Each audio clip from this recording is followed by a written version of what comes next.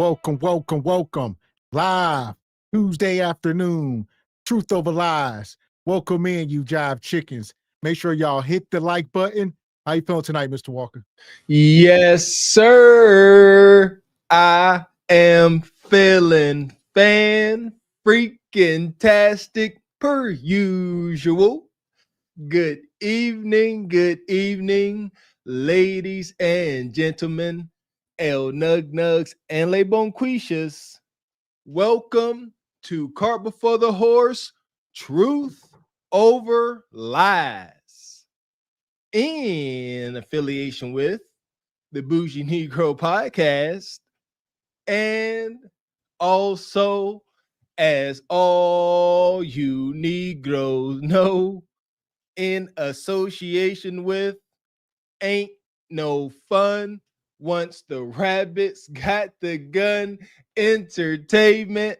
What's going on with you this fine Truth Over Lies Tuesday? I got beans and bologna. Welcome in. Truth over lies, family. Make sure y'all hit the like button as you come into the room. We got a crazy show lined up. Whether you can follow those simple instructions or not, come one, come all, this fine November 25th, 2025. Me and Mr. X is very much still alive and feeling fine. Reporting to you, Jive Chickens, live with Truth Over Lies. That part. So, like I said, y'all see the thumbnail, y'all see the title. We're going to get into it. We're talking about red pill culture tonight. So we're going to welcome y'all up. You know, is it empowering men or creating chaos? You see it? Hold up now. Burden of a man. Red pill blues. What is red pill? Red pill, just in general, is knowledge. All right. Knowledge in how men should move, knowledge in a woman's nature, respecting a woman's nature. Don't they say knowledge is pain? Huh? Yeah. So yeah, you're gonna have the blues. A little bit of red pill knowledge comes with the territory. Oh, you muted. Shout out to brother Frederick Howard, come through gifting a membership. Always first, always coming through. Thank you. And shout out Olawa, became a member. Shout out to the lovely sister Olawa. Thank you. All right. It got you up here twice, sister. I think it's when we do that vertical thing, it always does that twice. Okay. And shout out to Ebony Dean. Been a member for 1 month. Says salute Gavin X Mr. Walker and Truth Over Lies family. Shout out to you, Sister Ebony Dean, our Truth Over Lies legend so far. That part. Yeah! Boom, shakalaka! And Lee Turner gifted a membership as well. Appreciate your brother Lee. So here we go. We're going to get into it. Mr. Walker asked y'all, what is red pill? We're going to start off over here at ChatGPT. I guess we'll start there and get our reference because we all think we know. Let's go to the bots. So it says red pill content. All right. First of all, it is a broad term, but here's a clean and accurate breakdown. All right. Of what people usually mean when they talk about it online. So here we go. It says it refers to online media or videos, podcasts, posts, discussions that claim to reveal the harsh truths about dating, gender dynamics, and the modern society that people are suddenly blind to. Sounds about right. Shout out to ChatGPT. Yeah, harsh truth, harsh reality. I guess it's unfortunate. It is what a TI is. Knowledge is pain. The more you learn, learn about women's nature, where I fit into it. It was a little bit of discomfort. I ain't gonna call it pain. The pain comes with not accepting it. That's when your pain comes flowing in. Just a little discomfort. It's always discomfort and growth. So there we go. Also, ChatGPT says the name comes from The Matrix. Taking the red pill equals waking up to reality.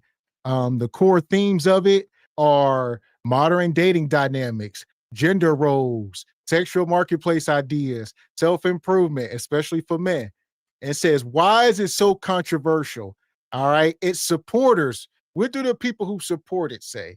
They say it teaches accountability, it helps men improve, exposes double standards, and gives men of modern dating a voice. So I don't see nothing wrong. Shout out to the movie The Matrix. Y'all know we're gonna say it's true. A sister came up with the script for The Matrix. Shout out to her. I think she just got credit for it. But in The Matrix, when you took the red pill, it stripped you from that fantasy. Shout out to Kundra. What she say? Whenever the one woman came up there talking about she was listening to red pill or she wanted to take the red pill, Kendra said, red pill. She said, why you want to wake up in the basement?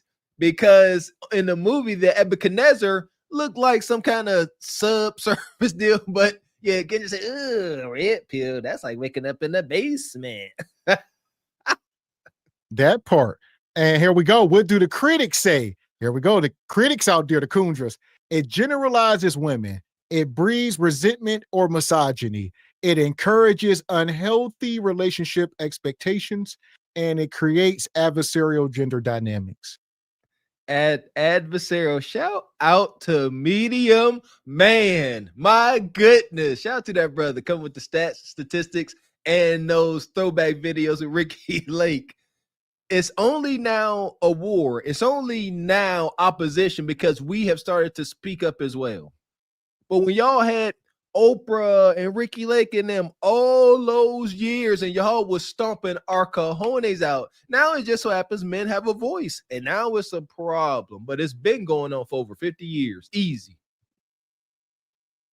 That part. And lastly, it says in 2025, red pill isn't just a niche. It's content culture. It's part of dating advice, part social. It's part dating advice, part social commentary, part entertainment.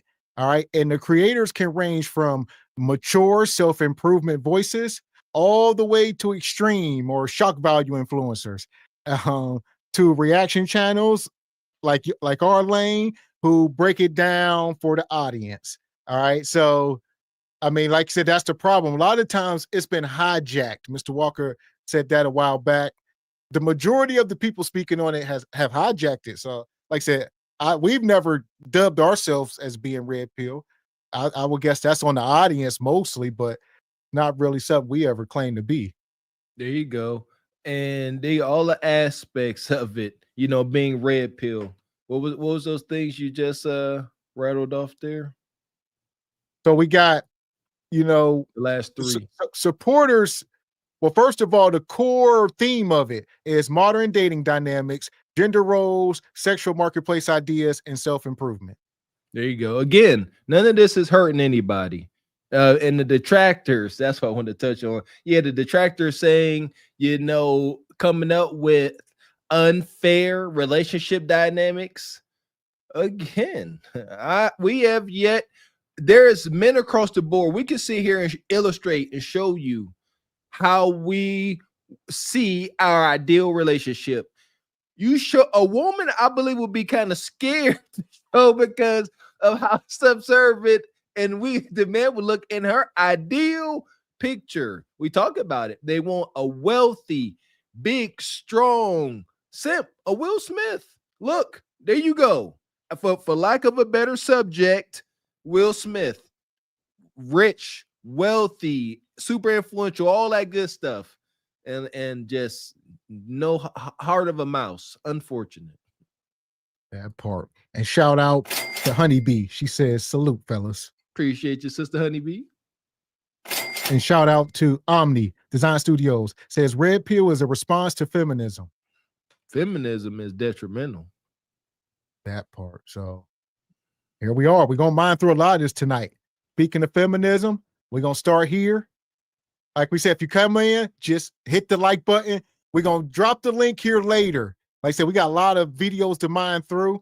So we're probably going to bring up maybe about 4 people. I think we'll max it out at 4 until we get through this. And then we'll bring the rest of y'all up. The bounties will be on and all that good stuff. I'll tell you what, until y'all start coming up here without bonnets on, ain't nothing right gonna happen in y'all life. So I'm gonna curse y'all like Miss Seeley. I'm so tired of these bonnets. Golly. This red pill nonsense is getting so bad to the point where other men are hating on other men because they love their wives and their girlfriends. The amount of comments I get from men being angry at other men for posting their girlfriends or saying that I cook for my girlfriend or I make her happy is crazy. Like, they are literally going to be completely and utterly alone and blame everyone else but themselves for it. They're hateful towards the women in their life and women online, and they're also hateful towards men that aren't hateful towards women. And then when they end up shooting themselves in the back of the head by the time they're 35, the male loneliness epidemic is going to be blamed on women. Like, y'all are just miserable. Not even other men can help you. Oh my God, like red pill men, that's like a whole other category of men, and I need them to just like stop. There we go. So this will be a critic. And some of the critics will say it generalizes women, breeds resentment and misogyny, encourages unhealthy relationships, and creates adversarial gender dynamics. But that's not true. We already went over all what we know it can do for a man. That's what the people who don't want to change, the people who don't want to take the bonnet off, don't want to start running their body counts up and having bastard kids. No, they ain't trying to hear it. There's nothing adversarial about the core of red pill or anything that's got to do with it. The hijacked version, the extremist version, yeah, perhaps. Who gives a crap? But we ain't talking about that. We're talking about the real version. And she up here talking about simp for your wife. That's not true. And we talked about that. And I will say, I remember about a year ago, but we all grow. Y'all did say call me a simp for my wife. I remember. I think my father-in-law made fun of me about it. So see that? We got to take that kind of extreme rhetoric. I don't know who it was. I don't know if they still here. You know, maybe they are Project Leroy. I don't know. But we can't, it's impossible to simp for feminine, submissive wife. That part. So here we go. Also, shout out to Baba T in the Cash App with a 5-ball. He says, good evening, beautiful brothers. Another truth over lie legend. Shout out to the OG. Appreciate you. Yeah! Boom, shakalaka! She belongs to the streets. And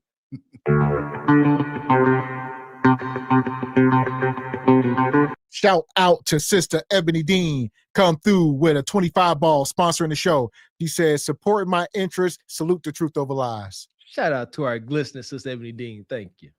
Appreciate you. Straight like that, straight like that, straight like that, straight.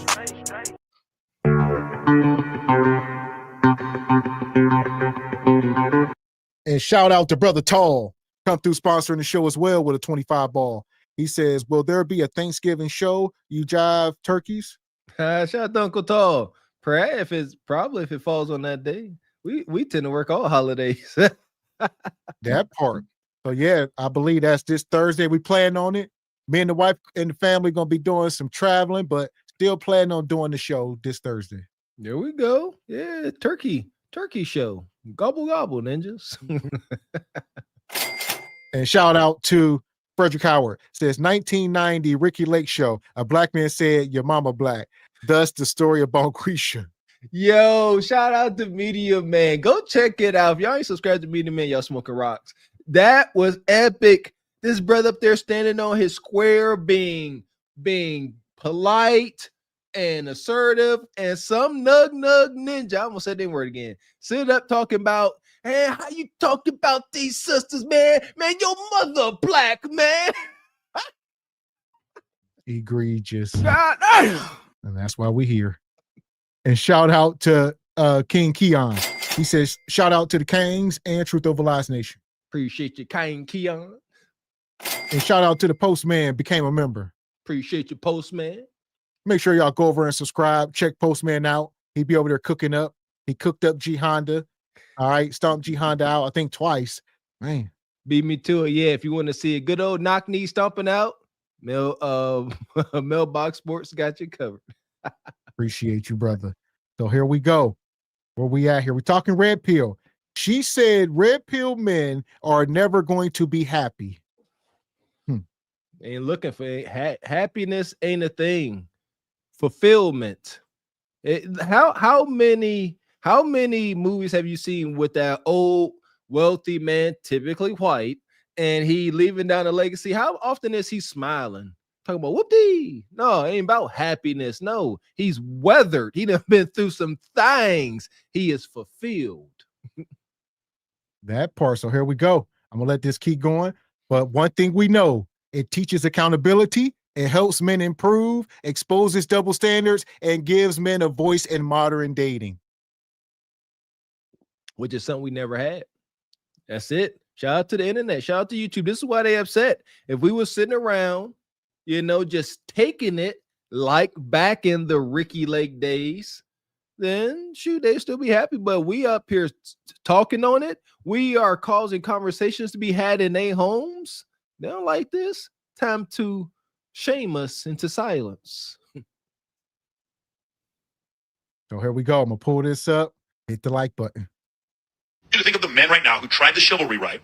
They did everything that their mom, their church, and Disney told them, and they just heard him say, "I forgot about her, and now she wants to hit me up all the time." Do you understand? Do you understand where confusion can come from? And I keep listening to male panderers tell me one thing, and then I see guys like what he's saying right here work. And by the way, it wasn't nefarious. He just forgot that she existed. That she made me wait, and I forgot yeah, about it. for sure. I posted a video about this podcast before, and on that episode, a man was saying, don't buy her expensive dinners, don't take her to a fancy steakhouse, because I've been the guy that she brought her leftovers to, and she brought me the steak, she brought me the potatoes, and I smashed. Don't spend money on these women. And all the men in the comment section were like, yeah, that's why you only get coffee dates and ice cream dates, and that's why I don't spend more than $20. The same thing is happening here. Now they're talking about how modern women don't deserve gentlemen because these men come on here and they tell these stories. It always absolves them from any responsibility for picking those women in the first place. Well, here's the problem. The men are cross-referencing, and what the men are saying is the majority of women. If they all can talk to each other and have similar experiences and stories, it's not jaded. They are just moving differently. Their eyes are open, so they ain't really simping out no more. That's why the simps are turning into the minority, we hope. Thank God. I hope they perish into the sea because I'm over it, man. I often give you these examples of the gentleman simping brother warming up that cuticata, taking her out, spending hundreds of dollars on steak, dinners, scrimps, lobster, just to take her home, get a kiss on the cheek, and her to call Dirty Meat Rodney, say, "Come through." And she excited for what you did about him. There's things worse than death, man. Don't be the sucker. That part, because there's a lot of stuff men got to deal with, right? Men are dealing with women having dating options versus men having dating struggles. There's a sector of men dealing with the hypergamy and the women trying to date up. And here we are. I mean, this stuff is necessary. They got to see it. Kev gave us the blueprint. Once again, when Kev went, blew up, he was already suave, had his look going for himself. However, folks don't understand the whole move with Kev was revenge of the nerds, i.e., revenge of the brothers that had some work to do. And he talked about it. He used to say the same things. He said, go out there and do a martial art. Challenge yourselves, man. You got to learn how to play the game. Shout out to Red Pill. Glory to Kevin Samuels.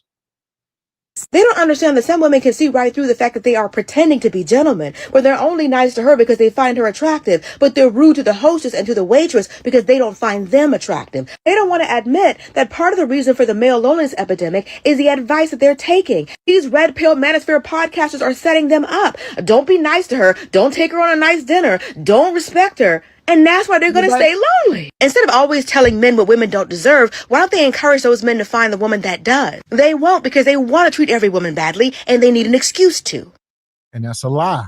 You a lie, and the truth ain't in you. First of all, we are married men. The problem is y'all women are speaking as a monolith. So you act like let's say you a good girl. You sit on the screen. You ain't got no kids. You've been managing your cuticata. The problem is you want to put yourself in the same boat with 304s and real live toots out here on the street. You act like there ain't a difference. Like men shouldn't be treating certain women a certain way. They should. So y'all need to be moving better. Thank you. Stop trying to bunch each and every last one of y'all to the same funky hyena group and dare to stand out. And there has never, ever been no same-minded, non-shock jock red pill space that said don't respect women. Quite the contrary. Red Pill is pure respect for women. We respect y'all enough to treat y'all accordingly. We have watched our papas and granddaddies be too soft and feminine and get beat upside the head, be abused mentally and physically by y'all. We have learned, we have evolved. You're welcome. Red Pill is respect for women. Nah. That part. And it ain't just Bonquisha. Y'all know Quisha got to get in. Naturally.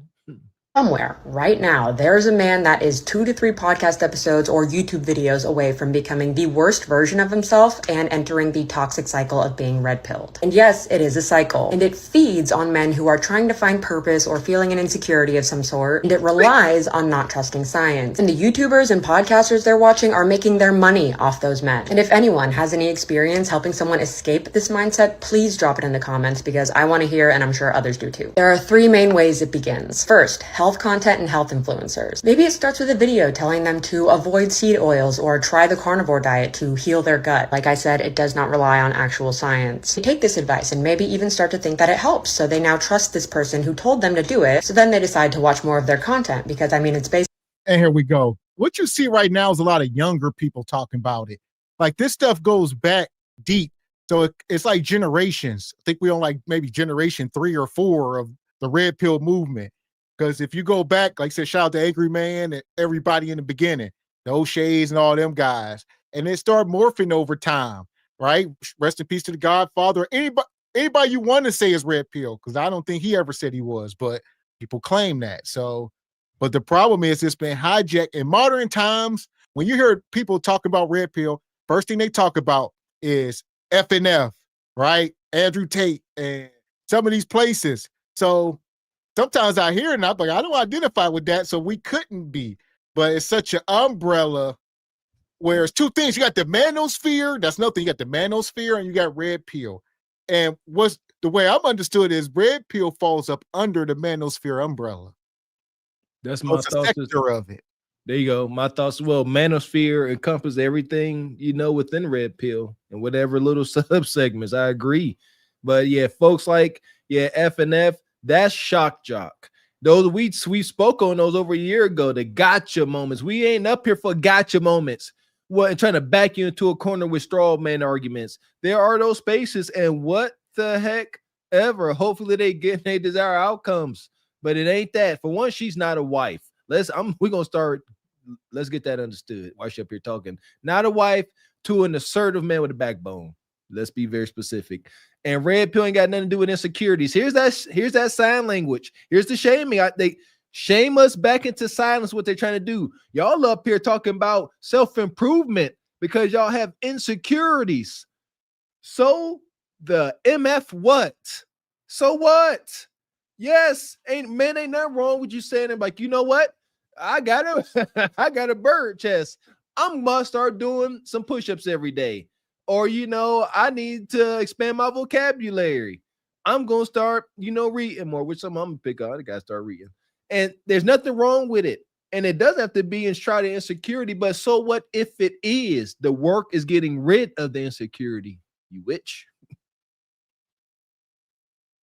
On workout regimens and health advice, this guy must be really masculine. That next video they watch is titled Peak Masculinity or How to Become an Alpha Male. The rhetoric largely mirroring Andrew Tate, very misogynistic, very traditional gender roles, very toxic, and very alt-right, but too subtle for them to notice. They continue to hear Republicans parrot these phrases and boom, a Trump supporter is born. They continue to watch those videos and listen to Trump and those Republicans who, by the way, are well aware of what's going on.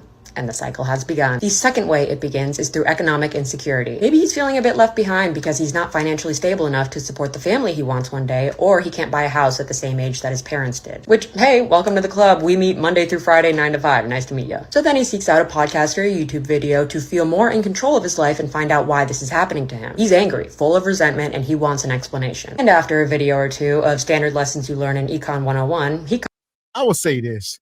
The net of it, if these women are this mad, I would say it's working, right? You can't speak for the men. So like I say, I don't watch some of that content, but they have a following and people are getting whatever results they are getting or they wouldn't be following it. So y'all mad, granted, right? I guess the men are changing their standards. The bar is up a little bit. I mean, I don't know, Bonquisha. These spaces only exists because there is a want, need, and calling for it. That's what we need to stop. And it's okay to use our lived experiences. However, we need to stop acting like our lived experience is the only one that exists. And I believe we all got to work on that. I've never, dealt with raging hyenas because I refuse to, but I won't disregard these hurt scorn brothers out here that may be working on putting their best foot forward, and they keep getting kicked in the gonads, and they are starting to build up resentment. It happens. We call them villain origin stories. So, yeah.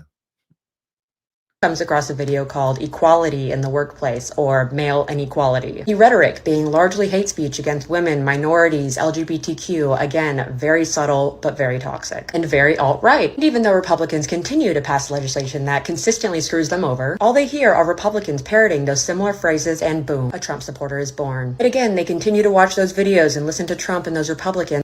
Look, and she's getting very political because this stuff has become political.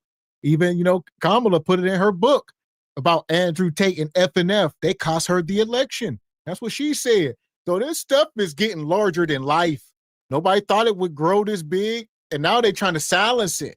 Anything growing this big, got to be some truth behind it. Shout out to Truth Over Lies, and they upset.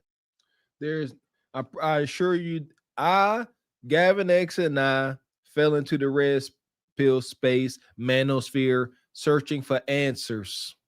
Not looking for excuses, not looking for an easy way out. Simply answer something we've been doing all our lives. Like you said, there has to be something here because we're getting too heavy resistance. And that's fine. Got to hold the line. It's been a while since we said it. Hold the line, man. Hold the line. They mad now. And the cycle has begun. Finally, the third reason this cycle begins is romantic or emotional insecurity. Maybe he's having trouble finding a partner, or just got broken up with, or feels rejected overall in the sense of dating. So he seeks out a podcast or a YouTube video to help him with dating, or to find out what women want in men. He's angry, full of resentment, and wants an explanation. He's looking for a video to confirm that it's not his fault. He finds the perfect one, called Women Are Delusional and Men Are Disenfranchised. The rhetoric subtly perpetuating violence against women. Very misogynistic, very bad, very toxic, and very alt-right. They continue to hear Republicans parrot similar phrases, and boom, a Trump supporter is born. They continue to watch those videos and listen to Trump and those Republicans, and once again, the cycle has begun. And no, this video is not to excuse that behavior, it's to call it out and stop ignoring it. Because this content in this cycle has destroyed relationships, whether it be romantic, family, friends. You can watch someone go down this alt-right pipeline right before your eyes without either of you really noticing it in the moment. And I don't expect any man to see this and change course, but I hope it can find a way to help the people in his life understand what course he's on and try to reroute it. Because it's been bad, but it's only continuing to get more and more dangerous. If we can't completely stop it, we should at least be spreading awareness. Well, here we are, Becky. Fuck is you talking about? We don't know. Here we are, Red Pill, the guy on the cover. Andrew, I believe, Red Pill Blues. So even he going through it. So we're going to get into it because I think the movement has been hijacked. A lot of these people this is the powers that be, putting people to the front of the movement, the Pearlies and that character there. And some of these people get propped up. How else do they get millions of subs? By just grifting and hijacking. And there you go. That is why I personally am so serious about how we present ourselves, because now it is what it is. The propaganda is out. The majority of folks, when they think of red pill manosphere, they're going to think of whiny men up here because these are the images being popped up.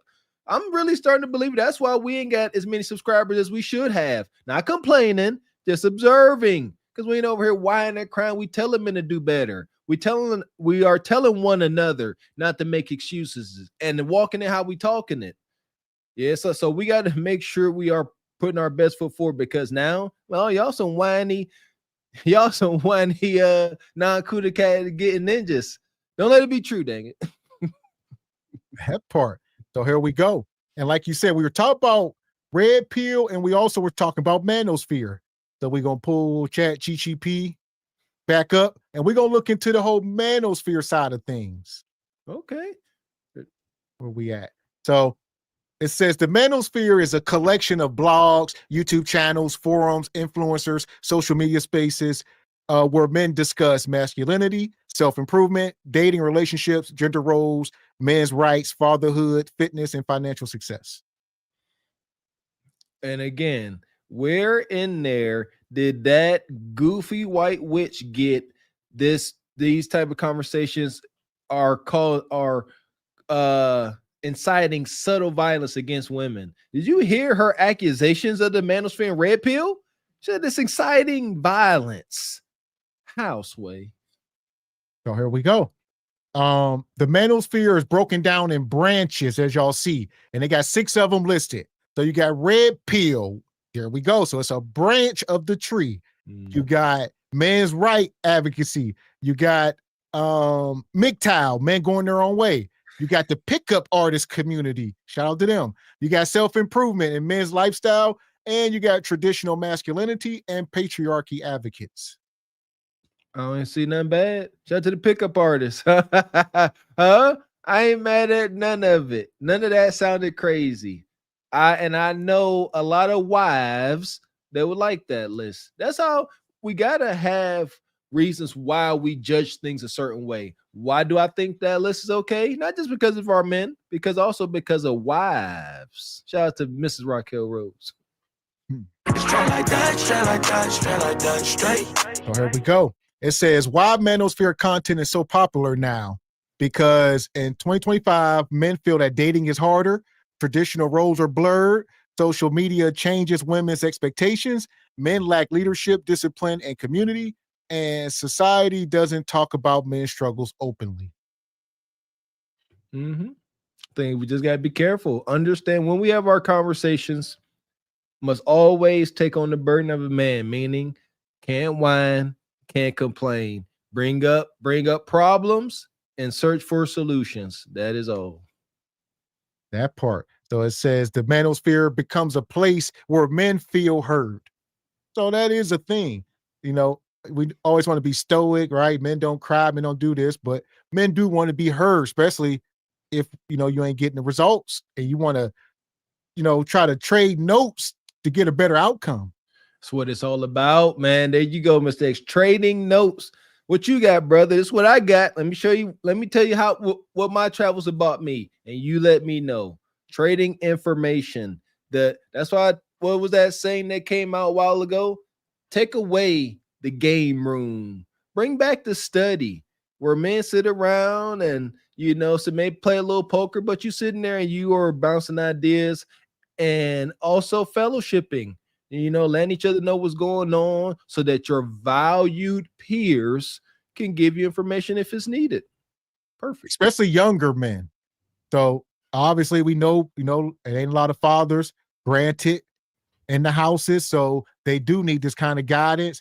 So I get it. As you get older, you're about 40, 50, you could be stuck in your ways. But younger men, they do need this guidance for sure. Listen here, God in heaven knows I got no regrets. However, manosphere content could have saved me a lot of heartache myself in the past. Lots of heartache and pain. Man. So here we go. People say, why is it also controversial? Because the critics argue that the manosphere sometimes it stereotypes women. It encourages resentment. It promotes unrealistic dating expectations. It attracts anger and vulnerable men. Angry and vulnerable men, contains extremists mixed in with the reasonable voices. So you got the extremists mixed in with the reasonable people. That is a thing. That's everything. You're going to find extremists in any group. Name them. There's extremists. There's extremists out here now, bombing folks, trying to cleanse, if you will. Leave it alone. But yeah, extremists, they out here, they working right now.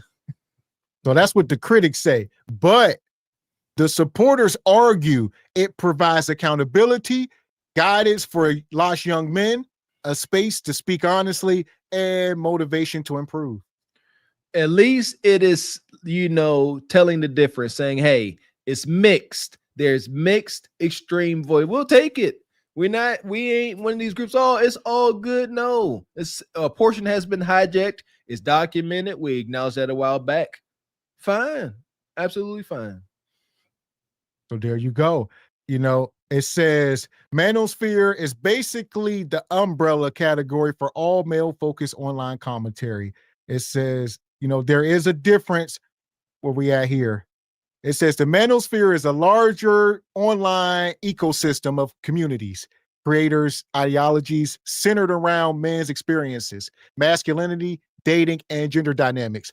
It's broader than Red Pill. Red Pill is actually one branch of the manosphere. I'll take it. I'll take Chat GPT's, definition or understanding of Red Pill manosphere. With that being said, I would like to see because it pointed out some potential negative aspects of the extremists in Red Pill. I wonder if it will point out the extreme aspects of feminism. Just a thought to see if there's some kind of AI bias, because as us men know, there's been a bias against us for a mighty long time. Shout out to Red Pill. That part. And got some super chats here.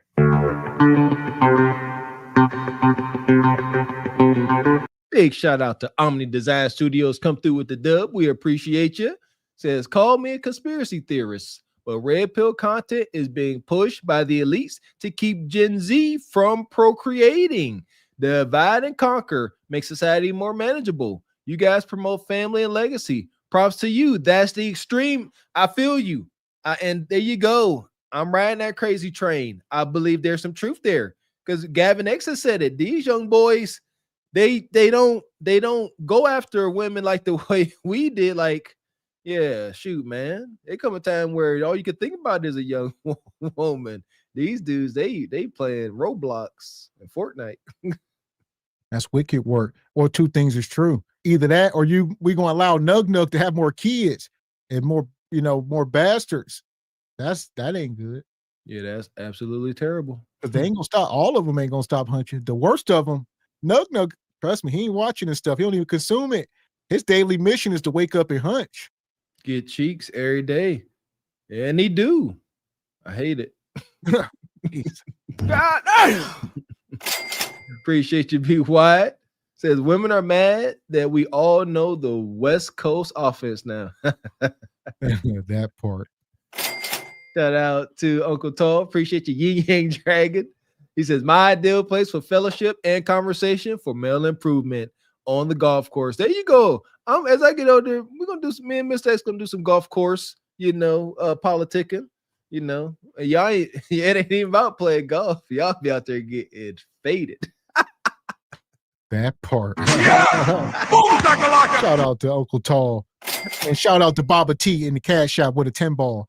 He says, cheaper to keeper, not now more. He says, cheaper to keeper, not now more peace. Cheaper. It's not cheaper to keep her now. Okay. Not now. It's more peace to be alone. Is what you saying? Mm-hmm. Shout out to Lonely Peace. Or I don't know. I can't interpret that, Baba T. I think that's what you're saying. Shout out to King Kang Keon. Says, watch the replay of last night's show and clutched my pearls when Mr. Walker went off and said that were allegations. Says, well, dang, sir, tell us how you really feel. Allegations, I think my mic cracked. Never. Want me, AI. Shout out to Keon. So here we go. Like I said, we're going to drop the link here shortly. We'll start to bring y'all up. We'll bring a few people up at a time because we're trying to get through this, and you know how y'all get. Baba T, where you at, OG? Baba T, ain't I told y'all? He sound just like Dick Gregory. Ain't I told y'all? Huh? You ain't listening, man. Huh? Appreciate your divine photos. Says, remember, back when you used to have to mess around and find out whether the woman was a 3 or 4. But now, women go on the internet showing their cards. Exactly. Yeah! Boom, shakalaka! So here we go. Shout out to all the simps. For every real man, there's a simp wearing a damn bonnet coming on the internet trying to hold men accountable. In the projects with a cement roof. Yep.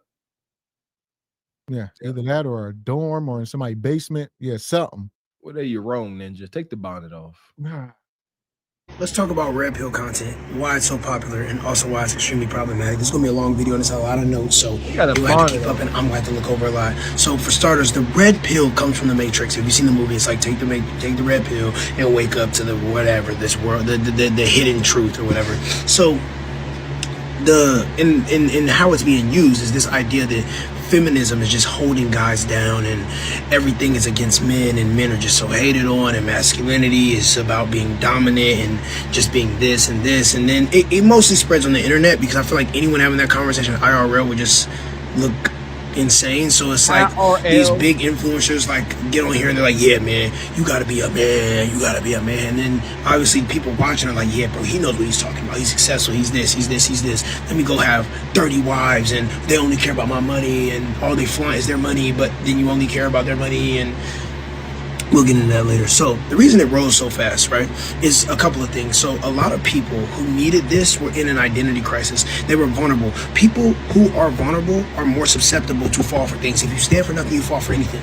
That is a tale as old as time. So it's like when people my age feel lost, they feel rejected, they feel like women actually have ostracized them, a man coming out here and being like, oh yeah. Let me stop this for a minute, because what he's doing, he's trying to go to the darkest parts of the red pill and to make an example. It's like I said, it's been hijacked. So you might be able to go find a space where they say, hey, yeah, get 100 women. Yeah, do this, do whatever they might say. Granted, that don't disprove what it was started for. It's almost like hip hop or anything, right? You got Sexy Red and This Is Pink, Louis Ho Brown, all that. People say that ain't hip hop. You got to go back to KRS-One and, Rakim. Go back. Where was it started? A lot of stuff's been hijacked in our culture, and it's unfortunate. Thank you. Got us again. They keep coming up with these fabricated negative aspects of red pill. Like, oh, you guys just hateful, y'all mean, y'all nasty, y'all don't like women. And then towards the end, right before Mr. X stopped it, he gave a little complaint himself. He say, more or less, they make it hard for guys like me, talking about himself, make it hard for guys like me who have been ostracized by women. So he just stated that he's been ostracized by women. But you can't understand a jaded, hijacked version of red pill, and you just complain with your bonnet on. Come over to red pill. We already got advice for you. The chat telling you, the sisters telling, shout out to cousin Walker. She's a married woman. She said, take the bonnet off. You're looking real, like your wrist ain't got no integrity to it. That part. And he got 2 earrings. Well, he got 2 dangly hoops. Dangly hoops and a bonnet. That is extremely feminine. Call it what it is. I know what y'all about to say. Oh, Michael Jordan. Oh, Lawrence Taylor. It's a difference. You weren't about to say nothing. You weren't about to go up to Lawrence Taylor and say, hey, man, your earrings look feminine, without him balling you up like this. Him? I know a dozen ninjas that would poke him in his forehead. Ostracize them. A man coming out here and being like, oh yeah, women are this is this. I guess it gives them a sense of relatability. It gives them a sense of belonging. It's like, you know what? The aspect of red pill that gets people is be better, improve, be a good man, get in the gym, be fit. So you're like, okay, no, that makes sense. So then when the other stuff starts to come in, it almost gets filtered through a thing that they try to make sense because they've been so bought into the rest of it. It's like if you believe 90% of what someone says, you're gonna try to make the 10% make sense, even if it goes against your own values, because you can't afford to fall thinking, well, I agree with the 90%.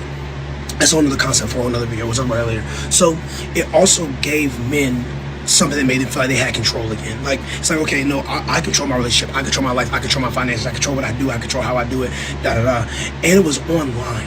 So since it was online, it's like you like one video, 2, 3, 4, 5, 6, 7. So it's like that algorithm starts to make you feel like, you know what, no, that is right, because you see it so much. It's kind of like when you hear a song on the radio over and over and over and over again. You start to like the song, even if the song was kind of butt low-key when it came out. It's because you've been exposed to it so much that it gets in your mind and it like gets traction and it gets attention. And you're like, okay. So then, as like social norms are changing in around like 2020, 2022-ish time, things start to kind of line up with what people are saying, but not like in necessarily the good or bad way. Just stop. All right. If it's the truth ain't hurt nobody but a liar. He gonna say things are lining up and it seems like it's true, but it ain't. All right. They just keep saying it over and over, and you might think it's true. No, this is the reality of things. That's the gynocratic witch Dr. Hoodoo he just stated. Just keep saying it, and so it seems true. That's that delusional gynocratic goon madness, not this. See what I'm saying? This is why the ninjas like this is dangerous. Huh? Good lies have some type of twisted truth in them. That's what make folks believe them. No, the gynocratic orders up here keep saying stuff and make it YOLO. You only live once. Hot girl summer. Like, you got to have a hot girl summer before you become a wife. Don't date these ninjas till you 33. Y'all crazy. Y'all insane. But it's like the narrative as right here, it seems like societal betrayal.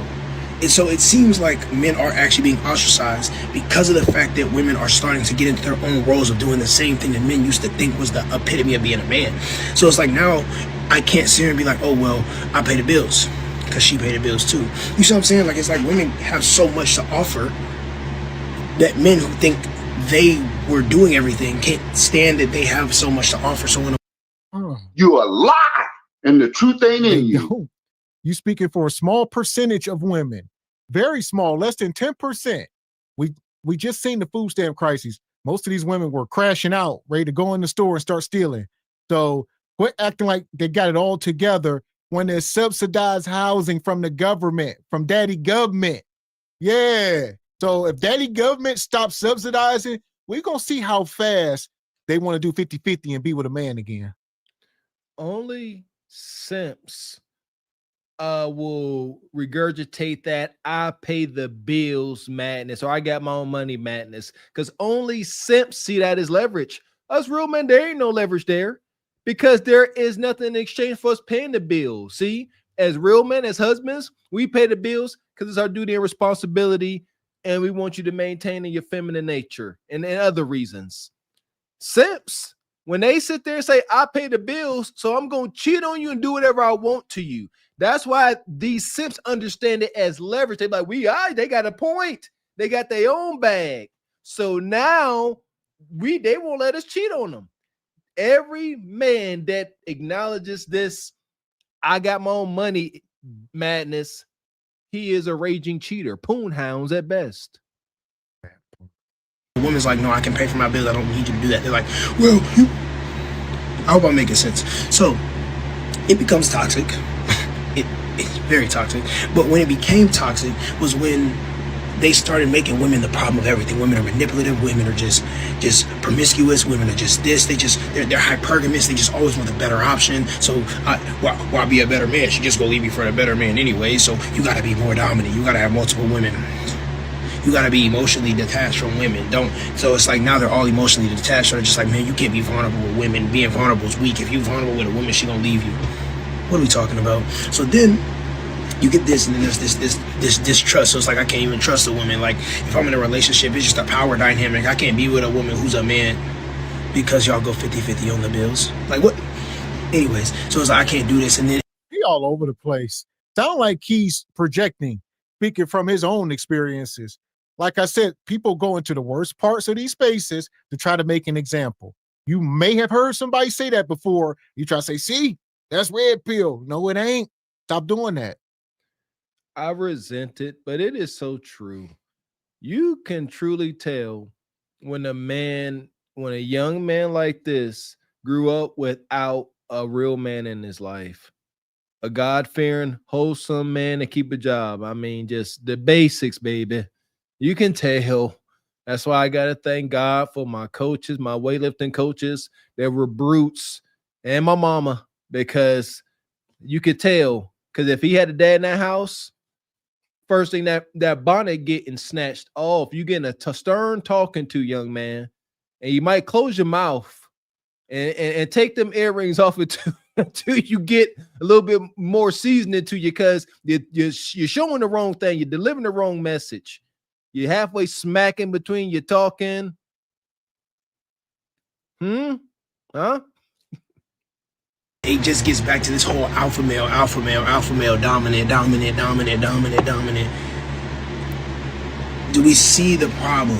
I hope red pill people watching this video see the problem while I lay it out for you. So Let me tell you the actual cycle. And like you say, the first question you ask a man, do you like women only? Don't ask them, do they like women? That ain't good enough. Do you like women only? All right. If you don't only like women, exit the conversation. Plain and simple. And now, when you trying to be this stern on the gun line, get out of here. And you know what Mr. Walker say? If you gotta ask a brother what he like, if he likes sausage or pancakes, you know, I might as well not even ask, because the fact that you got to question it, something is there. Respectfully, this ain't something we throw lightly on, man. It's egregious. So, but respectfully now. I'll lay it out for you. So, let me tell you the actual psychological cost. So, for one, the masculine norms, right? Like, according to the definition of toxic masculinity, the things like emotional repression, trying to be dominant, trying to be aggressive, lead to mental health issues, or they can lead to mental health issues such as like depression. And where you sit here, you started trying to make these things the norm. So now you got a bunch of guys who are perfectly fine guys thinking they're not doing good because they're not this and this and this and this and this, when none of it has to do with being a man. None of it has to do with being a man. You don't have to. Yes, it does. The burden of a man.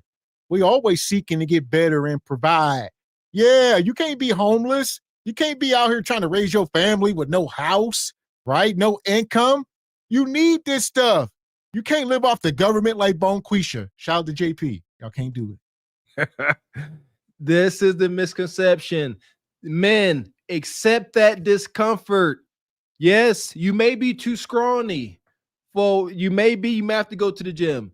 You may not make enough. You may have to get a second job or find a better job. Yes, you may be a little timid in groups. You may want to go ahead and join the gym down the street, get bruised up a bit in a controlled environment, man. We giving it to y'all. Not like him. You do have to prove yourself as a man. Shout out to the movie 300 and the Goji. You will go out to the world and you will come back a king or not at all. That is it. So here we go. I'm going to let this keep going. Also, we're going to drop the link here. Start bringing y'all up. Like I said, we're going to bring a few folks up. Got to be cammed up. And we're going to put the timeouts on. So we probably bring 4 people up until we get through the rest of these videos. And the timeouts are on. Baba T, where you at? It's the only person I want to hear this evening. Huh? Y'all ain't listening, man. Got bonnets on? I be telling them, pull their pants up. Huh? Just be this old dominant problem. God, you don't. I can tell you that firsthand. Your self-trust and the trust you have in your relationships, they break. Like, you lose compassion for yourself because you start to see her and think you're not this man that you should be. And you throw your relationship out the window because you treat the girl so bad because you think you got to be this kind of guy. And then it's just super counterproductive. Back to the relationship. It's counterproductive. You get rid of intimacy, you get rid of vulnerability, you get rid of all this stuff. You start to get defensive, you start to get suspicious. You start to say, oh, well, I need options. You start to sit here and be like, well, this and this and this, or I can't go to my girl because she just gonna leave me if I cry. Shut up. Shut up. Like, shut up.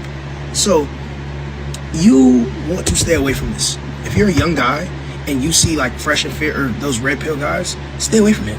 Stay away from it. And that's the first thing I just said a minute ago. Every time they always go to the same people.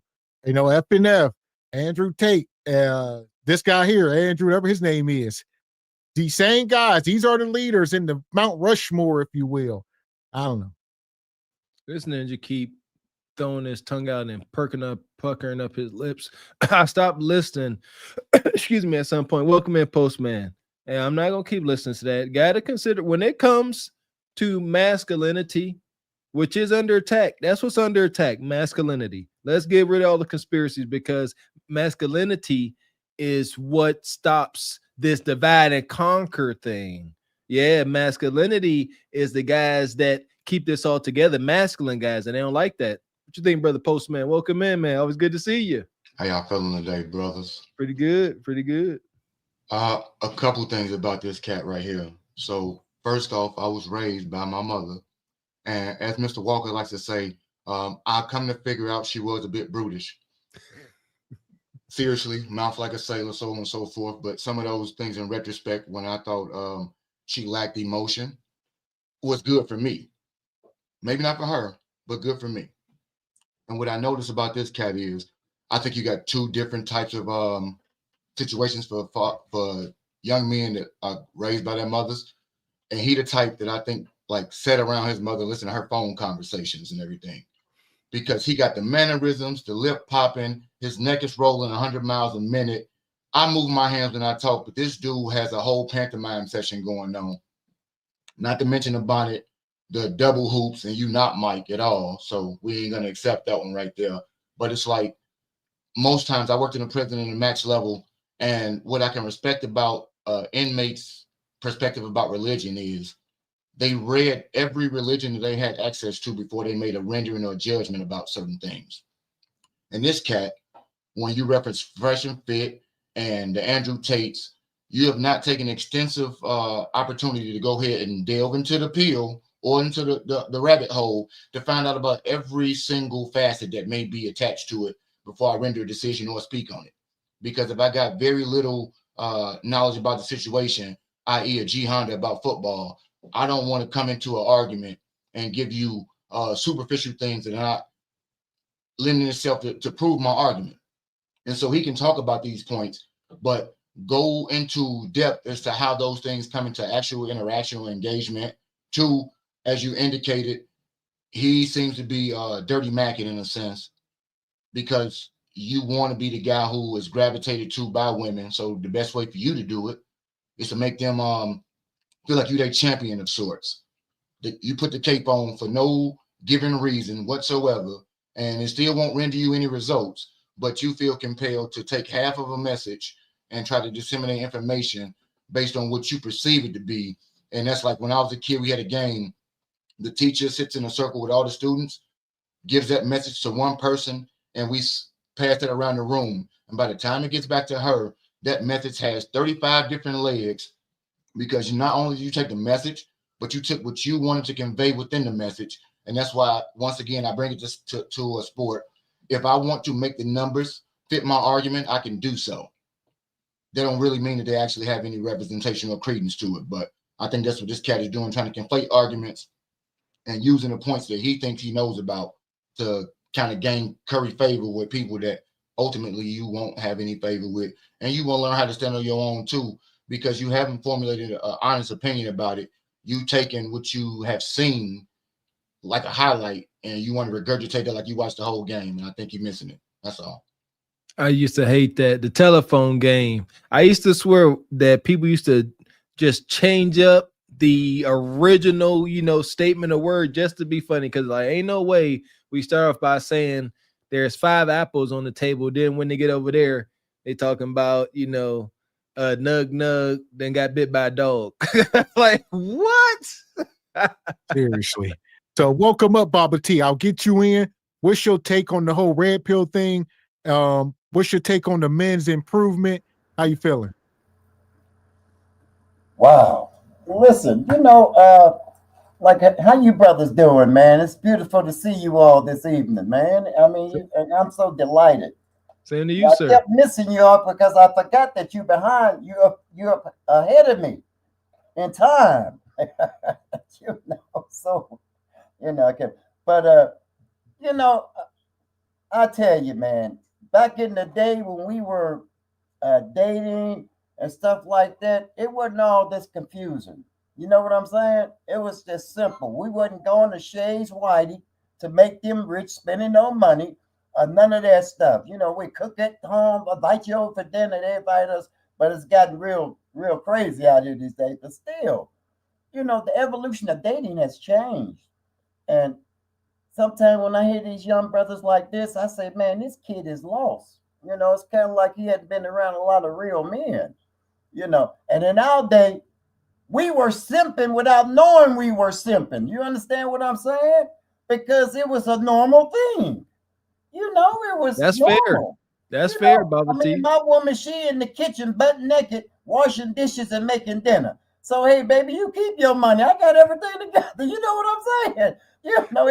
It was, that's the way it was, man. But as I evolved and I understand now, the dating market has changed, man. This ain't the 50s dating anymore. You know, it's more of a 50-50 dating atmosphere because you're working, you're making money. And everybody, I don't know about anybody, but I didn't know but maybe a couple of families that the wife stayed at home. You understand me? Most of the time, both people worked.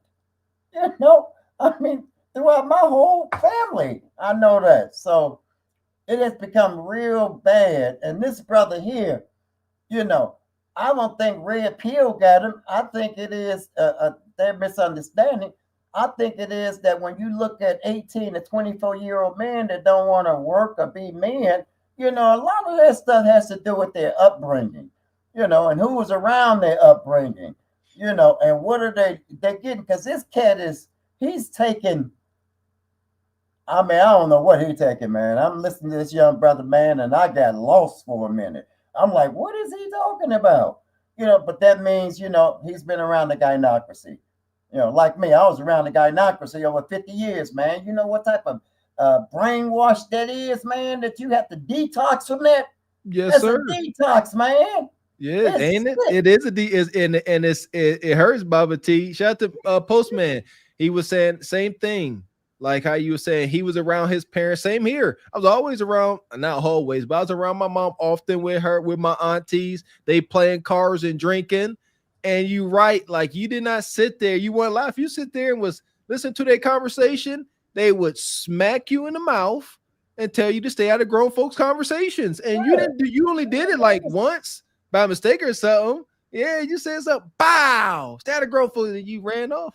Knock you up out of here, man. So it's bad because you know back in affirmative action when it started, and I mean 83, 84, you brothers probably weren't old. I mean, I know you weren't old enough to have a gist of what was happening. But I used to tell sisters, I say, listen here, you got an opportunity to start getting brothers up under your wing, get them some of these jobs, and you got these businesses open up. You know, connect because I know what's gonna happen. And I see how that's evolved and what's happening.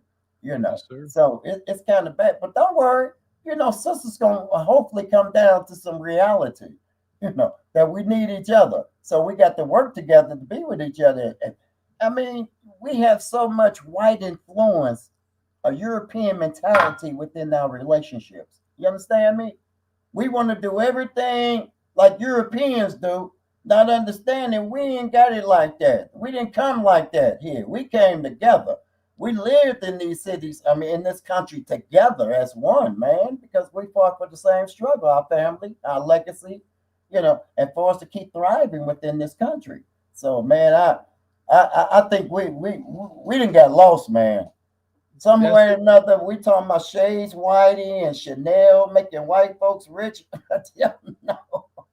I buy my stuff from China, okay? I ain't making none of them rich. My Jordans cost $45 with shipping. You know what I'm saying? I mean, hey, that's where they make the stuff over there. Please, man. You know, I mean, come on. That's crazy. But I don't know. I'm lost. You know what? Listen, I didn't really believe the stuff that I was seeing on YouTube. I thought they were all skits. I didn't believe how people act like this. You know, I told you, I just got into this thing like a year and a half, man. I cannot believe what I see, man. I thought this was skits, man.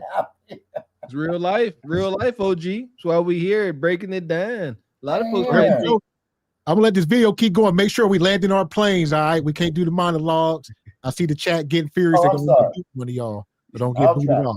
We appreciate you, OG. If you're a young guy and you see like Fresh and Fit or those red pill guys, stay away from it. Stay away from it. Just stay away from it. I won't say anything else.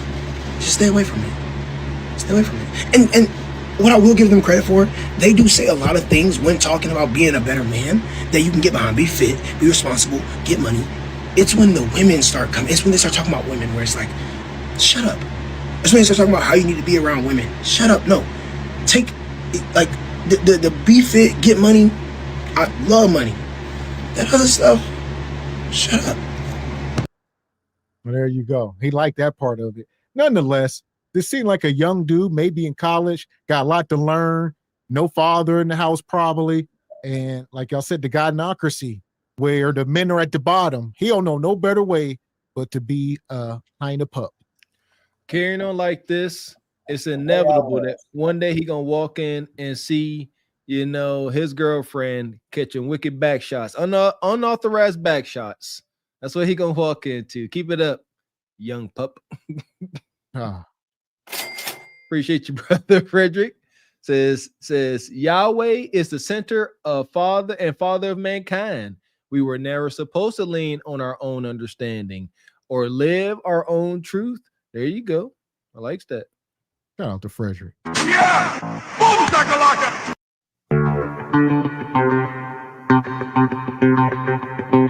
Shout out to Petty Sama, always coming through, gifting 10 Truth Over Lies memberships. Appreciate you, Petty. Shout out to Petty, always coming through like he do. This Bentley that I park in the church is not just for me. It's for the church. It's for us. Can we drive it? No. God wouldn't want that in Jesus' name. Amen, Pastor. Amen. This Bentley that I park in the church is not just for me. It's for the church. It's for us. It's for us. Shout out to Petty Sama. So here we go. We're getting into the meat of it now.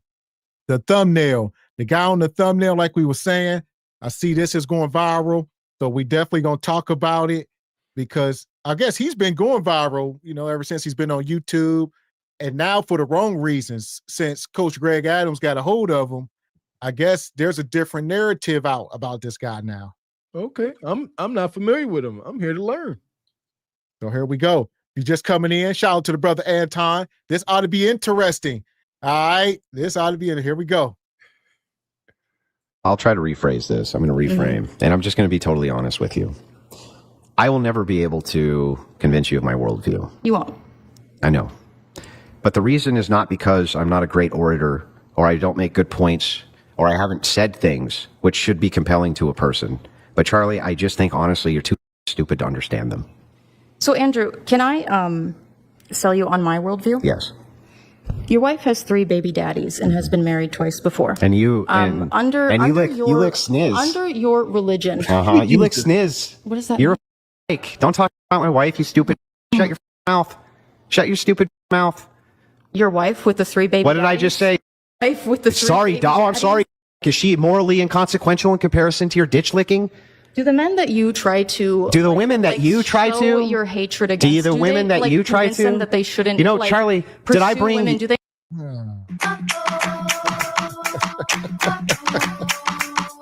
There we go. The Andrew brother. Like I said, he's been up here eviscerating these women for a long time now. All these OF models, they go on this whatever podcast. You know, this stuff's been going viral for over a year, and he be up there cooking them. Almost like, shout out to the brother Cooley. Basically kind of the same exact thing, right? You up here cooking, and then people pull out some dark stuff about you, and now they find out you married a woman that got 3 baby daddies. Like you said, are you really the messenger to be up here holding these women accountable the way you do? Absolutely not. Especially because he does it from a biblical perspective. So, and like Coach Greg Al said, I mean, is this stuff biblical about divorce and women? Well, you know, you the guy who think you holier than everybody. 3 baby daddies. Yeah. At best, 3 separate occasions, this woman pushed out another man's little human and looked at him and said, "Oh, I love you." At best, 3 times. At worst, she delivered them by herself and was hardened and traumatized by it. Now, what he doing, he immediately started throwing sign language. You know, I guess she's a, lesbo. So he calling her a ditch digger, you eating kudakata, this and that, calling her a B, you're a 304. He triggered. And you can't do that, Baba T. Did that come across good on his behalf, calling her everything but a child of God? What you think? No. She touched him a bit. He got touched a bit, and that's not good for a man to show that. He got touched a bit. But you know what? He might have been around that woman with them kids, man, and he has transitioned. Transition to what, OG? He didn't transition to a simp. You listen, I got to give him some credit. She probably your stereotypical IG blonde, collagen lip filled type deal. I would have to imagine. All right, here we go. Here we go. They in the chat. And this is part of his thing. They say she was married every time she had a baby daddy. Yeah, Papa T. Y'all know what y'all talking about. That means something wrong with her. Something definitely wrong with her, man. And the problem is, not only is it biblical, we talking red pill culture. This is one of the red pill Mount Rushmores right now. So is it empowering men or creating chaos is the question. Need context. It makes it kind of surface level seem better. She was married every time. We talk about married for you carry. She did all 3 times. But this is why we say context is critical. Sister, did you get married just so you could hunch raw? Because that's the thing. These folks that say, oh, I was brought up creep. We got to get married. That's it. Folks will get married just to hunch raw. And then like, hey, and then keep getting divorced and married. So that's a hustle too. So yeah, why you keep getting married? Was it for love and commitment? Or did you just want to hunch, righteously? What money was involved? Child support, all that good stuff. Who knows, man? People are devious out here. For sure. It really is. So I'm gonna let this go for another minute. I'll get you in, Postman. Sorry, doll. I'm sorry. Is she morally inconsequential in comparison to your ditch licking? Do the men that you try to do the women that you try to your hatred against? Do the women that you try to that they shouldn't? Charlie, did I bring women? Do they know Charlie? Did I bring your family? Did I bring any of your family? Stupid. Did I say anything about your family being stupid, Charlie? It's because I'm better than you, Charlie. No, it's because you're embarrassed, and you know that the traditional values that you try to sell people on are because you are not a traditional man. Chuck, let's go through it. You are not a traditional man. Let's go through it, Chuck. Tell me what I'm doing, which is immoral. What you're doing, which is immoral? Yeah. I think that you have been complicit in convincing young men that No. My family dynamic. What am I doing? Being married to my wife. It's immoral. Then why? So then under my so all view, you did. That's perfectly So wait, acceptable. Chuck. All you're doing is saying. So Chuck, shouldn't you actually be saying that Andrew? You're doing a good thing. Hang on, Charlie. I just want to make sure I got this right. Am I doing a good thing? Am I doing a good thing? Do you think your wife is a charity by taking care of children who weren't mine? Was I doing a good thing? Whose fault? Oh, hell! There we go. For Anton go. So now he's trying to take the moral high ground. So he went from before y'all knew I could talk about women having children outside of marriage, y'all 304s, this and that. But now that y'all know, now I'm righteous. I'm taking care of children that ain't mine. That's godly. It can be. I guess I can listen here, man. We are fatherless children. Shout out to the men in the community that dared to be, step pappy. But don't come up here giving this staunch red pill energy if that's your lane. That's the problem. If you are that guy, be that guy. Say, hey, you know what? I found a woman. She was cool. I love the way she looks. I believe that's a big part of it. And say, you know what? I decided to put a ring on it.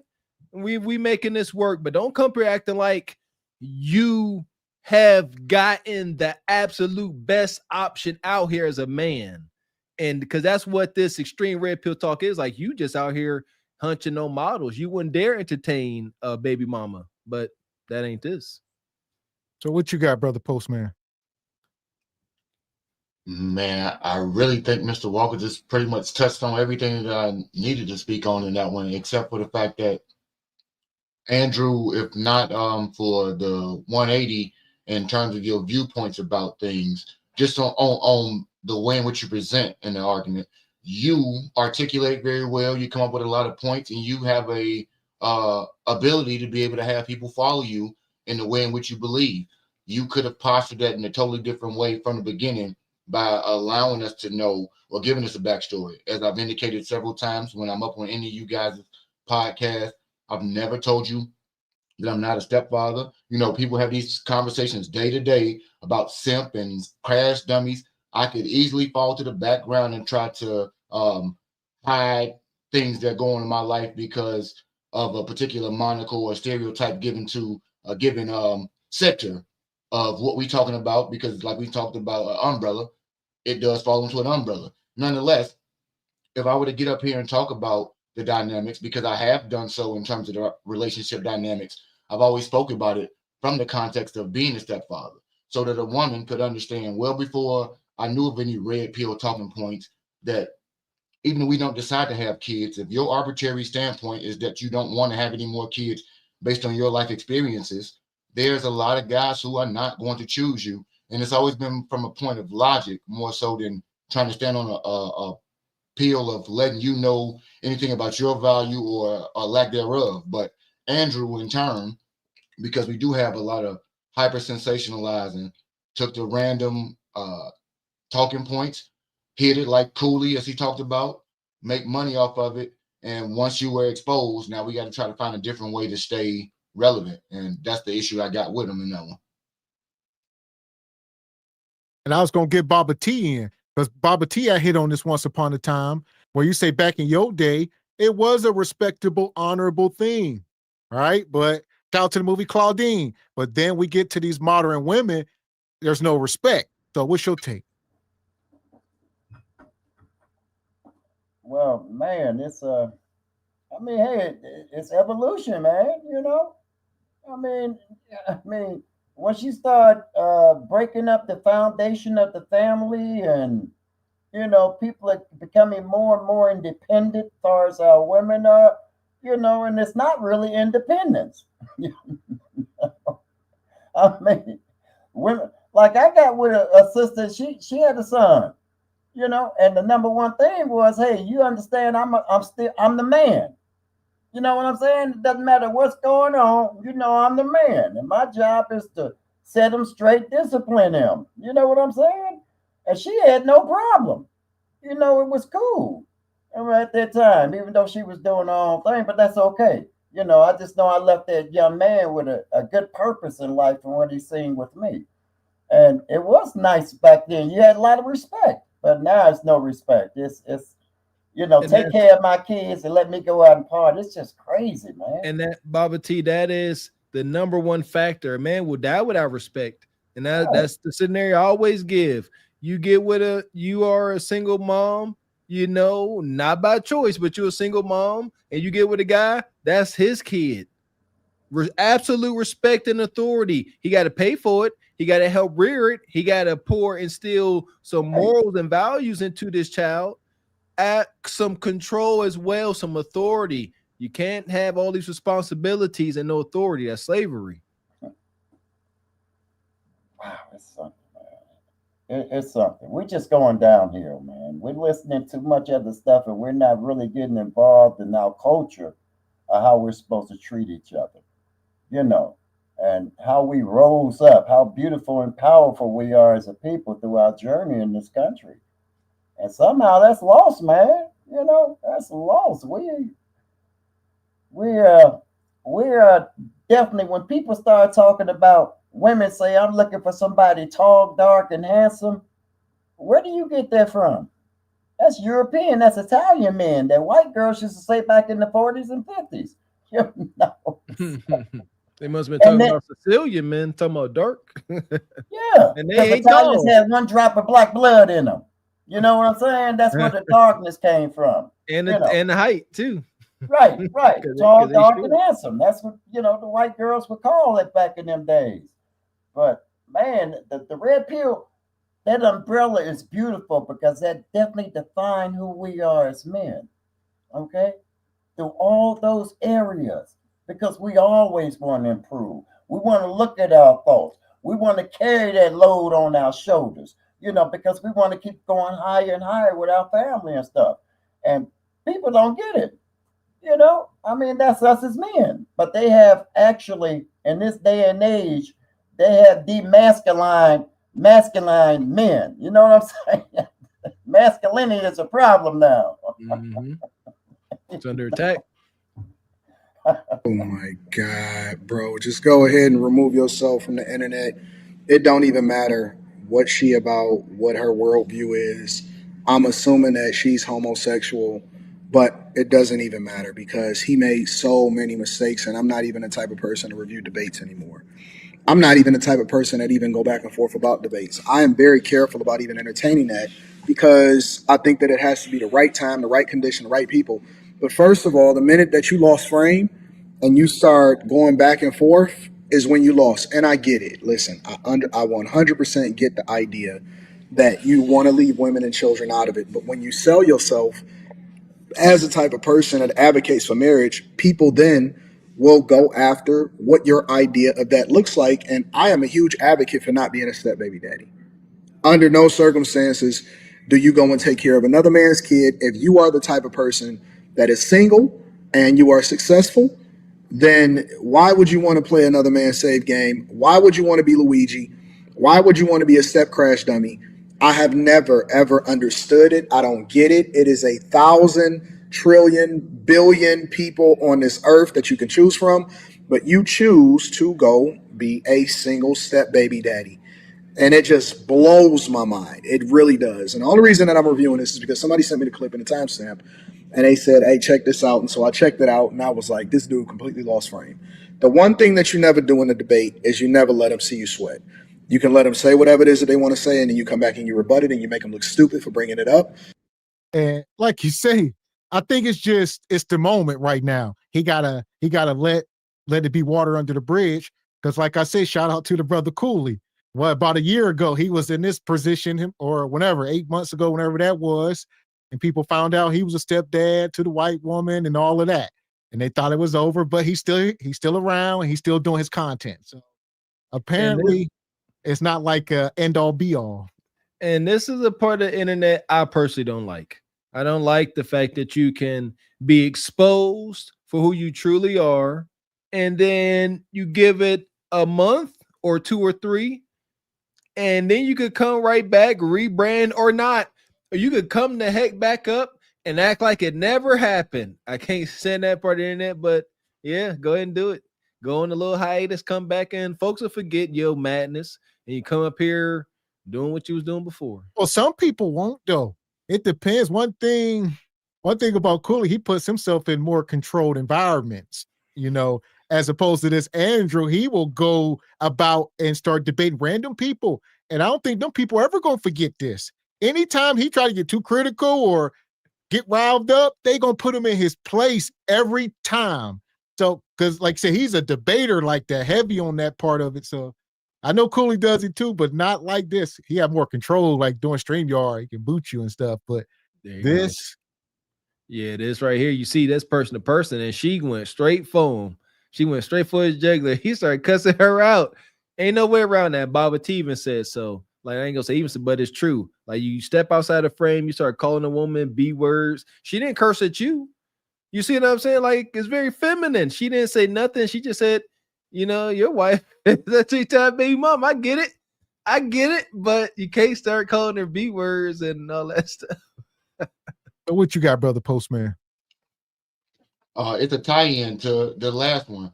If we talk about being able to know the whole story, or being able to do your research on a given thing before you come into any type of conversation, that young lady did a brief bit of homework to figure out exactly what was going on in his relationship dynamic, merely brought it up in the most poised way that she could, and he went apeshit. No type of recourse to understand that people will use things against you specifically to trigger you.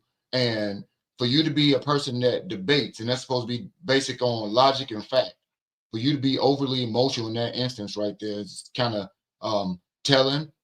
And it reveals itself back to what the young man was we watched before. Some of the same emotional situations in terms of being unhinged when certain facts are presented to you, and the lack of being able to go ahead and do a level of research before you get into something. Had he done more research for the purpose of the argument, as opposed to maybe trying to dig up dirt on that young lady, because like you said, she may be an OF model or something. He took her to be totally intellectually incapable. She went for the jugular, and he wasn't ready for it at that point. He was ready to spar. She came to fight. Nonetheless, you got to be prepared for those types of things. And as I said before I get out of here, be able to immerse yourself in research to understand something before you totally try to land your opinion, chime in on it, or give any type of staunch opinion that would say that you have an expertise to it, because once they find out that there's a chink in your armor, people gonna use it. And these days, social media in itself allows me to go ahead and take a microscope and show everybody that chink, so that we can take that toothpick and widen it out over and over and over again until we get the result that we want. Because if you only got one chink and you showed it to me, I don't need to focus on anything else. And if you boxing and that right shoulder's hurt, I'm swinging at that one. Do your homework. Know what you're talking about before you talk. Y'all guys have a nice evening. Pleasure to be up here as usual, man. Amen, brother Postman. Always good to have you. Daggone right. Don't be up here showing that chink in your armor. They gonna get you every time. So shout out to brother Postman. Make sure y'all go over and subscribe. And one thing I'll say about this guy, I don't know how he stays in the dating spaces. He can still be on YouTube, maybe get into politics, and stuff like that. But when it comes to dating and debating, every time people gonna pull your card. So they are going to kick him out to space. There you go. Again, shout out to Boyce Watkins. I got to give him his credit when it comes to academia. He's a writer on the academic side, but then he made the foolish mistake of coming over into relationships, and he got pummeled terribly. Or you take whatever strategy that you can and you try to readjust it, but I don't even think it's no way that he can come back from it, because the minute that she said, listen, why would you go and talk to a chick that have multiple different baby daddies? It's over. It's done, bro. That's it. Your credibility is shot in a way. It's just completely over. And then on top of that, he put the cherry on top. And unless you to introduce yourself like that, right? You come into the space. I got a wife. She got 3 baby daddies. Then ain't nobody listening. So you can't do that. You can't do it because it's over. You can't. He would have never grew this big if people would have known all that in the beginning. Shout out to Coach Greg Adams for exposing him. And like I said, shout out to the brother Cooley, though. One thing we know, he has bounced back. So it is possible, but he ain't as big as this guy at the same time. So, and something else we also learned with the dude Cooley, him and his woman, girlfriend, or wife on their IG, they've been showing their life. So it kind of had a little bit of leg to stand on. He like, all right, I may not have said it over here on YouTube, but you can go check my IG and see all of my, stepdaddy fiasco madness going on. But yeah, you want to come up here, and again, it's being staunch up here like you some kind of alpha male strategies, but you're moving like a Derrick Jackson. That's always going to get you some form of crucifixion, even if it's temporary. Shout out to Omni Design Studios. We appreciate you. Says Eddie Murphy thanked his stepdad for being a positive role model in his life. Stepdaddy, select carefully if you want to be that. It's respect. See that? That is respect from the stepchild, man. Yes. Like you say, it's not the best role. Shout out to my brother, stepdaddy. It ain't for everybody. I've been on the record saying the only way to get the community back correct in our lifetime is for more people to be sacrificial stepdaddies. It's sacrificial. It ain't gonna be the only way because there's too many baby mamas. You can't correct it no other way. And it's sacrificial because of the lack of respect that's in the majority of these situations, man. The respect. Appreciate you, stuntman Kareem. Says, finally caught the truth over lies live. Salute to you, brother. Yeah! We appreciate you, Jay Bourne. Says, I did when I was younger in unique conditions, but as an older man, I wouldn't recommend it. Like I said, there's context is extremely, extremely critical. Yeah, I couldn't do it. No. Like you said, as a young man, we all was ignorant and blind. Any of us could have been susceptible. But nowadays, with all this information, yeah, good. That's why these sisters are pissed off. And they don't like it. I know I couldn't do it. Like I was just growing. Like I remember last time when me and my wife got together, for the final time. And we was talking on the phone. I ain't seen her while. I said, you got any kids? She said, nope. We can move forward. That part. So it's a huge thing. Like I say, a lot of people don't care nowadays because y'all ain't doing nothing but hunching. But when it comes to marriage, ladies, men want to have a childless woman first. and then they're gonna get in where they fit in. But I need to be able to pedestalize my kudakata. It got to be on the pedestal, baby. and here's my question: I'll get you in, Baba T. At what point in history did this change? All right, has this always been a thing? Was there ever a time where men didn't mind being a stepdad? Yeah.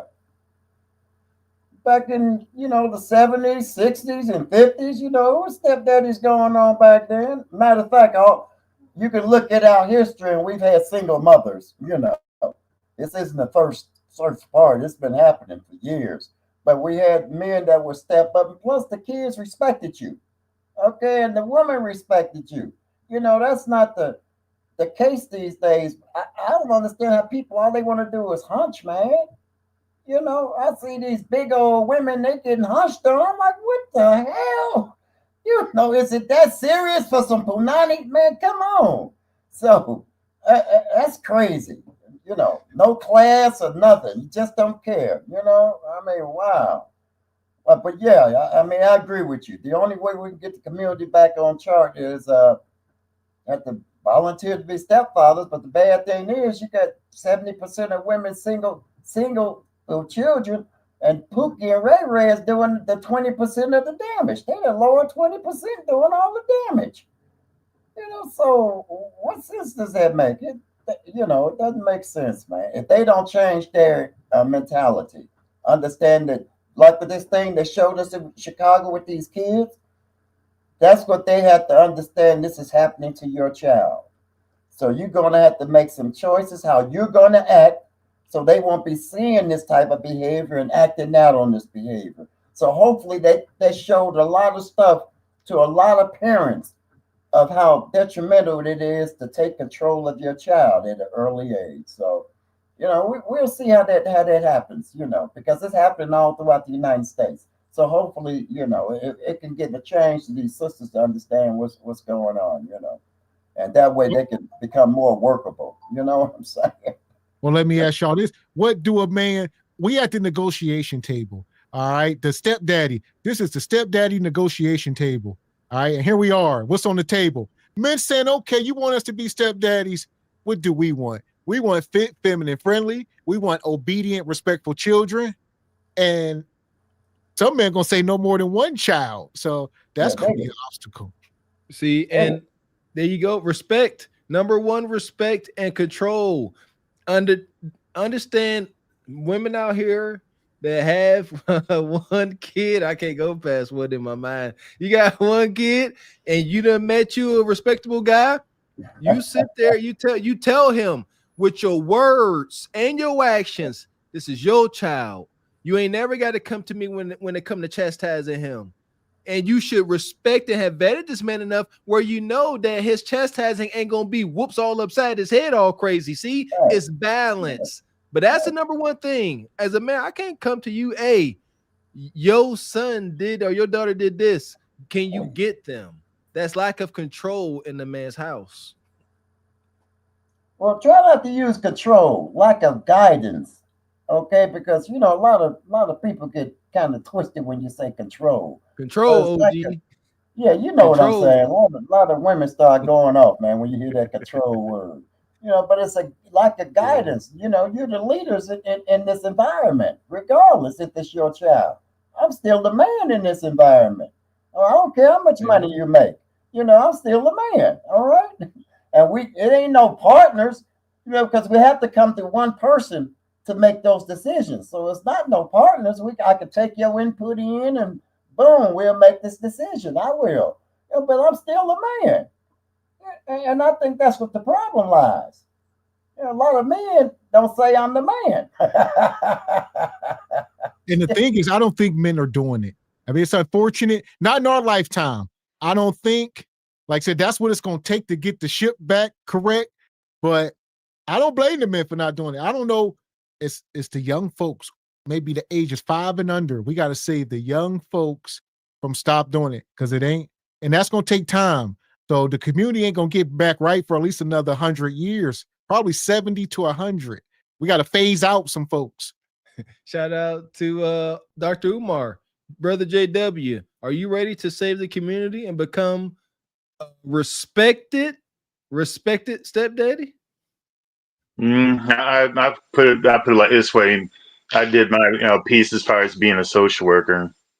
So I'm at a stage in my life that probably no, just because the fact of just where I am in my life. Not even what if she one kid and she bad and she's atoned, you know what I mean? Like, because this is I believe the road that some of these guys gonna cross. Like, dang, you done met her, y'all done clicked, you know what I'm saying? Y'all got energy, y'all done vibed, and then you couldn't find out she got one kid. You see what I'm saying? I don't think it's just so easy to be like, you know what, never mind. You know, so you don't think there's any context in which being a respected stepdad could work? So now, as far as outside of myself, I would say that I think in stuff that like you guys have preached and whatnot, and I do believe is the issue of being family oriented. That's the first and foremost. That's a mental, physical, spiritual lifestyle thing first and foremost within yourself. Before it's something you have to figure out within yourself before or well, I guess maybe you can figure it out, which technically is sort of weird to do it. But if you just sort of have to figure it out while you're seeing this woman who happens to have a children, but I think before you do all that, you should have it figured out yourself as far as this is something that you want, because it's a commitment, on a lot of different levels, and that understanding you're impacting what their family is about and what and way how they roll as family, they're impacting you. So it's one of those things that you have to have consistency, with that mother or that father. For ladies, you have to have consensus, because without consensus, it's hard to be able to like raise a kid, because the first problem you're going to have is that parent has been raising that child for a certain way for a while. So there's certain things that they do, and there's certain things that you think should be to happen, but what you think should be to happen may not jive for what she may think should happen. so you taking the deal or not? But so me personally, well, I'll put it this way: I was involved with someone who, a single mother, had 2 kids and whatnot. That could be the sense and stuff that the fathers weren't really invested like that. But I know the way things were sort of going, they sort of like, I think they liked me, but it wasn't really put on the table as far as to be a parent to them, because part of I think part of the issue was the moms to be able to trust me on that next level. Okay, I take it as a no. So like so to be able to go back and do it. So, and this was, I was just seeing her. I wasn't like we weren't on a deeper commitment. So like if I had to do it again, it's just sort of like no, because there's a lot of things and stuff that there's a lot of things on her end and stuff that she had to be to. She honestly, she had a certain amount of things going on, that I could be to see that she has to be to deal with first, or we would have to deal with first if we were on that kind of level to be able to get to that part. That really was a problem, and because of that, yeah, I broke up with her because of those things. Like this particular individual, I remember one time we were at some place and whatnot, and she was upset at this one service person, and she got upset and threw a pen at him.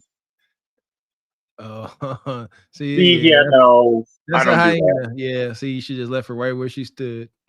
Yeah, pretty much. But if I'm involved with you, I do think about it, and so I think about all the different stuff that and dealing with them, and then the things of what they tell me, what they're willing to do and what they're not willing to do, and I'm just sort of like thinking, yeah, exit right on this one. Gotcha. Let me get these super chats. Says Jay Boy, appreciate you come through with the 10 ball. Says in my case, it was a high school sweetheart. She married a couple years after high school, and husband passed away by the time we reconnected. She was married. Like I said, that context means something. That part. So here we go. If you're just coming in, hit the like button. He lost frame. and he started yelling. And so I've always said, you know, lower your voice, strengthen your argument. Like, that's cool if you want some entertainment stuff, but if it seems even a little bit that you got triggered from it, that means that you got out of pocket. And now he beating a dead horse. Instead of killing that point so he can get back to what he was talking about, he decides to go and double and triple down and get into the mire and get into the thick of things and try to make himself seem like a saint because he's taking care of another man's child. No, you just a sucker, bro. Honestly, you are a sucker. There's nothing that you can tell me that would ever convince me that you are a best person in the world because you are a charity case. I don't even know how that would get out. Like, that's not even something that you should sell yourself on. You could say that I'm married. You could say that I'm a good person. You could say that I have children, but never under any circumstances add that as a part of your content because it's going to live with you forever. And she found his weak point and she stuck him in. And I ain't watched the rest of the debate. I just been watching this. I want to see more of what's going on right now. Fathers abandon them? Was I doing a good thing? Yeah, you're doing a good thing. Oh, okay. Well then, Chuck, why did you use that as a form of personal attack on me? Even though you think I'm a good person doing a good thing. I'm convincing you of my worldview. You're very convincing, Chuck. Under my worldview, I'm a good person. You can marry your wife and no one would judge you, and you can raise the children that aren't yours and no one would judge you. No, they would still judge me, Chuck. Under your worldview, that would not be so. Christian nationalists. Yeah, what about isn't it? Even acceptable. Do you understand what Christianity is? Do you think that? I was do you raised think Christian. Were you? Yeah, I was. Protestant. Yes, I was. Of course. See, this is. You don't. I'm sorry. Because the Protestant spirit is still in you. Oh, it is. It hasn't left, man. Is the Catholic spirit still in you? I wasn't raised Catholic. Then what are you talking about? I was raised Protestant. Okay, you were raised Protestant? Yeah. So why would you fucking criticize me for that? It's the thing that Protestants do when they convert to like Orthodox or Catholic is they get really into the idea of like. Hey Chuck, can I ask you? They get really into the idea of rules and Chuck, shit. have you ever had an abortion? No. Jeez. Never. Would you? Jeez. Yeah. So you'd kill your own kids? Why am I going to take moral advice from you? You don't have. There you go. So he goes into the muck. That's his thing. The shock jocking and That golly. See, like, this is that gotcha moment. He keep calling her Chuck. As y'all know, her name is Charlie. So that's another thing. He just poking the bear. Chuck. He ain't got none of his information. Are you still a Catholic? She said, I was raised Catholic. Oh, well, you raised? Well, why would you say this to me? Huh? Did you ever have it? You had AB? No? Would you? Huh? Like, just, dude, this is sick. He's sweating like a mother sucker up under that black George Walmart dress shirt because he all off base. She got him all off kilter. I love it. I'm here for it. Too. I'm not going to I take moral advice from you. So you're trying. I think that you yeah. lie So all about you. Your worldview. Okay. Which part? Which part am I lying about? I think that you pretend to be a traditional Christian man, but what I see you never doing said is once hate. that I'm a traditionalist. I see you doing is someone who He's not even letting her finish, and she's cooking him in this particular point. claims to be a Christian is spreading hate. Okay. I think that you. All right, Chuck. Fine. See, you got me. You got me. I'm a stepfather, Chuck. What did I do wrong? What did I even do wrong from my Christian worldview, Chuck, by being a stepfather and a good father to kids who needed one, Chuck? Can you tell me? Oh, here we go. Brother, you know what spaces you in. You know the cardinal rules. Now, I mean, we get to the point in society where people say, no matter what I do, I eat a kundras and all. People can do and say whatever they want. Nobody's going to cancel them or hold them accountable. And that's where we are for the most part. Like you said, what did I do? What did I do? Yeah, I'm a stepdaddy. You know what you did. That's an atrocity. And I mean, coming from the spaces you in, it's frowned upon. There has to be a rise in imposter syndrome because all of these suckers are straight imposters. And yeah, they're imposters. And until you find them out, they're not. But so then okay, you found I'm an imposter. Don't matter. What's the consequence of being an imposter nowadays? Nothing. You just go on. Take a month off, come back, rebrand or not. Yeah, this is pathetic. I see why you got this ninja on the thumbnail crying like that. This is pathetic. All off his square, just looking away. He having a cat fight. You a man having a cat fight. So here we are. I'm gonna let this finish going. I'll get y'all in. not what I was referring to. No, it was what you were referring Because to. being a stepfather You were trying is Christ-like. what It you were is trying to do. Christ-like, but Christian nationalists are not Christ-like. You are not Chuck, what am I Christ-like saying? if What you're am I a Christian doing? What am I nationalist. doing except taking care of people? What you're doing is you are espousing to be a good Christian man, but what you do with your life is you don't help others. You sit around smoking cigarettes. I thought I did. I thought you just commended me for helping others. Listen, I don't really care about all of this national. I don't even really get into all of that. That's not my thing. The one thing that I do know, and the two things that's for certain, is that you just never put yourself in a position for a child to say that's not my daddy. And I don't care how good of a person that y'all try to sell yourself as. I don't care how you try to frame it. The fact of the matter is that you are. It's unfortunate. It's very unfortunate because I think that the way that we live our lives is the way that we then set the example for who is to come behind us and do the same thing. And that's not it. It's a lot of things that I got wrong in my life. A lot. That's not one of them. I was very, very careful in not putting myself in that position. And so that's just that part. And like we telling y'all, we come from a long line of it. All right. We was raised in the house with stepdaddies. I told y'all my brother is a stepdaddy. Shout out to Mailbox Sports, postman. You know, it's a thankless job and y'all deserve a parade. We done told y'all. At the very same time, we don't recommend it at all. We just don't, like Anton said. In 2025, absolutely not. Not with these women. They are ungrateful at best. So unless you can get something documented, signed and notarized with terms and conditions, I don't know. No, you own to something, Mr. X. You making perfect sense. That's what it's going to come down to, because as men, we understand our position. And we need to know that we are being respected and valued for what we are doing. So yes, terms, this is your child. You never have to come to me written down. I agree 100%. And it's not just the man that suffers, also the kids. Even in some of the better, stepmom, stepdad situations, there will be imbalances, especially when you got that one kid or two kids and both of their parents in the house. You see what I'm saying? There's going to be some form of imbalance, and that's tough. Yeah, it'll take a special kind of guy. I would say maybe 1 in 10,000. You got to be like a Django type ninja. But as far as a stepdaddy, I can adopt a kid. See, I want to be like I don't want nothing to do with, you know what I'm saying, no woman. You give me the kid. You give me. I'll take the kid in. But I don't want you. Well, as far as this ninja, we're going to take a second and kick him down the pit. Bye. Madness. Fuck is you talking about? This is Sparta! You got to know when to hold 'em, know when to fold 'em, know when to walk away, know when to hide. You gotta count your blessings. You're sitting at the table. You hear me? Ooh, child, things will get brighter. Foolish, wimpy, simpy white man. Get up out of her. So what you got, Baba T? What's your final thoughts on that before we keep moving? What you got? Man, that cat,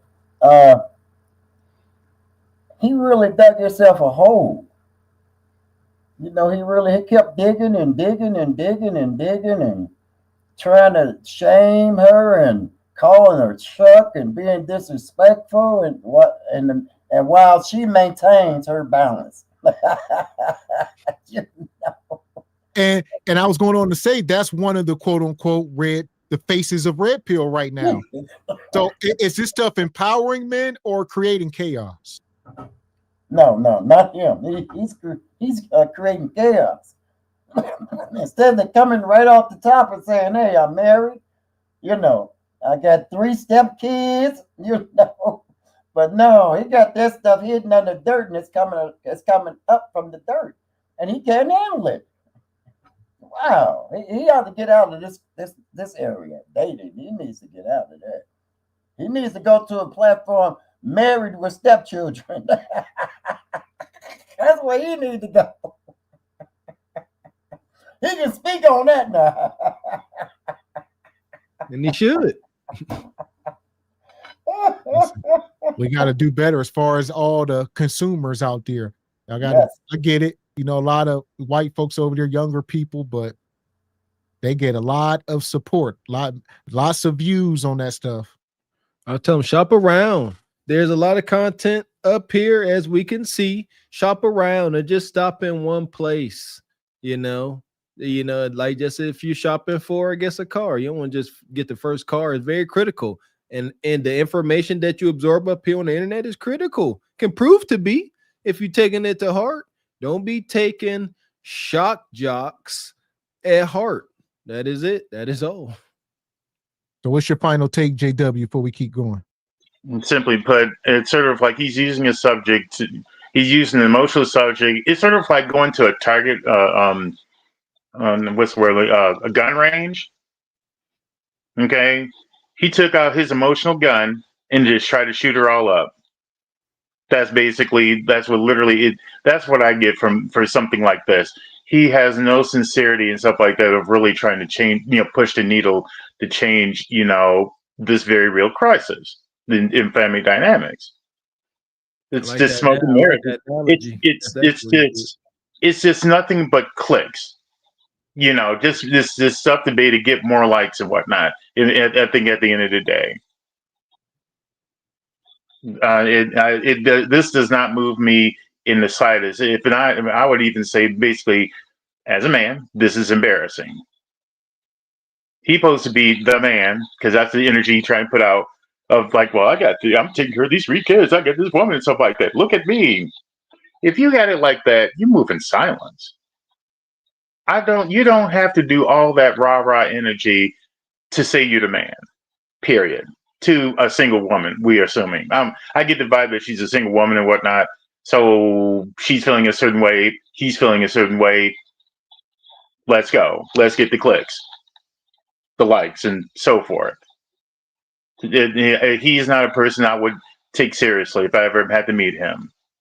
I'll put it this way. I'll listen to him, but in the back of my mind, I probably would not really take him seriously. When I look at a discussion or a debate, I look at people who have serious references, like you're the president of the PTO or something like that. You don't got no credentials and whatnot about how you rolling and how you living. You're just simply an angry white man taking it out on an angry white girl. And so what? I'm not moved. I'm not impressed. Yeah, that's all I got for you. Appreciate you, JW. Shout out to Jay Bourne. Appreciate you as well. Says agreed. While I did and didn't have to worry, kids were 1 and 4 years old. They still call me dad, and I have no biological. So as long as it works. When I was a kid, I used to be wishing and hope for a good old wholesome step pappy. As long as it works, man. We advocate for men. Don't be out here getting disrespected and getting your soul snatched from your body on graduation and marriage day. You know what be happening. That's it. Yeah, it's a tall burden, like you said. Those are the stories that really get me. You got these men being stepdads, and it's wholesome, it's real. And then these kids graduate high school, and you didn't sit there, you didn't pay for everything. You don't work doubles overtimes to get them what they want, and they want their biological father because they got some kind of connection, but they ain't been there. I don't wish that on no man. That's hell. Exactly. Or once they grown, like you said, they don't make sure respect is in the room. You don't ever want to be my mama's husband. All right. You know what I mean? Who left y'all all them property? My mama husband. You know what I mean? Who did this? No, your daddy. I'm your daddy. Amen. Daggone right. I act like it, didn't I? So that's what I is. But nonetheless, if you're just coming in, make sure you hit the like button. As you could imagine, people still got smoke for them. Who is this?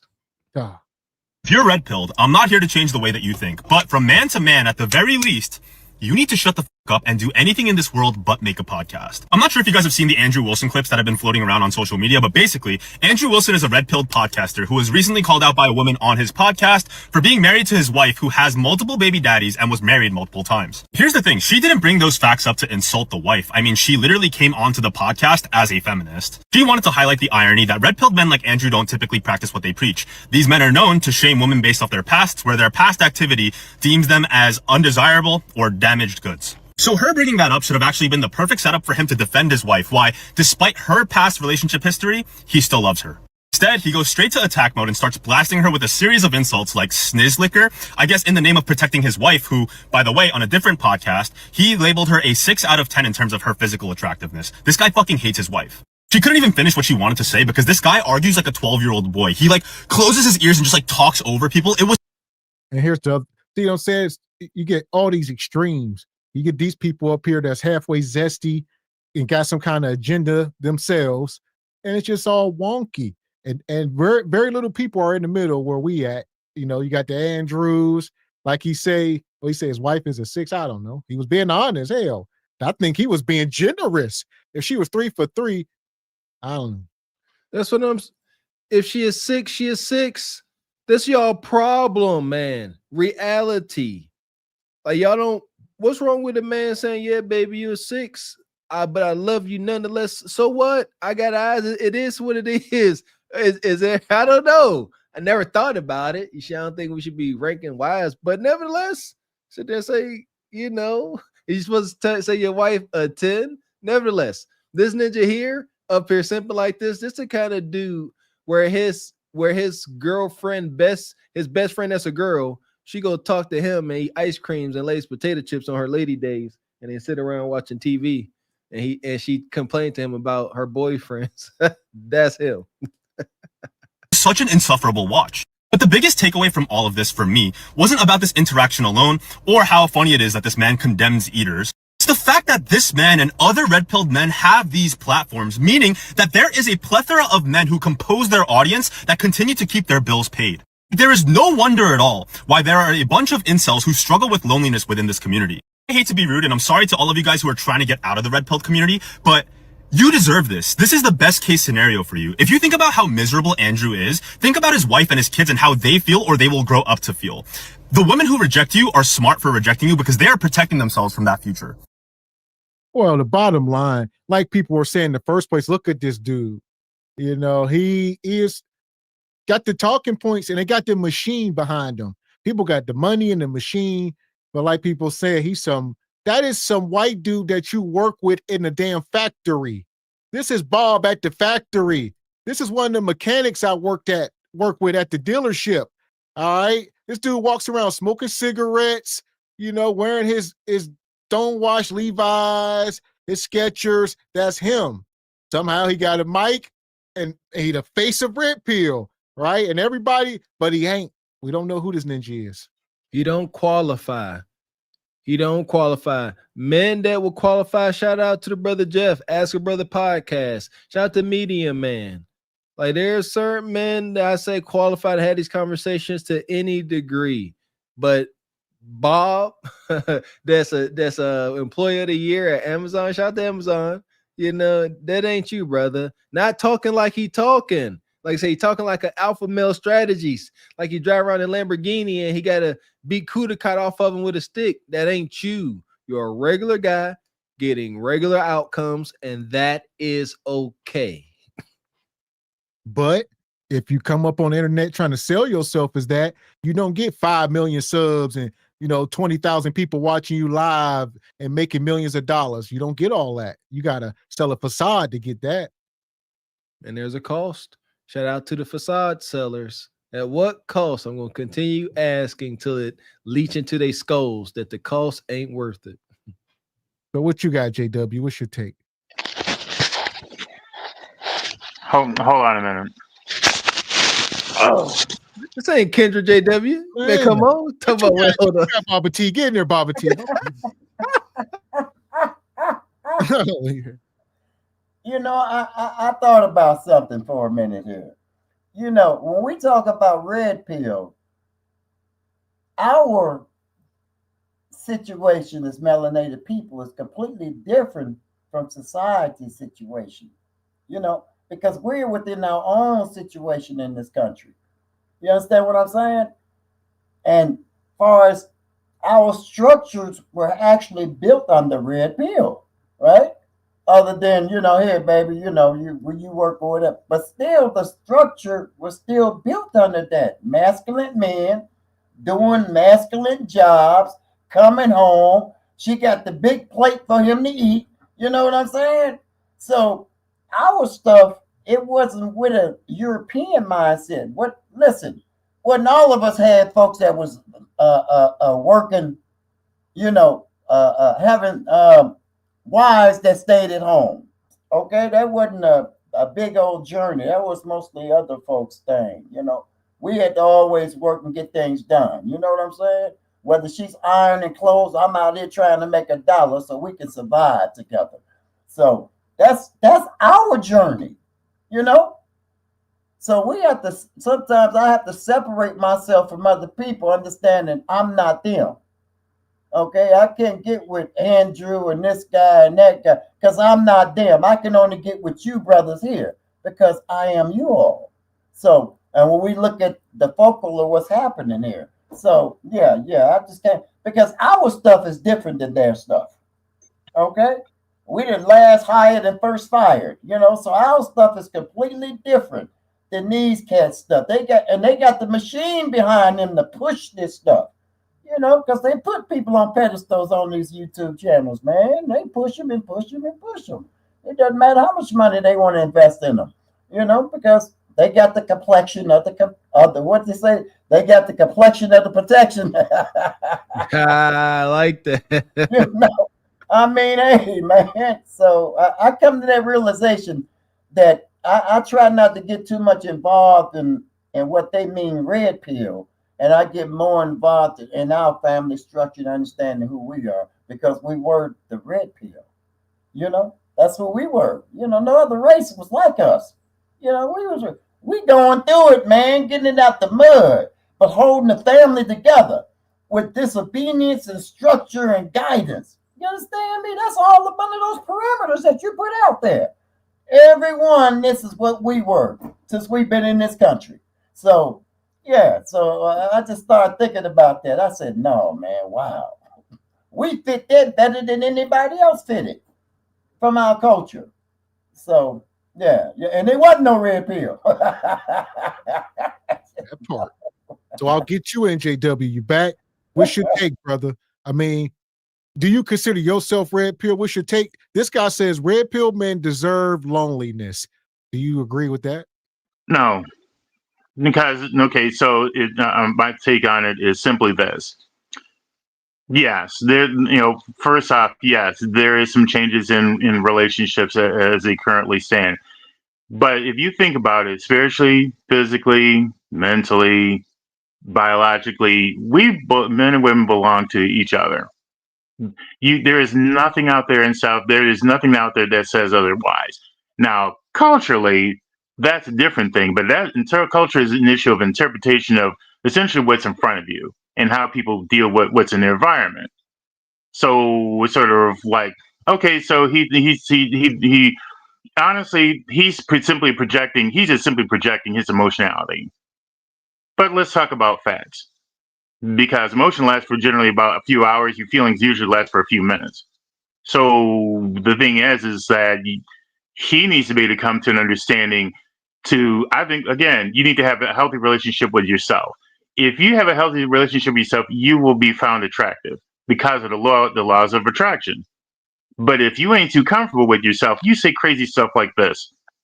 You can't sell me on this. Personally, I think the man needs some help, some professional help. When you say stuff like that. Because the first thing I would say if he was sitting down in my chair, do you like yourself? Do you like how you live? Because if you like yourself, you're going to like how you live. You're going to do the things necessary to get to where you want to go. Okay, so you feeling a certain way. But the reality is any real man and stuff like that is not going to seek out loneliness. He wants company at his base. Now, there's gonna be certain Well, periods. he's saying red pill deserves loneliness. Not so much they're seeking it. He's just saying the red pill.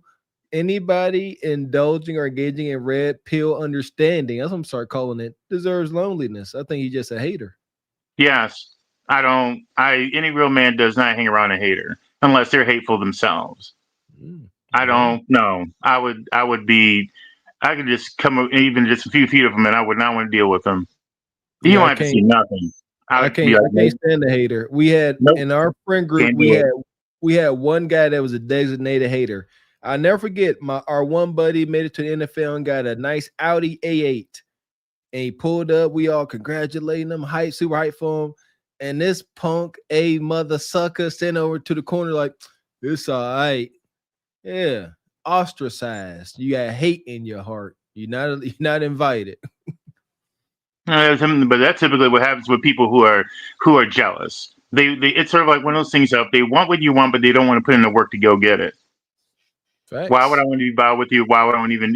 It's like I would hear what they have to say, but personally, I wouldn't listen to them. I'd be just like whatever. Because at the end of the day, that's when they say crazy stuff like that, you just not willing to put in the work because they want the attention. True. This dude here talking about what somebody deserves.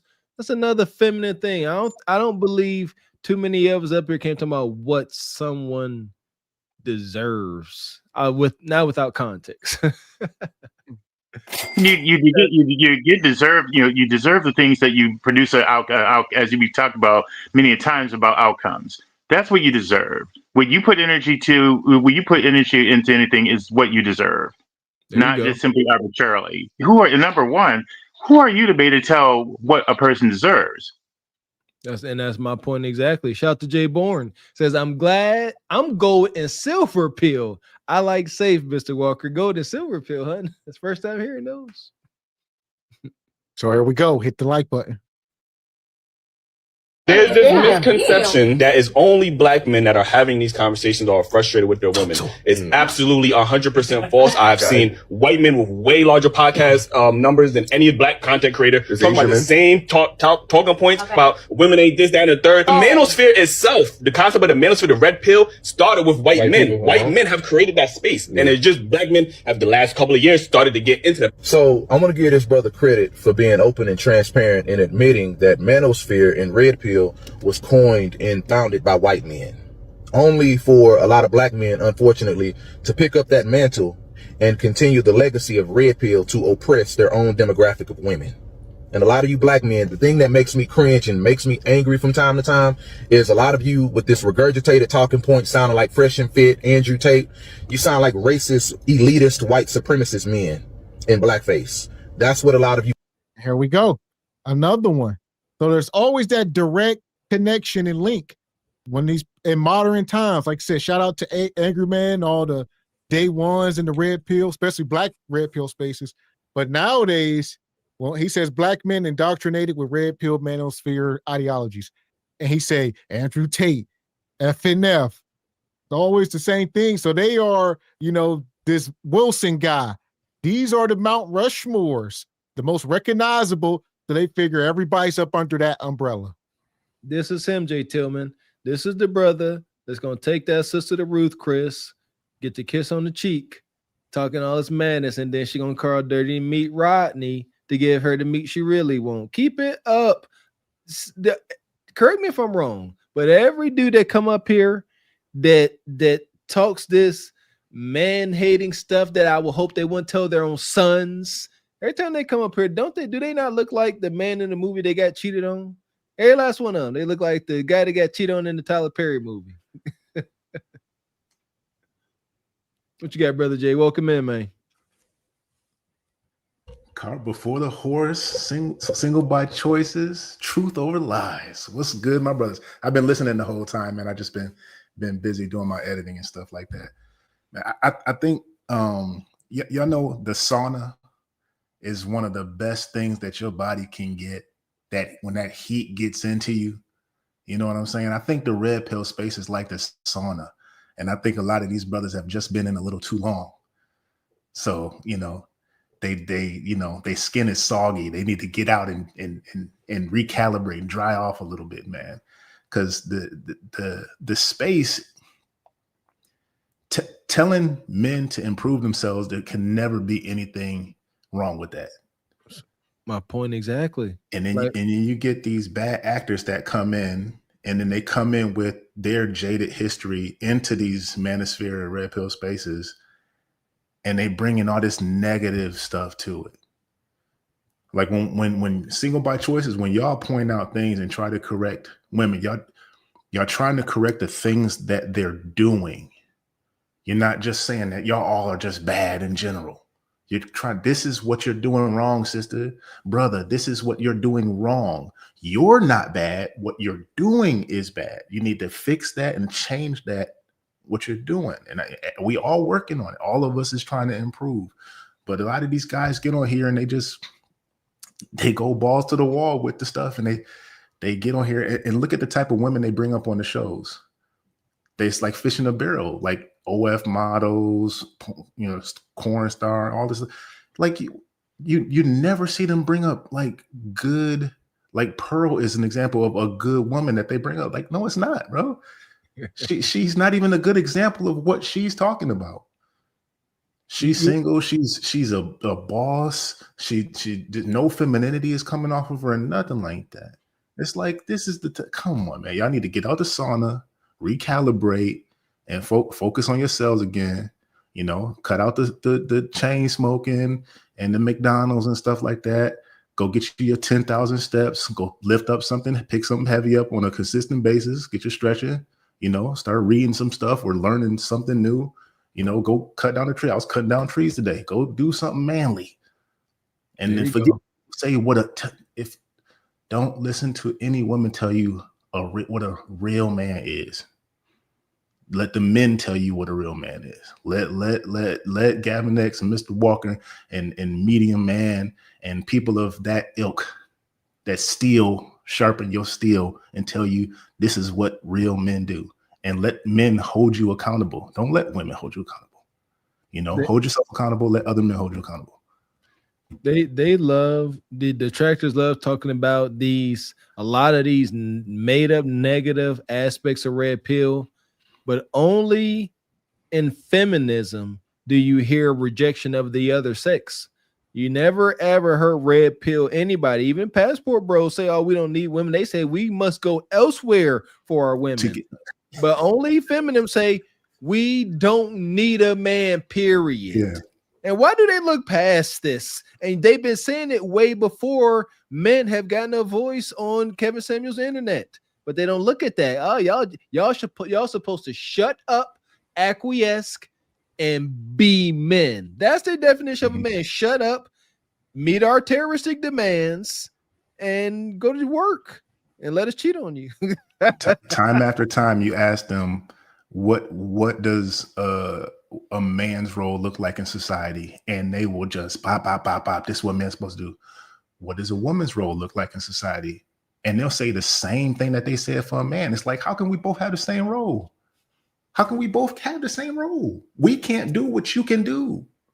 You help to propagate the species. We can't do what you can do. Let us protect you. That should be your main focus. They're going to be outliers, but that should be your main focus. Why is that like demonized? There you go. I don't get it. I like that. Protect. Guess what, Baba T? You can't protect what you can't control. Shout out to Corey Holcomb. He's the first and the only person I ever heard say that.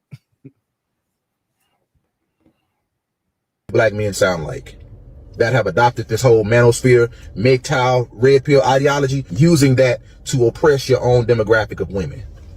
Black women already got a lot of roadblocks and hurdles in front of them that they got to overcome. Congratulations, becoming another roadblock. Did you know black women are already discriminated against because of workplace biases? Okay, the texture of their hair, whether it's natural or not, or how it's done. Colorism issues. What shade of black or brown are they? The medical malpractice industry. Did you know that black women are 3 times likely to die during childbirth, giving birth to your son or to your daughter, due to medical malpractice and piss poor treatment from doctors and nurses that don't want to listen? They're 3 times higher, the mortality rate, versus any other demographic of women. Did you know that there's over 100,000 black women right now missing off the face of this earth, never to be seen again? Who's fighting to bring them home? Okay? Did you know one of the us, we trying to stop them from being taken in the first place. We trying to raise the marriage rates so that they ain't in these hospitals by themselves giving birth, so that they ain't in Dubai and Africa getting taken by themselves. That's what we trying to do, brother. Instead of pandering to them, pandering to their bad behavior. You ain't a ninja like you gonna be sitting there just holding their hand as the guy actually crying about they lost daughters. You just a hold hand in pandering simp type ninja. Pathetic. And who's stopping them? Oh, sorry. I was gonna say welcome in, Sister Ebony Dean.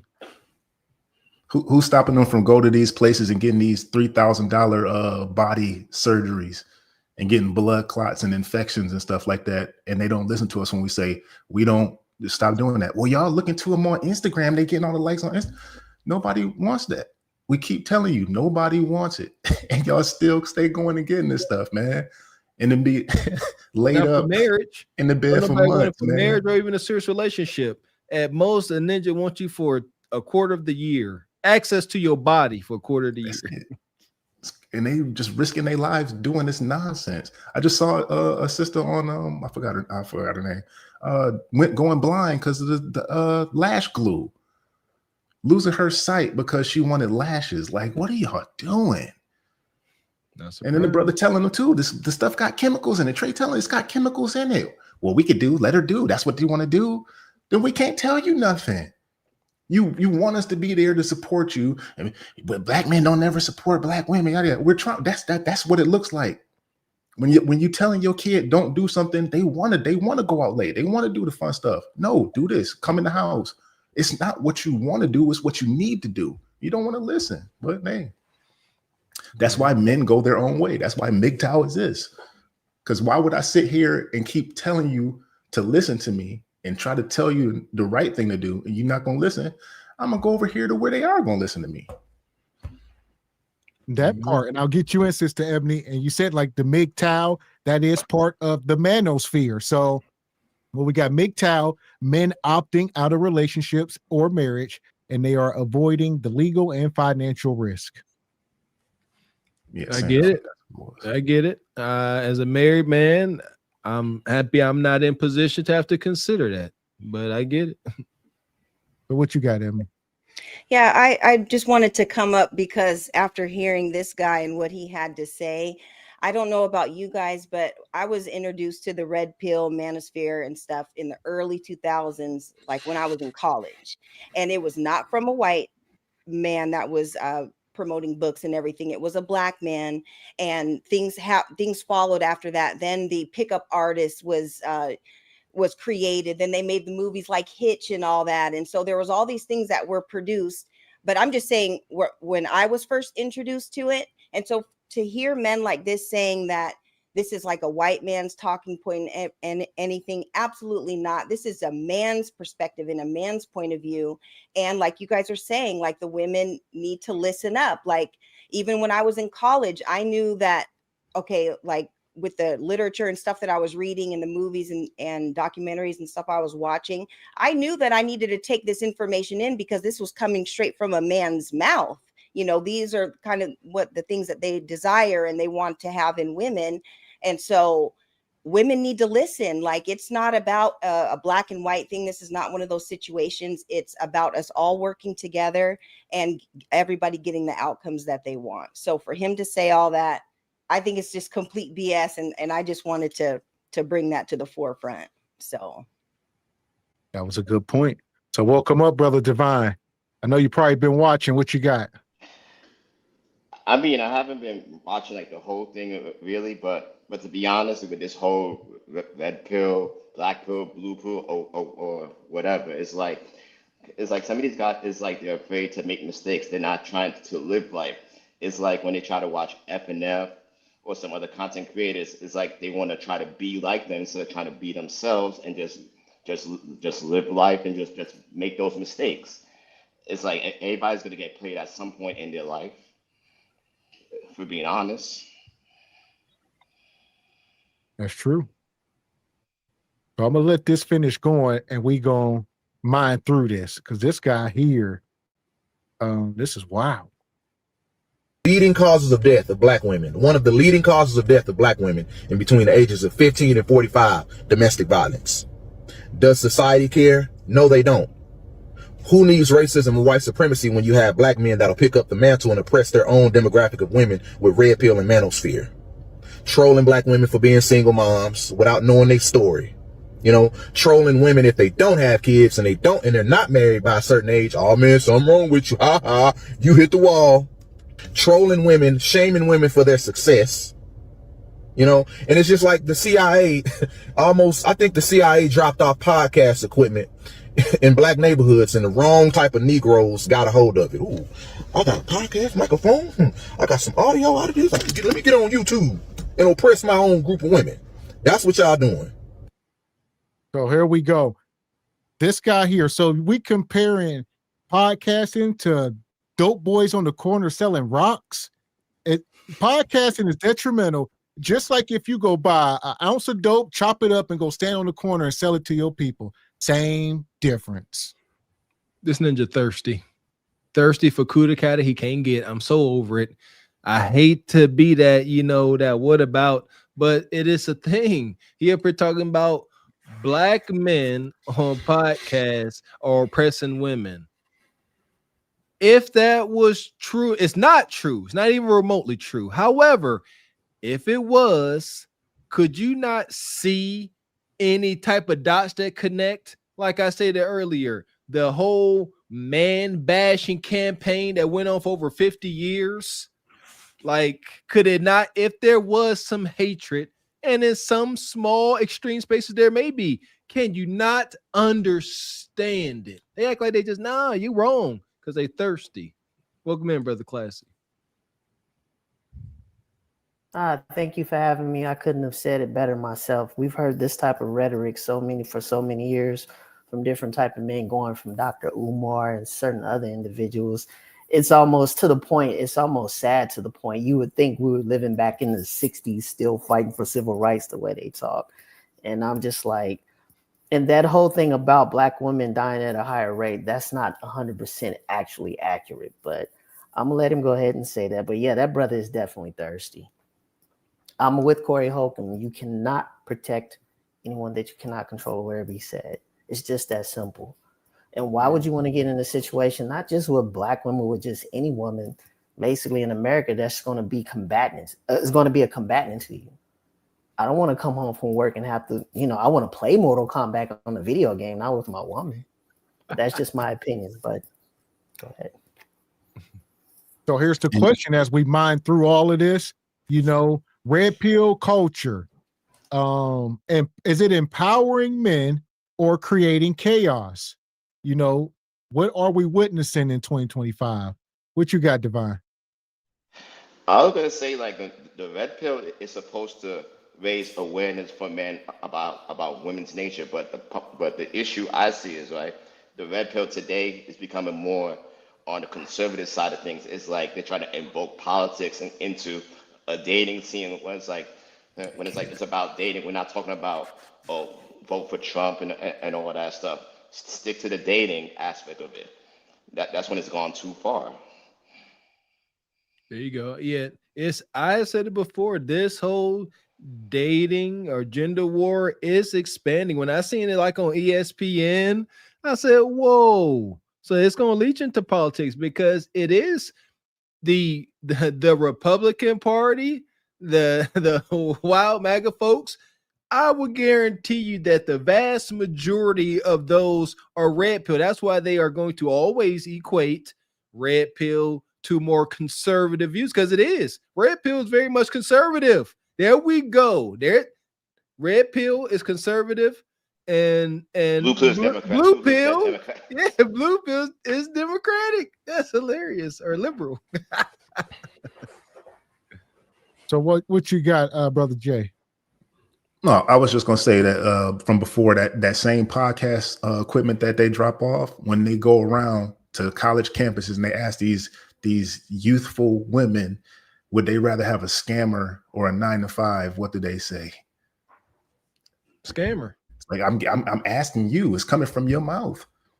How come you don't want a 9-to-5, brother? Because the scammer can get me what I want.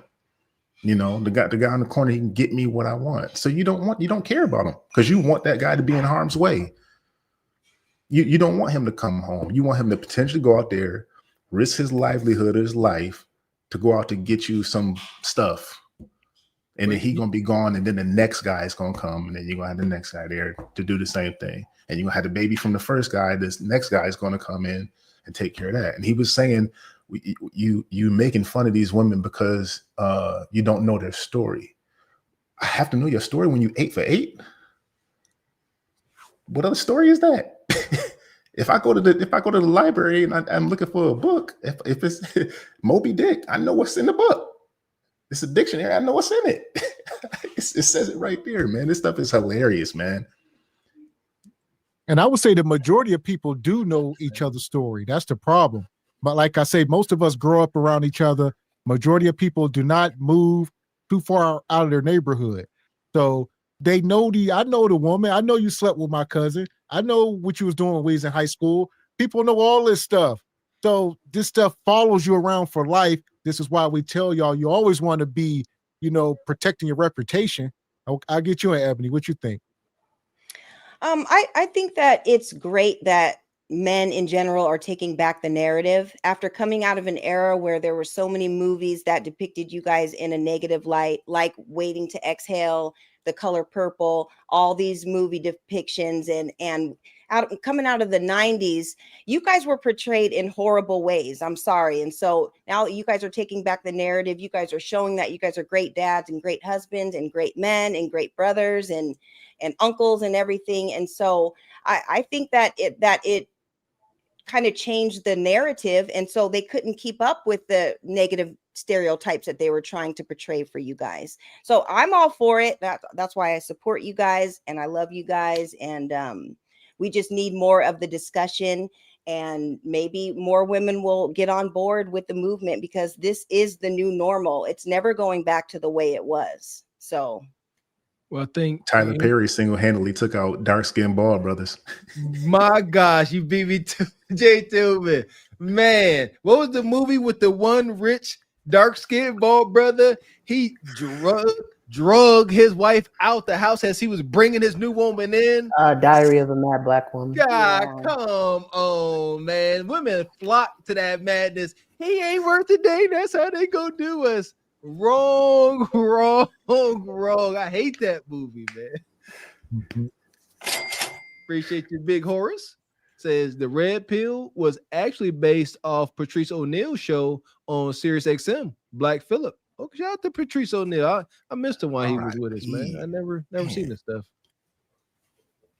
And shout out to Baba T in the Cash App. He says, not now. More peace is needed. So what you got, Baba T? We'll get you in.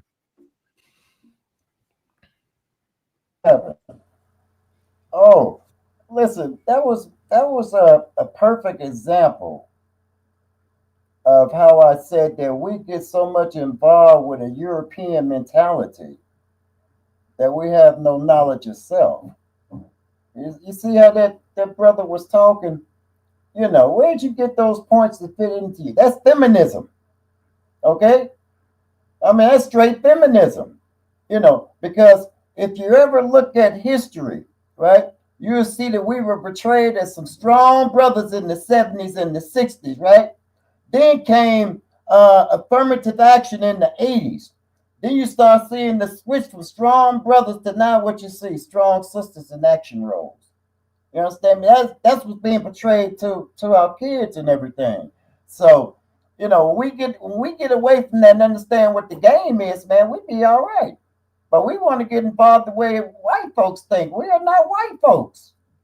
Why we want to act like our brain is like theirs? It's not. We're more smarter than they are. So they got us on the hook, line, and sinker. That's not us. We're not like them. I don't listen to programs with white folks. I'm sorry. I don't do it. Because I'm not them. Why should I listen to them? They don't have the struggles I have. When you start saying, bro, I'm not your brother. Okay? My brothers are the one that been through the same struggle as I have. They understand being born black here in America. I mean, I don't do that. I don't listen to that stuff. because I'm trying to find the beauty of our people so we can consistently grow so they understand their beauty. Our beauty is different from other folks, man. I mean, it bothers me when we keep putting them on the forefront of what deals with us. That white woman wouldn't be on the show of mine, man. Get up out of here. Why would I want to listen to her? That's all. What you go tell her? Baba T, what you say? Get out of here, white woman. Yeah, what the hell am I listening to her? Why is she on a program dealing with us? She might give you some of that. Stuff. She might offer you some of that sweet. Never mind. I don't know none of that. You see me with a white woman, I'm holding up for the police. Anything white on me is my socks, man. What's wrong with you?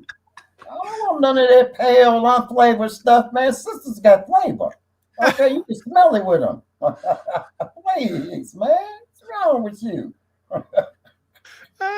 You know, like shout out to our pink folks. Shout out to Reed Pink. I can't fight back, Highway. What I'm gonna say? Hey, I know. I live my truth. I let Baba T live his truth. I'm gonna live my truth. Oh, Jay, I love you, man. No. I'm just saying, for me, man. Let's just say, in my life, I've been to Baskin and Robbins, so I love you. I'm gonna respect you and love all my people, man.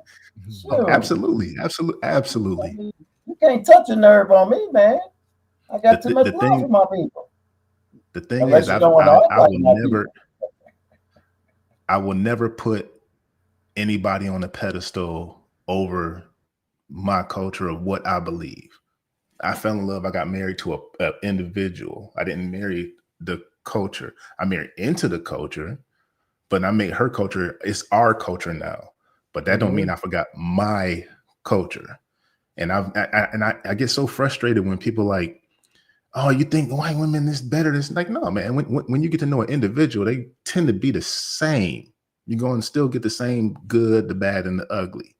But I will never put down as a whole black woman because I'm not with one. Never. Absolutely not. I refuse. And it's not because my mama black. We don't want you to part of it, but it's not only because of that. Yeah, I don't want to date my mom. And it's like I was gonna say too. It's like you can like people can date other races. Just don't put down your own kind in that process. Just I would never. Just do you, and that's it. But I will still, when stuff is done wrong, I will call it out, just like I will call it out on the other side as well. And when I call it out on our side, it's because I want to see us do better. I don't want to see my sisters doing that nonsense because I know you're better than that. Because I see it in my family. And we see like in the media too, like with the athletes that date these white women, is like it gets a lot of pushback. But when some sisters do it, or all of a sudden it gets praised. Like yeah, sis, do your thing. But yet these same white men are deleting you sisters. The facts, Divine, but the problem with that, when they show the situations like the Indiana Pacers and the few men that we quote unquote that is married to white women, it's really a small percentage. They're doing that on purpose. Majority of the MLB, NFL, and NBA black athletes are married to black women. And look at the example of what we have on the screen right now. I mean, Sister Ebony has come up here every time I've seen her, glistening to the gods, hair's done, always poised, never talking out the side of her neck. It's like, that's like, man, that's what I'm used to seeing. You know what I'm saying? Like, that's, calm, cool, collected, know what she's talking about. And we don't ever tell her, like, be quiet, stay in your place. No, let us know what you want to hear, because you're actually adding value to it versus what something y'all used to have. Man, I'm trying to tell you, chaos. And that was crazy. That's like, man, I'm not used to that. I wasn't used to that, man. When people say about all that stuff, I was not used to that, man. I was used to like Jay Walker. When Jay Walker talk, I'm like, man, that is, when you say Cousin Walker, I'm like, man, she is like family, man. Oh, yeah. Like, she feels like family. Like, goodness gracious. Yeah, we appreciate you, Sister Ebony. We should have some real heathens up here. So what you got, Ebony? What's your take on it? I want to say thank you for bringing up the last clip with the black gentleman who was sharing the sentiments, and I'm glad that we shed a light on that, because that is not true, and that is not that's very coonish. Well, we were talking about what a coon might be, and he was kind of displaying some of those same sentiments. So that is not what we represent. That is not what we want for our people. We want for our people to cooperate with one another, to understand the differences, and to listen to each other's point of view, and come to a commonality about everything. So I do not agree with anything that he said, and I'm just glad that we can all speak on it and agree that he was on some BS. So yeah, that part. And I'm gonna pull this up. So I guess we'll check these points here. This will be the last thing we do. We talk about red pill. Is it empowering men or creating chaos? And the first thing, the critics, we'll go to the critics and see if we can debunk their points. So they got 4 points here. The first one, they say it generalizes women. Is that true or false? Does the red pill generalize women? Yes. And it's supposed to. We speak in generals to get some data. We don't speak in anecdotal experiences. Yes. And there you go. Again, Kev covered all this. There are no special snowflakes. That's the root of their detraction. You can't generalize me. I'm special. If you are special, you should be getting special outcomes. Done and done. So what's your take, Brother Classy? I agree with him 100%. Yeah, we're supposed to generalize. It's like, for an example, in the medical field, you have AIDS, you have STDs. You have to generalize it in order to get an outcome, to find a solution for something. So if we were to sit around and just nitpick one person, that doesn't get to the solution of anything. Because that one person, it can be a virus to many millions of people. Because what happens with something that's small and cancerous, what does it do? It spreads. So you have to check the problem. And what Mr. Walker said, I agree 100%. Okay. So we on to point 2. It says it breeds resentment or misogyny. Is that true? And with the extremists, the resentment and misogyny comes from undesirable past experiences. Just how, like I said, this is an extreme segment now. This is not core red pill. Now we are referring to the extreme side. Just how you have feminists, you ain't got to put extreme there, where shoot, they are the ones that's crazy, but that's for the extremes. You can compare it almost like music, like we said with hip hop earlier. People say, well, does hip hop music teach people to delete one another? If there's a segment of it, but that's not what it's about. But if you dig deep enough, you'll find it. There you go. Yeah, drill. Yeah, there is one, but it's extreme, and the masses identify as extreme. So, what you got, Divine? I was gonna say, Gavin, that same thing with video games. It's like they would ask, like, do video games cause mass shootings? It's pretty much the same thing. What you were saying before. And I hated that because I was a GTA rebel, baby. Used to love me some GTA. Absolutely not. Just because I take Nico Bellic into the bank and air it out. That don't mean I want to do it. It's part of the game. That was the mission. And here we go. We're on to point 3. It says encourages unhealthy relationship expectations. And as I wanted to answer myself, what does that look like? What does unrealistic relationship expectations look like? I tell you, you got to cook more days than not throughout the week. We just put it there. Today's modern. On the extreme side, it could be, there's, like you said, there's extreme. Because that ain't nothing. They talking about like, all right, the guy 300 pounds working at Amazon, he want a dime piece. Extreme expectations. And it's like, where are y'all finding this stuff? Extreme segments of red pill manosphere. There you go. That is extreme. And they do exist, but we identify them as such. See, this ain't the guy. We call them out. You got some big old blowed out brother talking about he want IG baddie. We take him to the side and tell him that he a little Looney Tune and he don't want that kind of pain.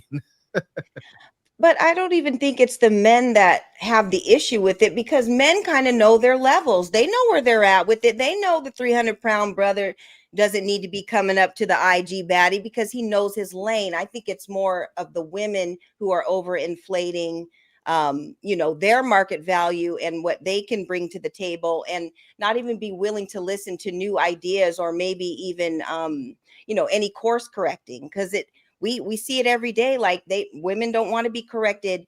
And I think it's important for women to realize, okay, we may have gotten something wrong along the way, and we just kind of need to get back to families and get back to what it should be. So I don't think that it's the men so much. I do think it's more of a problem for the women.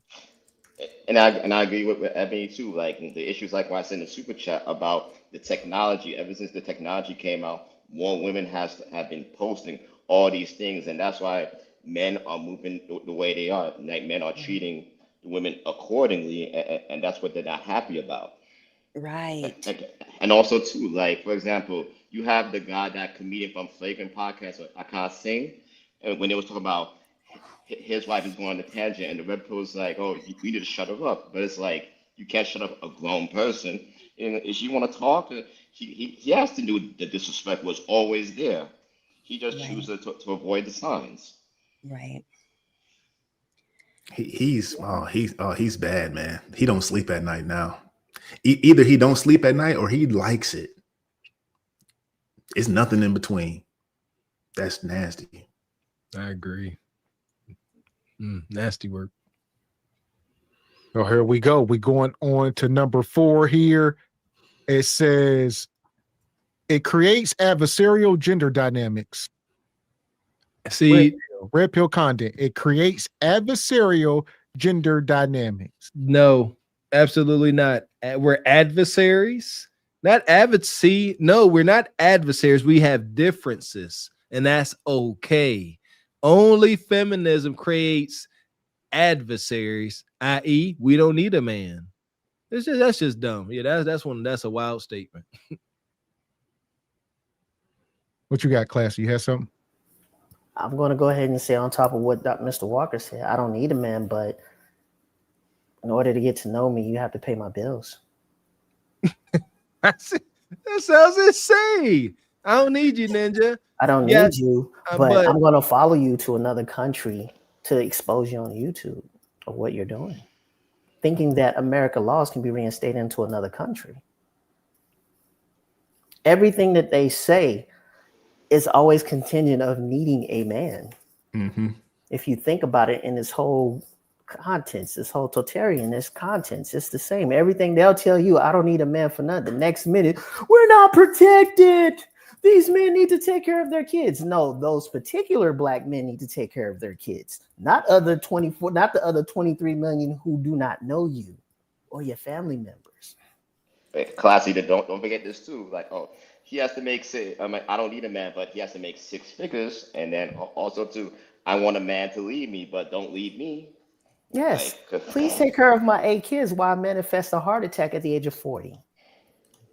Golly. But thank you very much. Not manifesting a heart attack. I digress. And they act like the internet doesn't exist, man. It's documented. We see it day in and day out.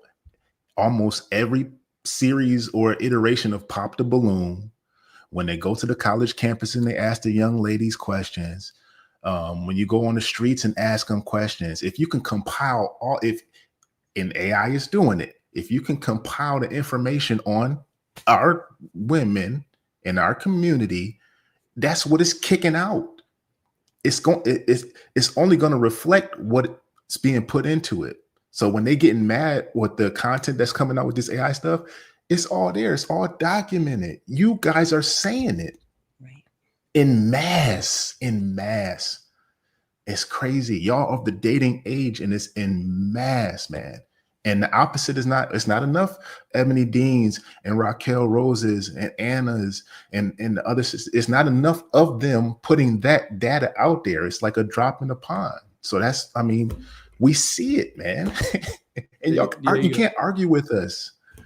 There you go. Nothing about red pills divisive. That will be feminism. That's a fact, Jack. Yeah, and I can speak on behalf of mothers, who have sons who watch the content and everything. My son, he met up with this girl that he met at the mall, and she was kind of demanding him buy her stuff. And Absolutely my not. son is like, we don't do tricking over here. But she tried it. But the thing is that these women are teaching their daughters to be like this, and so we have to teach our sons to not go for any of that, because I don't remember that growing up. Like when I went on dates or I met guys at the mall, I had my own money and I was buying my own stuff. I never asked anybody for anything. So I just appreciate these spaces and you guys helping the moms and the sons and everybody figure it out, because we don't do tricking over here. So Absolutely not. The message stands the same. A woman that asks for nothing deserves everything. You don't want to say ask, let the man offer. Absolutely. That was always shout to my mama. It's a red flag. Can't ask me for a piece of candy. Seriously. So shout out to Ebony Dean. Appreciate you, EV. Says calling all Jupiter booties. That's the truth. If you say so, EV. A picture. Appreciate you, EV. Says, hey, Kendra, we see you. Now hit the like button. Idiot. I was gonna say shout out to the Jupiter Booty AI. If y'all part of the Patreon, yeah, they done made the Jupiter Booty AI cartoons crazy.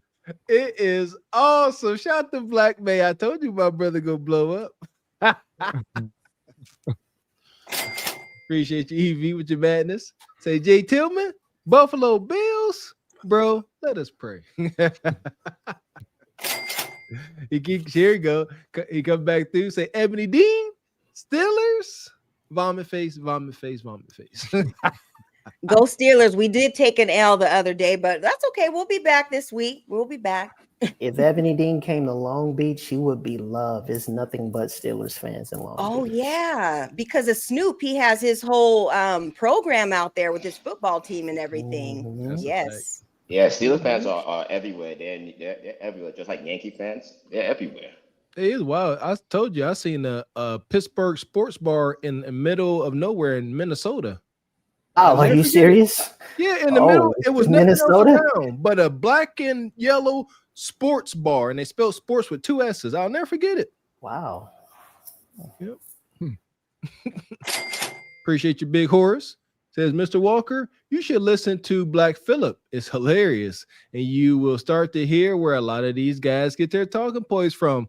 I've been seeing very little tidbits of the brother. Forget his name already. Patrice O'Neal. Yeah, Patrice. Yeah, he definitely was ahead of his time. May he rest in peace. That part. Yeah! I see Baba T in the back chat. Say go Bears. Baba T and Mailbox Sports.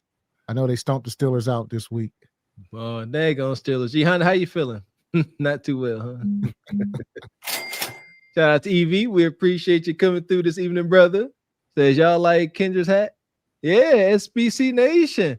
Kendra, that's my favorite picture you got. And Baba T coming to Cash App says go Bears. So he ain't playing with y'all. Bear right. And also, real quick, we talked about the critics. Now let's talk about the supporters. Here's the pros about it. Let's see if any of this is true. They say that people argue that red pill content, the supporters say that it teaches accountability. Is that true? Yes, I would have to say so. Okay. I agree. Also, they say it helps men improve. Yes, with accountability. Can we touch on accountability? Does not feel nice. Accountability is not a fun time. It's pressure. I like to call it healthy pressure, but it's not a fun thing being accountable, because you got to sit here and take record of yourself, your actions, how you look, how you talk, everything. And that never feels good, especially when you got a lot of work to do. So yes and yes so far. Okay. And also it says it exposes double standards.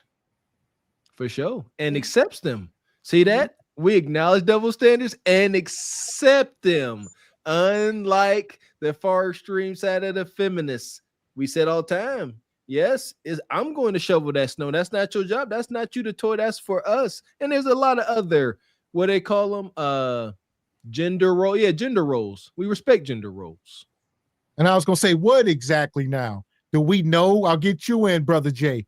What double standards does Red Pill expose? If we can name one. Oh, they know the men is going to when it comes to a relationship, they know the men is going to have to pay 9 times out of 10 for the the majority of it. Yeah, that was I mean, that's just is when you like a girl. I mean, that's it just feels good. Mm-hmm. Look at what I can do for you. I mean, it just feels good. But like when you take, like you said, when you take advantage of it, it like that don't make me feel good.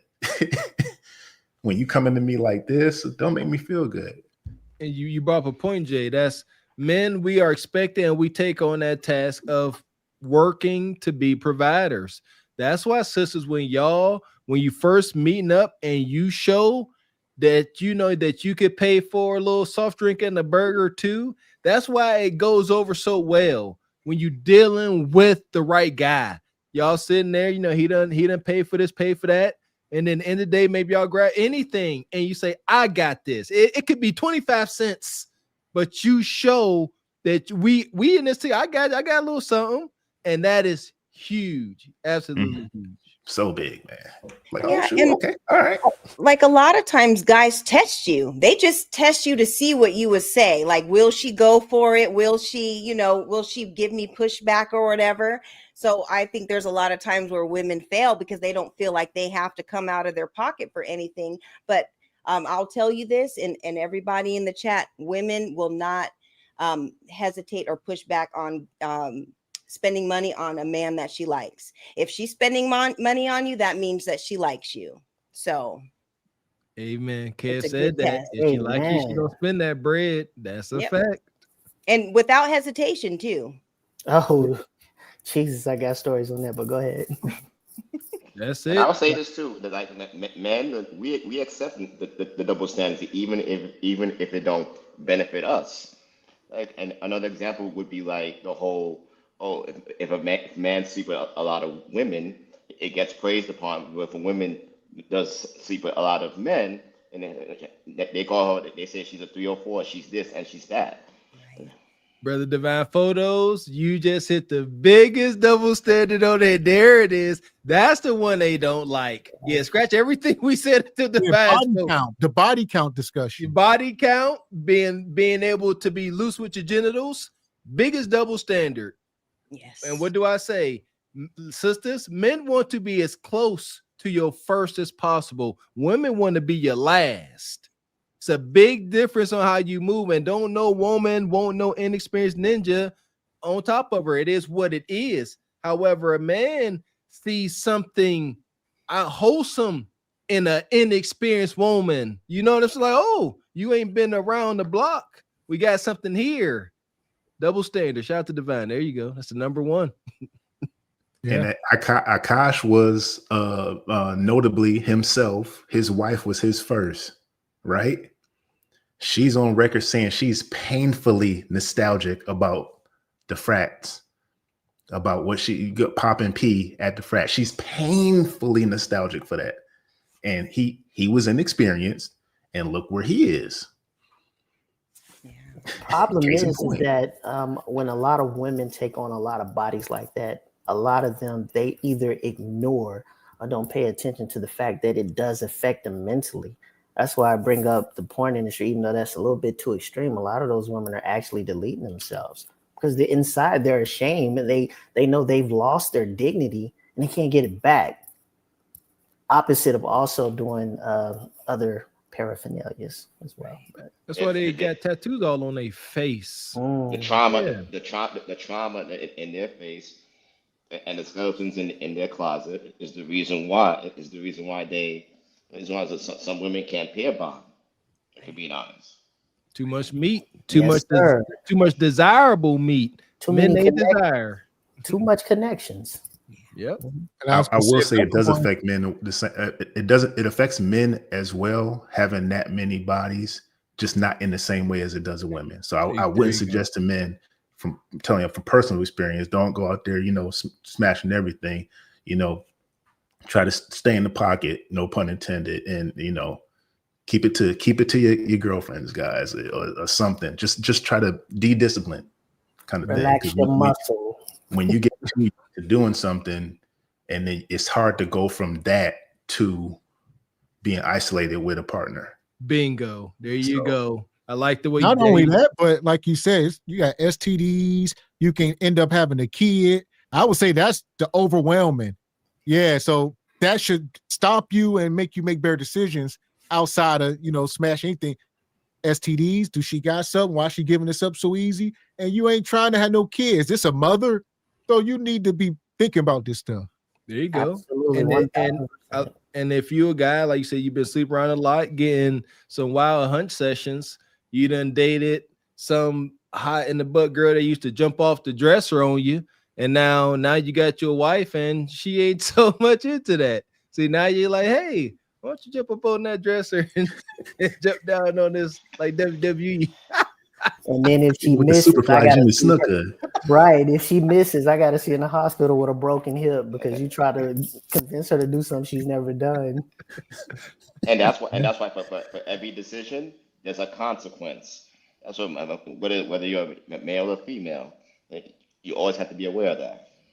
Right. Amen. And ladies, keep your walls intact, okay? You got to keep it right. And no man wants to feel like they're running through a tunnel when they're going inside you, okay? It needs keep the walls intact. Amen. And like you said, another huge double standard is the whole gender role conversation. A lot of people got an issue with that as far as, who paying the bills, who taking the garbage out. Man supposed to pay all the bills. If woman say, if I pay any bills, then you doing the dishes and you cooking if I got to pay a bill, and I'll get you at Baba T. How long has this been going on with the gender role conversation? There you go. This has recently been going on like the last, I'll say 20 years. Okay? Because like I said, my ex-girls back in then never had that type of mentality. And we both worked. Okay, it wasn't just the tradition was built in them back then. That's all. There was a different flavor, and somehow with evolution, this is what we get now. Somehow you're going further off the rail, but now we really gonna need each other just based on what's happening in this country. So hopefully, things can come down a bit. And you're right, it's not good for a man to be out here roly-toling like he can do all he can, like Pretty Tony. You know what I'm saying? Pretty Tony, boy, Pretty Tony. Pretty Tony, what they Tony call him. got something. Shout out to Baba T. So yeah, that's all I got, man. It's something. And I'll say this, the last point we got here, all right, it says red pill content gives men a voice in modern dating. Was that a huge point of it all? Oh, yes. It's giving men a voice. Oh yes. Coming from a simp mentality, definitely. When you were scared to say something, it's okay, baby. She left me. Oh, I'm crying. She left me. That was all the songs we heard back in the day, man. Oh, baby, where you going? Where you going? Don't go. We can speak now, Beans. We ain't gotta be scared to talk, Uncle Beans. We can speak. We got a voice. It's amazing. In one generation, y'all went from baby don't go, I'll run your bath water. Now these YNs ain't trying. They the exact opposite. Right. And you all are not trying to hear it. It's evolution, man.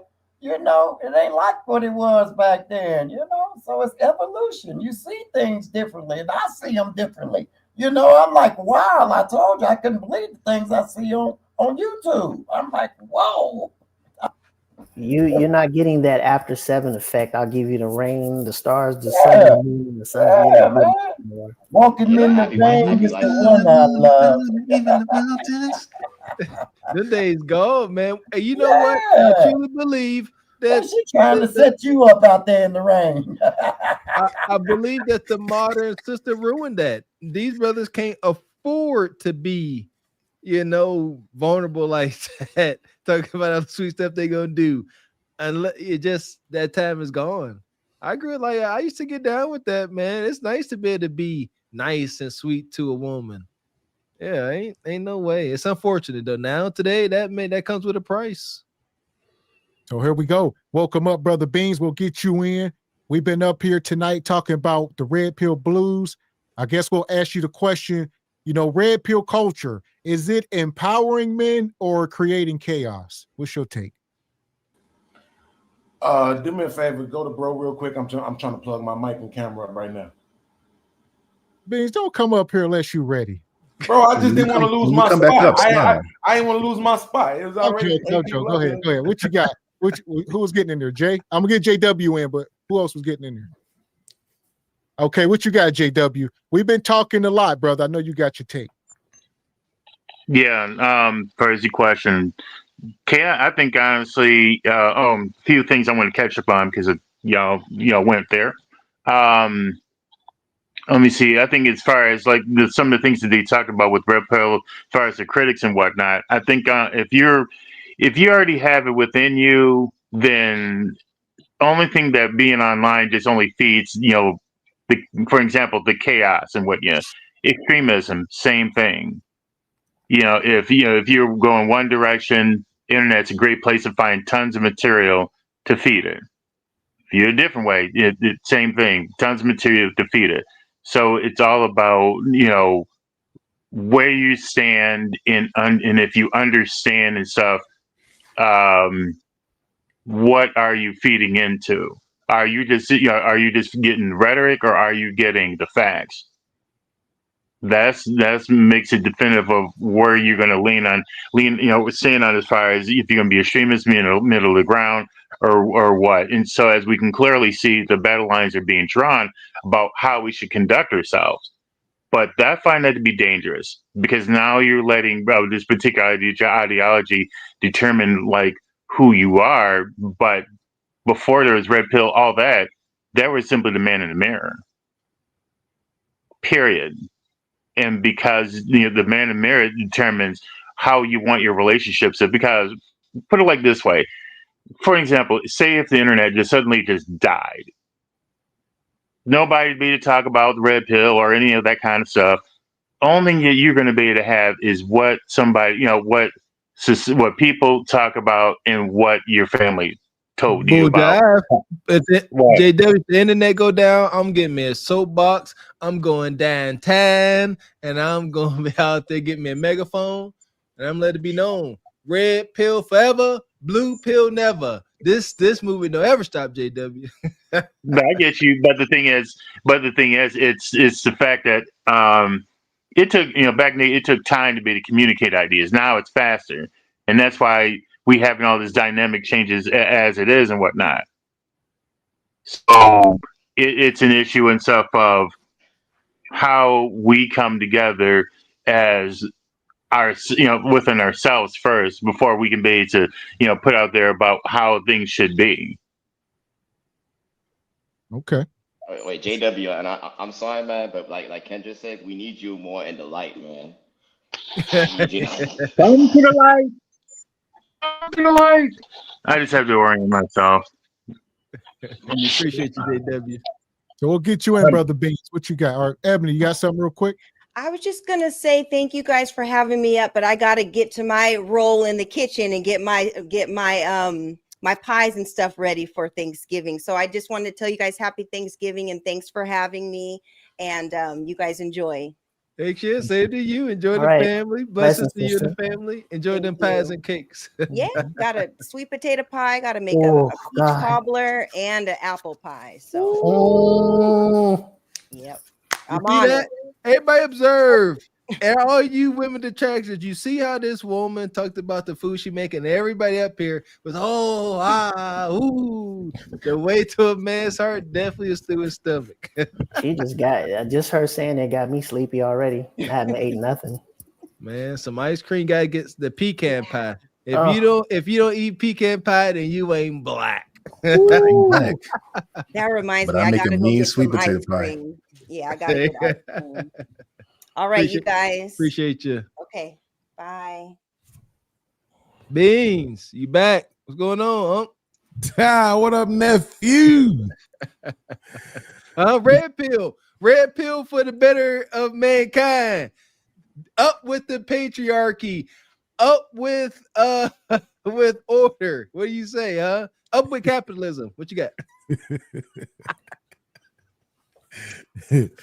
Nah, man.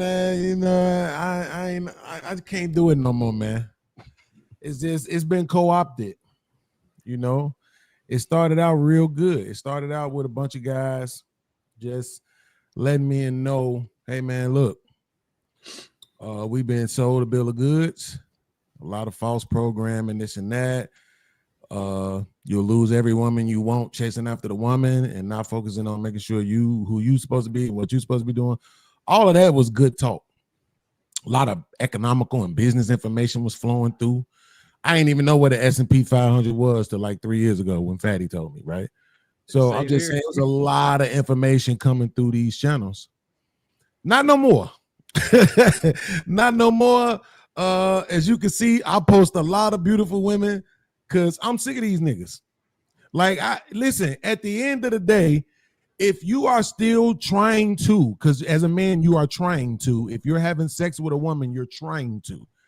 If you are still trying to have sex with women, then you're a dumbass if you're sitting on the internet trying to shit on women all day for free.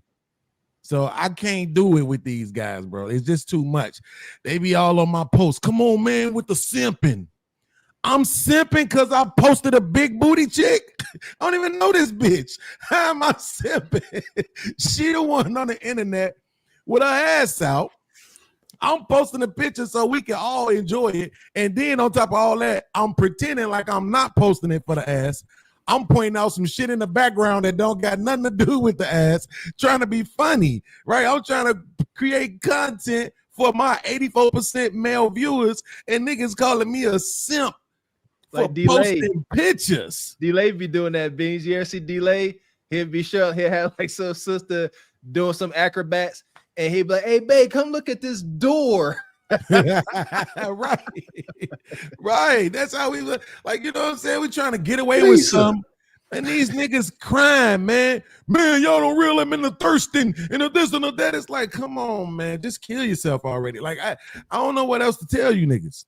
It is what it is. The white man controls this country. He controls the food. He controls the money. He controls the education. He controls our women. You ain't taking the power back, so you might as well just enjoy what they provide for us and keep it moving.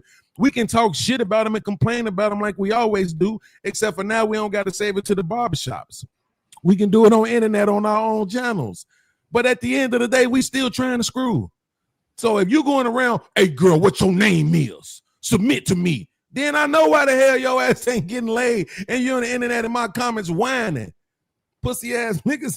Sorry for cussing so much, Gavin. I know you don't like that. Here's the question, Beans. Here's the question. What are you talking about? I think you're talking about like a small percent, like maybe 1% of the people that take it in. All right, y'all. I want to welcome you. I want to thank y'all for coming out. We got to get Gavin some medical attention. Obviously, he is not processing information as well as I thought he could. Listen, 1% is some bullshit, Gavin. Come on, let's say about 3. But I'll say this.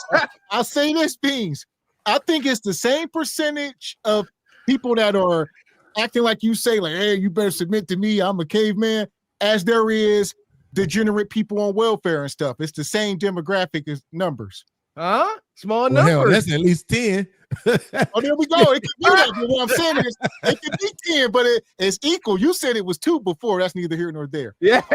No, I'm saying, listen, No, we're not doing this. This nigga, listen, I'm not gonna say no names, okay? But it does not make any sense for you to go marry a chick with kids by multiple niggas and then get on the internet and say, I don't suggest no man marry a woman with kids. But like that don't make no sense to do. Okay? Like it is what it is. If you do it, then what you should do is be able to assess and say, hey, there are some men out here like myself who obviously qualify for women with kids, right? And we love y'all. Shout out to all the baby mamas out there, especially the loose ones. But I'm just saying the hypocrisy has to stop, bruh. And it's too much hypocrisy in this quote unquote manosphere red pill space at this point, man. I ain't with it. Gab, I have a question.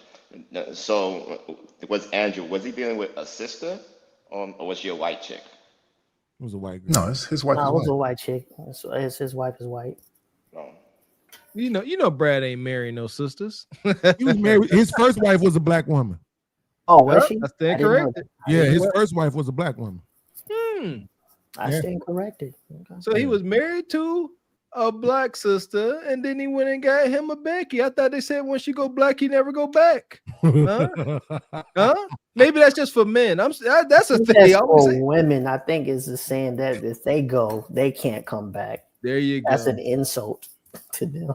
And here's my question to you, Beans. Yeah. So this guy has been in these spaces. He did face of it, Mount Rushmore. I mean, does he still have credibility when it comes to talking about the DNP conversations, or do he need to steer more political or something? Well, to be honest with you, bro, what I'm not gonna do is gaslight my people, because I know my people watch our show too, and they watch me do a stream about this. I've never heard that man ever say anything about not dating single mothers ever. I've never heard him say that. Right? Okay, I have heard him talk shit about women in general, single mothers and all. But I've never heard him say nobody should ever. No, he spent most of his time saying nobody should get with them OnlyFans ass, you know what I'm saying, type of people. So that's what I heard him spend most of his time on. Now, do I think it's possible? Maybe, but I never heard it, so I ain't gonna respond to that. And I wasn't talking about him in my soliloquy. But what he is phony at, though, is that you have to understand, according to your religion, right? Your religion said, let no man put asunder. And those few instances that it made room for divorce, you didn't qualify for none of them. So according to his religious belief, his wife should have never been divorced, and he is committing adultery, and so is her. Well, that's part of it. I would say that's part of my reasoning being it. It's not only, him being a stepdad, it's all of his talking points don't align with the way he's living his life. I mean, I take your word for it. Like I said, I don't know, but you watch him. I don't watch him. I'm going off of the speculation, so I will give you that. But what I was saying to them earlier, how does he talk to anybody ever again without it ending like this? Rephrase this. I'm going to reframe, and I'm just going to be totally honest with you. I will never be able to convince you of my worldview. You won't. I know. But the reason is not because I'm not a great orator, or I don't make good points, or I haven't said things which should be compelling to a person. But Charlie, I just think honestly you're too stupid to understand them. So Andrew, can I sell you on my worldview? Yes. Your wife has 3 baby daddies and has been married twice before. And you you lick sniz. Under your religion. You lick sniz. What does that You're mean? a fake. Don't talk about my wife, you stupid. Shut your mouth. Shut your stupid mouth. He immediately got triggered. So it's like, this is what's going to happen. Anytime he get to kind of be critical of one of these women doing one of these DNP debates, whether it's regardless of what it's about, he need to stick to a certain lane, or else they got a trump card every time, and it's going to trigger them every time. He said she licks sniz. Sisters, if a man refer to your genitals as a sniz, I don't know if that's such a good thing. That's my first time hearing that. Sniz. It's another video of a guy bringing it up during their debate. So to your point, Gavin, that shit's on the table now that everybody know. He gonna have to deal with that. That was my only point there. I'm sitting here looking at this thing. Welcome up, brother. And it's gonna be hard. It's gonna be hard to, with the 3 baby mamas. I mean, come on now. Because of the square he has chose to stand on. Like, shout out to welcome in, brother Damon. You think anything wrong with the way this brother came up here on the internet talking very staunch about, with his red pill rhetoric, and then for the most part being against what red pill even talks about? I mean, he loses credibility because now it comes off as a grift. It comes off, okay, this dude saw a bandwagon and a quick way to a buck, and he said, "Oh, I could jump on top of that." I'm articulate. I can speak. I'm willing to go back and forth with people. Shoot, this is easy money. Not knowing that people got that Google is for everybody, and it's gonna come up eventually that you really ain't living what you're preaching, and then you lose all kind of credibility and you looking like a sucker. And now he's got to go on this tour of trying to find everybody he can clown to get some credibility back. Because I think he just did another one with some other person, and he kind of got the best of that cat. So he's gonna have to go on this tour of just slaying people right and left, and then begging that girl to have another debate where he can try to slay her to get his credibility back. No, that's a horrible idea. That's what he gonna do though. That's actually the problem. He needs to just stick to debating people that's worthy of the debates, because these folks ain't. You know what I'm saying? But Beans, if he's trying to get his point across, what you're saying makes perfect sense. But if he's trying to get back to that paper, he's gonna have to get some of those people who were actually spending on him, because people ain't gonna spend money on people they don't respect. So he's gonna try to gain some of that respect so he can get access to that paper again. But like you said, if he's just trying to get his point across and educate people, what you're saying is correct. Well, I'm not gonna say they're not trying, right? Because they got way more subscribers than I do, but it ain't easy to get women to come on these panels. But I'm just saying, it's some women out there that's worthy of a debate, and they not picking them. They need to get them. They need to get some people where it'll actually be a distraction and from this type of rolling in the dirt type of shit, because it's just gonna keep happening. There's no way around it. And the worst part about it is, again, I'm not Gavin. I don't think nobody's going to be able to produce any evidence that he ever said don't date or marry single mothers. I don't think that evidence exists, but they don't have to, because he's been around and been on and socialized with red pill that he's guilty by association. So people they're gonna kill him for this shit over and over and over and over again. Well, let me ask y'all this. This is the question to the panel, right? Would you rather be with a woman that was on OF, or a woman that got 3 kids by 3 men? Boy, that ain't even no question. OF, Nick. No, how much was her subscription? And what's she doing? Right. Context. Is she a self-diddler? Answer the question, man. Just now y'all said self-diddler. Yeah, how tall was she? Where was she born? Was she born by a river? Yeah. Was she born in the hospital? We gotta know. If you go put me in a box and I got to pick, and let somebody say, okay, OF, treated OF, or she got 3 baby daddies, God, man, I might have to go OF. I just got to keep it a buck. Yeah. I said, especially if she's doing what self-diddling, what they call that? Solo? She's soloing herself. Yeah. Mm-hmm. And well, here's the thing. Here's my point to that. He's up here. My thing was, because Beams was trying to say he never said anything about single moms, but you up here shaming OF models. And according to this theory we come up with, baby mamas are beneath OF models, according to our small little sample size there. So where we at? Well, I definitely don't agree with that, but that is crazy to me, because when you say OF, I'm not thinking, see, this is Mr. Walker's fault, because he gave him the grace of being solo, right? I don't know if that's most of them, though, right? Here's the real question. It's 120 videos circulating of your chick getting pounded on and facialed versus 3 baby mamas. That means she got. Hold on. You went extreme. Granted, I'm going to accept your extreme. Now, how about this? Now it's not just 3 for 3. Now it's 6 for 6. How about exactly? How about You got six baby daddies? How about 3 videos, 3 baby daddies? Well, but okay, so let me say this as a person who was in the industry. That's not how that works, right? Like, there's not one person ever who only had 3 videos, right? Even if you only did 3 scenes, it's gonna be 20 videos. Oh, here's my thing. That is true. That My is so thing was, true.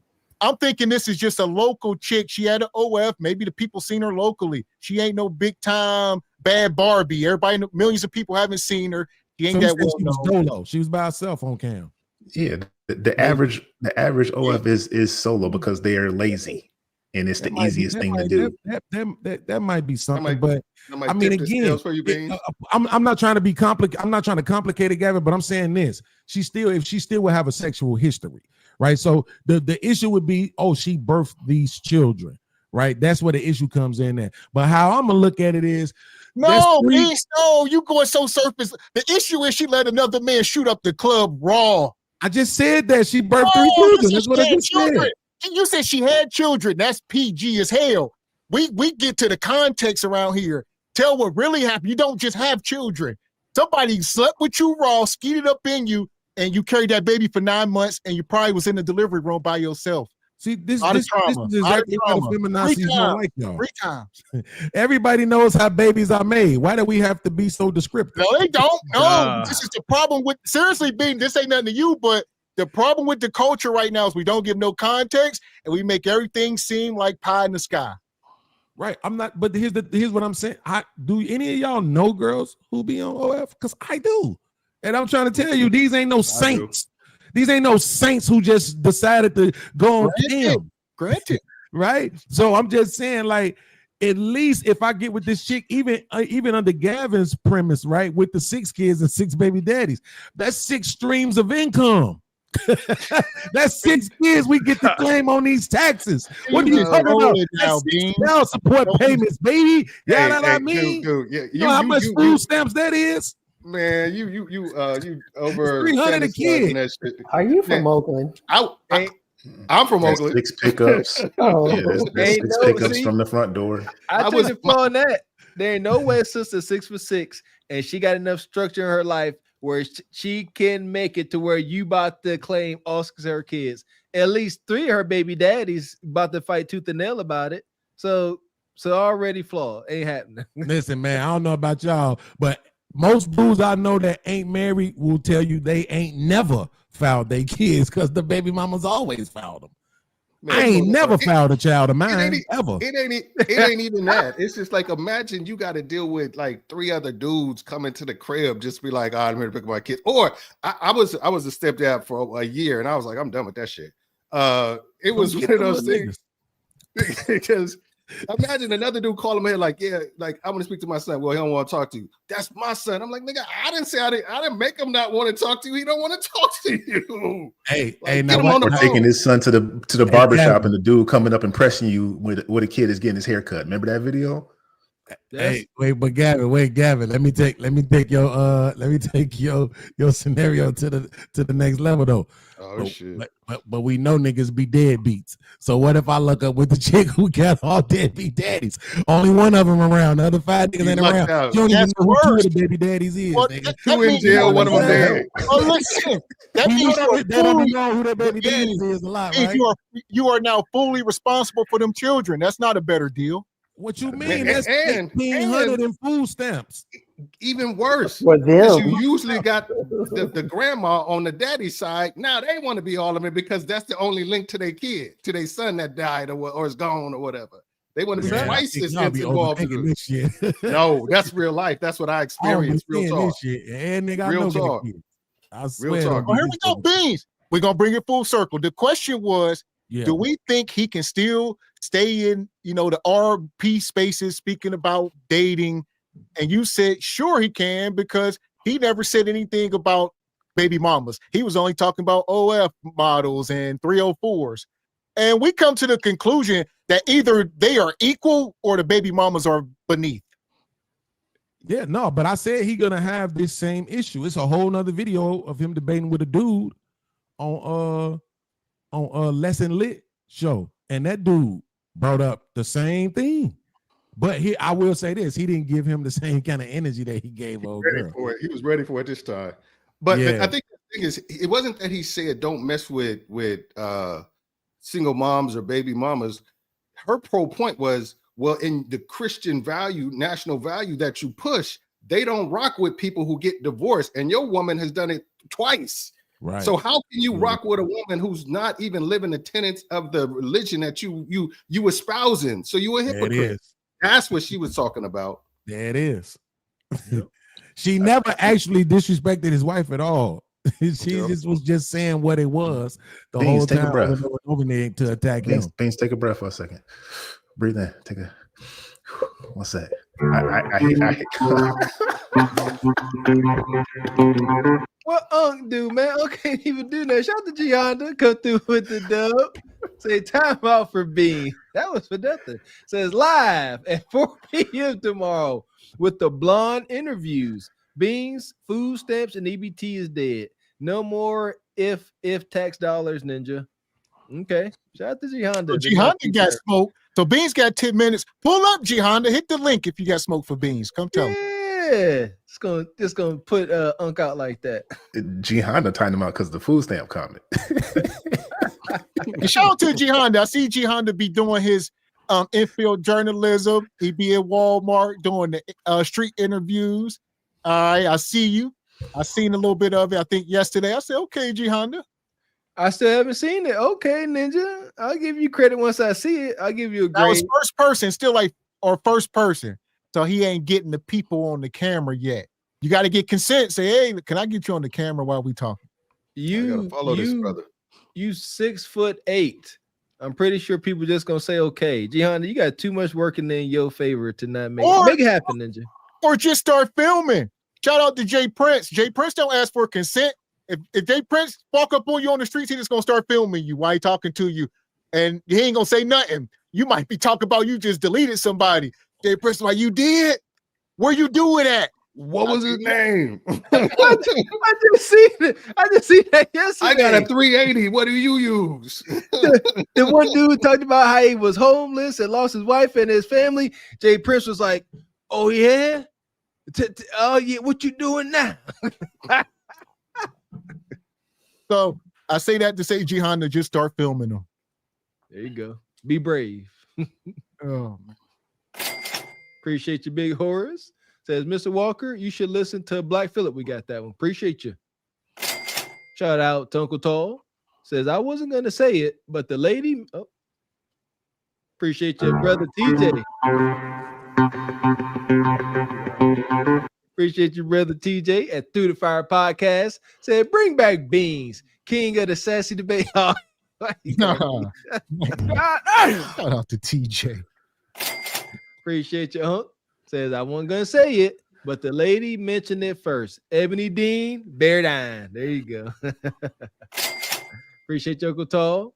He says, take your time, get a bargain, son. I don't know what the song is. Don't be sold on the very first one. I was told by Ebony, you better shop around. Okay. Appreciate you, Jay Board. Says that the majority of melanated men like natural. Okay, fact. Appreciate you, Stephen James, you scoundrel. Says, men, what you talking about, you jive chickens? Shout out to the chat. Appreciate you. Shout out to $2 Tony, faithfully Tony. Says, JW gonna blow his witness protection if the light come on. Shout out to JW. Shout out to Twisted Flame Records. Says, Mr. Beans is an agent. How do you go from preaching a woman to be respectable to glorifying it by posting butt shots? Counterproductive. Okay, allowed to be freaky. I like Bean's new content. Bean's like, I'm not just one thing. Bean, keep it going, brother. He's like, you gotta be able to think in abstract. I'm not just one thing.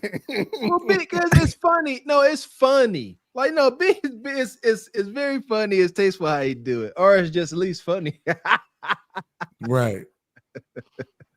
There you go. Yeah, shout out to Beans doing the you might as well start doing the reactions, Beans. Go all in. See if YouTube lets you. Start doing the reactions to the women when they doing the the lingerie try-ons and all that, the leggings when they doing yoga. Be like, this is happy hour yoga with beans. There's nothing but cheeks and yoga, chicks in bikinis. Beans, I just want to shit, Beans. That's it. I ain't asking for much. Beans. You gonna blow up. Miami swimsuit fashion week or whatever. See, I can't do that because I don't respect that. Cheeks and feet. Cheeks and feet. That's what you need. I don't respect that. I don't appreciate that. No, Beans, listen, Beans, that's a whole lane. You welcome, Beans. That's a niche. Telling nobody really doing it. Everybody, Beans, the first person up here just on the camera for 12 hours straight looking at cheeks. Word. Yeah. And you could get away with it. You can get away with it. No, I don't get away with nothing on YouTube. I don't get away with nothing on. They'd be like, hey, my man, did you just say verses? Oh, don't say that word. You say I never seen anybody review porn star interviews either. Huh? What? The porn star interviews. Because you know they've been doing a lot of interviews. I don't really see nobody review those. But who really care what they saying, what they talking about? You'll be surprised how interesting their lives are, actually. No, that's a fact. But I ain't y'all ever sat down and talked to a 304 or a sex worker or a stripper and actually had a conversation like they was a human instead of ogling their boobs? They story be kind of like how Mr. Usually Walker fucked up, and why do you want to bring me walk down when I came to see some titties? I don't want to know about your stepdaddy. Well, no. You have to actually know him as a friend. You actually got to know him. Like, how did you end up here? You can't talk about that at work. Paper. What is your dark trauma? real quick? Yeah. Get real dark real quick. I was a foster kid. See, unlike you though, brother, that is interesting to some people. That's always been interesting to me. I want to know what happened to you, bro. How did you get here? How did you go? You ever seen a chick that lived that kind of lifestyle? You see a picture of her when she was like 8, 9. It's just this little girl. She a little girl. The innocence still in her eyes. Else. Fast forward 10 years later, she wide open on OF. It is like, how the fuck did that happen? And some of them be 21. Christian Rock. Y'all see the pictures of Christian Rock? Oh, the earlier pictures when her she was track pictures? Yeah, she was beautiful. Did she hit her head or something? But the story is all the same. The story is the same. There's only 2 stories. Somebody messed with you that messed with your head, or you a greedy 304 that want the bag. That's it. That's the only 2 stories. The devil's in the details. The devil's in the details. You're right. So a lot of it is uncontrolled puberty. Appreciate you, Uncle Tall. Says whether she has 6 kids or 50 OF videos, whichever you pick, you still getting a worn out wizard sleeve. Kuda kata. Shout out to Borat. So here we go. I guess we'll get you in, brother Red Pill. We were having a conversation. You know, we talk about a lot of Red Pill madness. So I'm sure you can get in on it.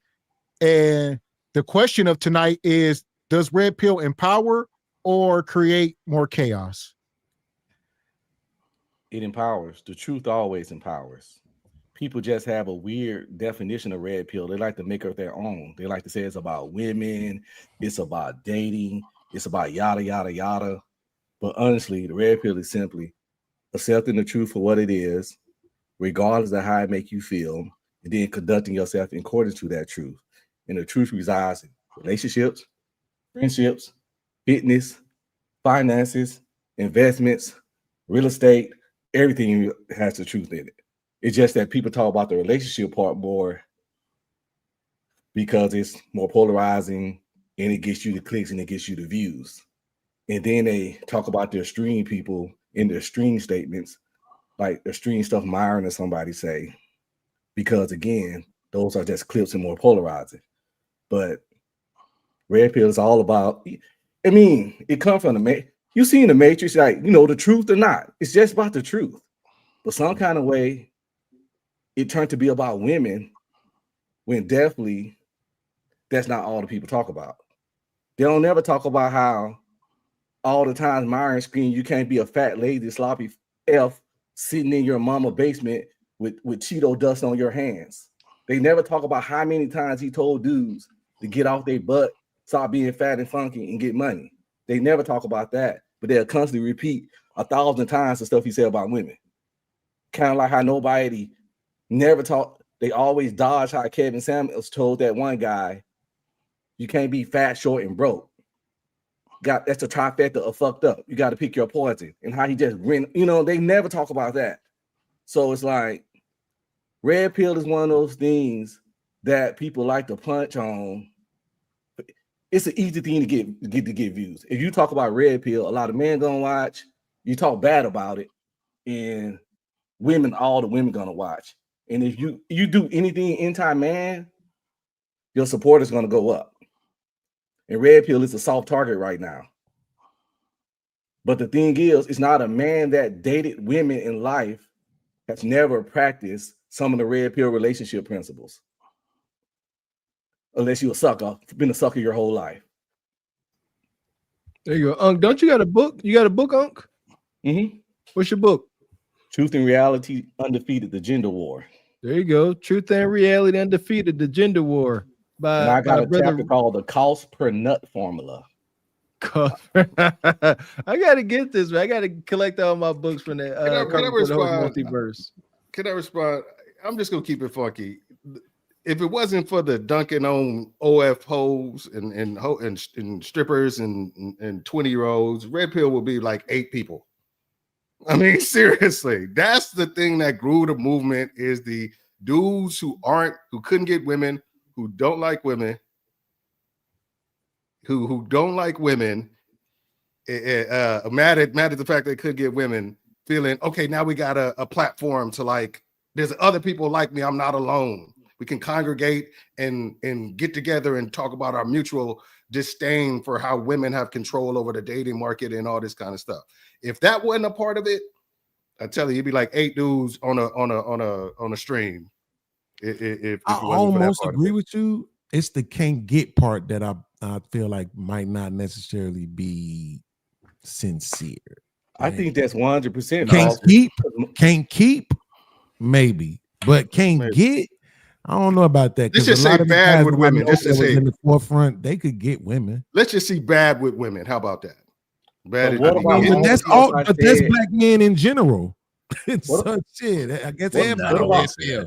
What about all the stuff I just said about red pill not just being about women? See, my point's being proven. You bring up red pill, people go right back to women. The truth resides in a whole lot of stuff. No, you missed this point. He's saying the reason it got such a big following was because of that. And I was gonna make that point before Jihanda did that to Beans. I was gonna say to Gavin's question about, is Andrew gonna be able to talk in these red pill spaces? Absolutely. You look at the history of Fresh with his whole fiasco with the pay for play. He's still in it. You look at Myron's pictures of him and all his allegations and stuff. He's still in it. Tommy Sotomayor, or whatever's going on, all the chaos that happened to him before, he's still in it. Like it doesn't detour people from following his content. To Damien's point, and the whole whatever podcast, their niche is shooting down at these types of women. And you see the cash apps that go to like 500 to say something stupid. Just go get her. Yeah. You tell her. And then he gonna go right back around. What was her name again? Go right over to her OF and with the lotion. Like they love that. That is a huge part of it. That's a part of it. Point. I'm not saying it's not. I agree with you totally. That's what red pill means. But so people like to focus on stuff. But when you focus on that and make your whole argument based on that, you're being categorically disingenuous because you know the other stuff exists.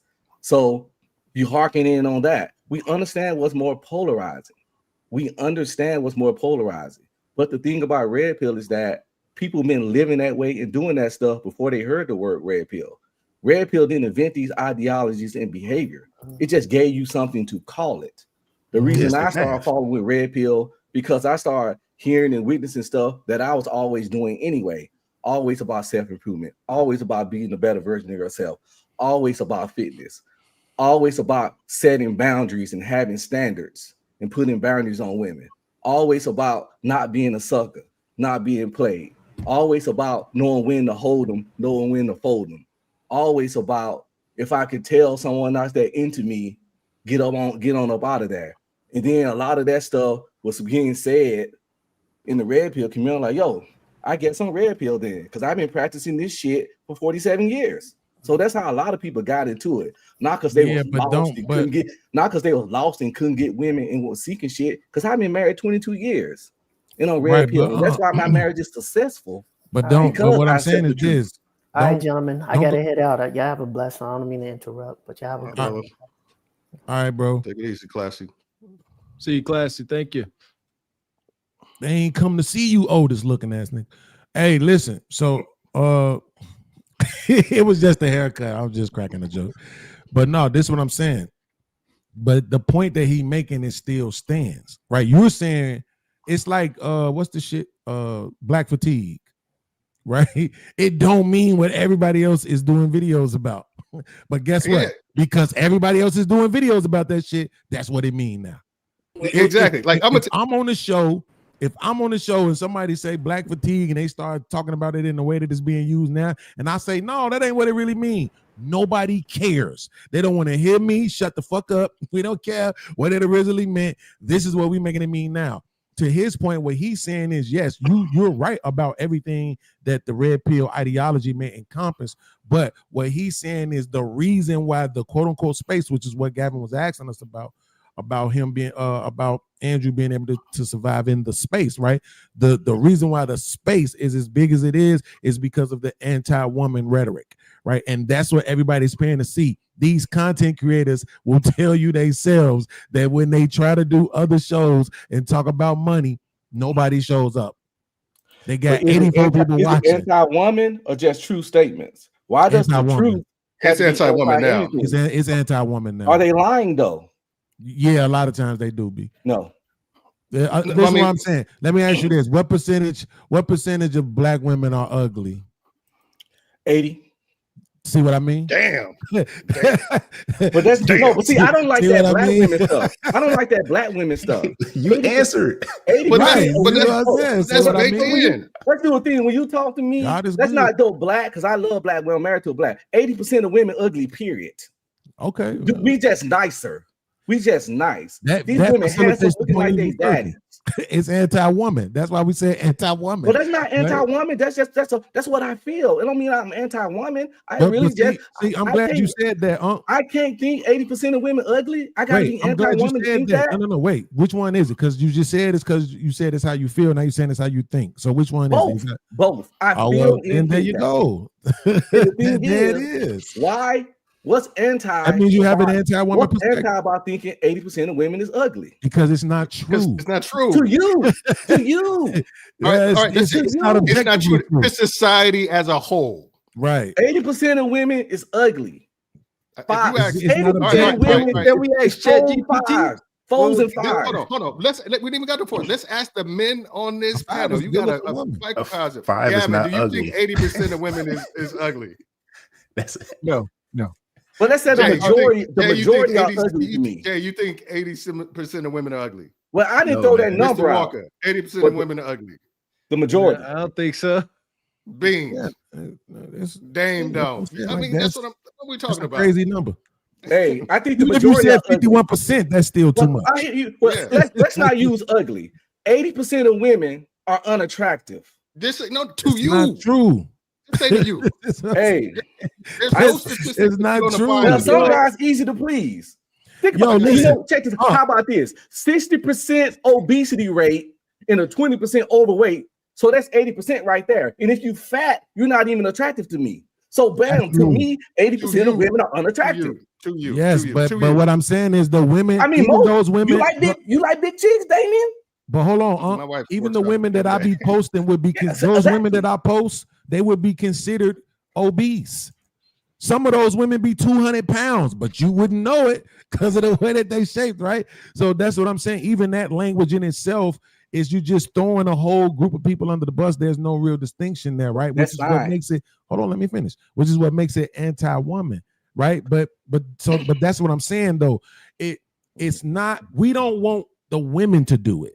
We don't want them to be delusional about men. We don't want them to run with the tropes about men. We don't want them to gaslight about men. So we shouldn't do it about the women. I don't give a hell how mad we are about their behavior and their perspectives and how they treat me and all of that. I'm not going to participate in that same dumb shit that they doing. I'm going to still maintain the intellectual standard. An assertion like that based on your feeling is how women move. It's No, not about. I think it's about how you feel. Your feelings over facts. Yeah, he did say think. I said he think that way. Switch it up. No, I said I think 80%. That's a big number. It is 51% is majority, right? Yes. I think the majority of women are unattractive. Okay, yeah. To you. You know what I'm saying? But that's still too much. Not the ones I mess with. But see, I haven't messed with every woman in the world, but I see women. I was in the Army 15 years. I've been to 5 countries, and I lived in Korea for a year and a half, Germany, Scotland, Iraq, Afghanistan. And so when you say this, you talking about the world. You're not just talking about the USA. Yeah, 80%. The majority of women now are I know you tripping. I know you tripping. It's going down in South Africa right now. That doesn't mean it's not millions of beautiful women. Yeah. That doesn't mean it's not millions. That doesn't mean it's not millions of beautiful women. I hear you. Y'all in Brazil, it takes a lot of people in this world. No, I hear you. I understand what you're saying. Millions. I understand. It's millions and millions and millions of beautiful women, but it's also millions and millions and millions of ugly ones. Yeah. Think about all the tissue curve.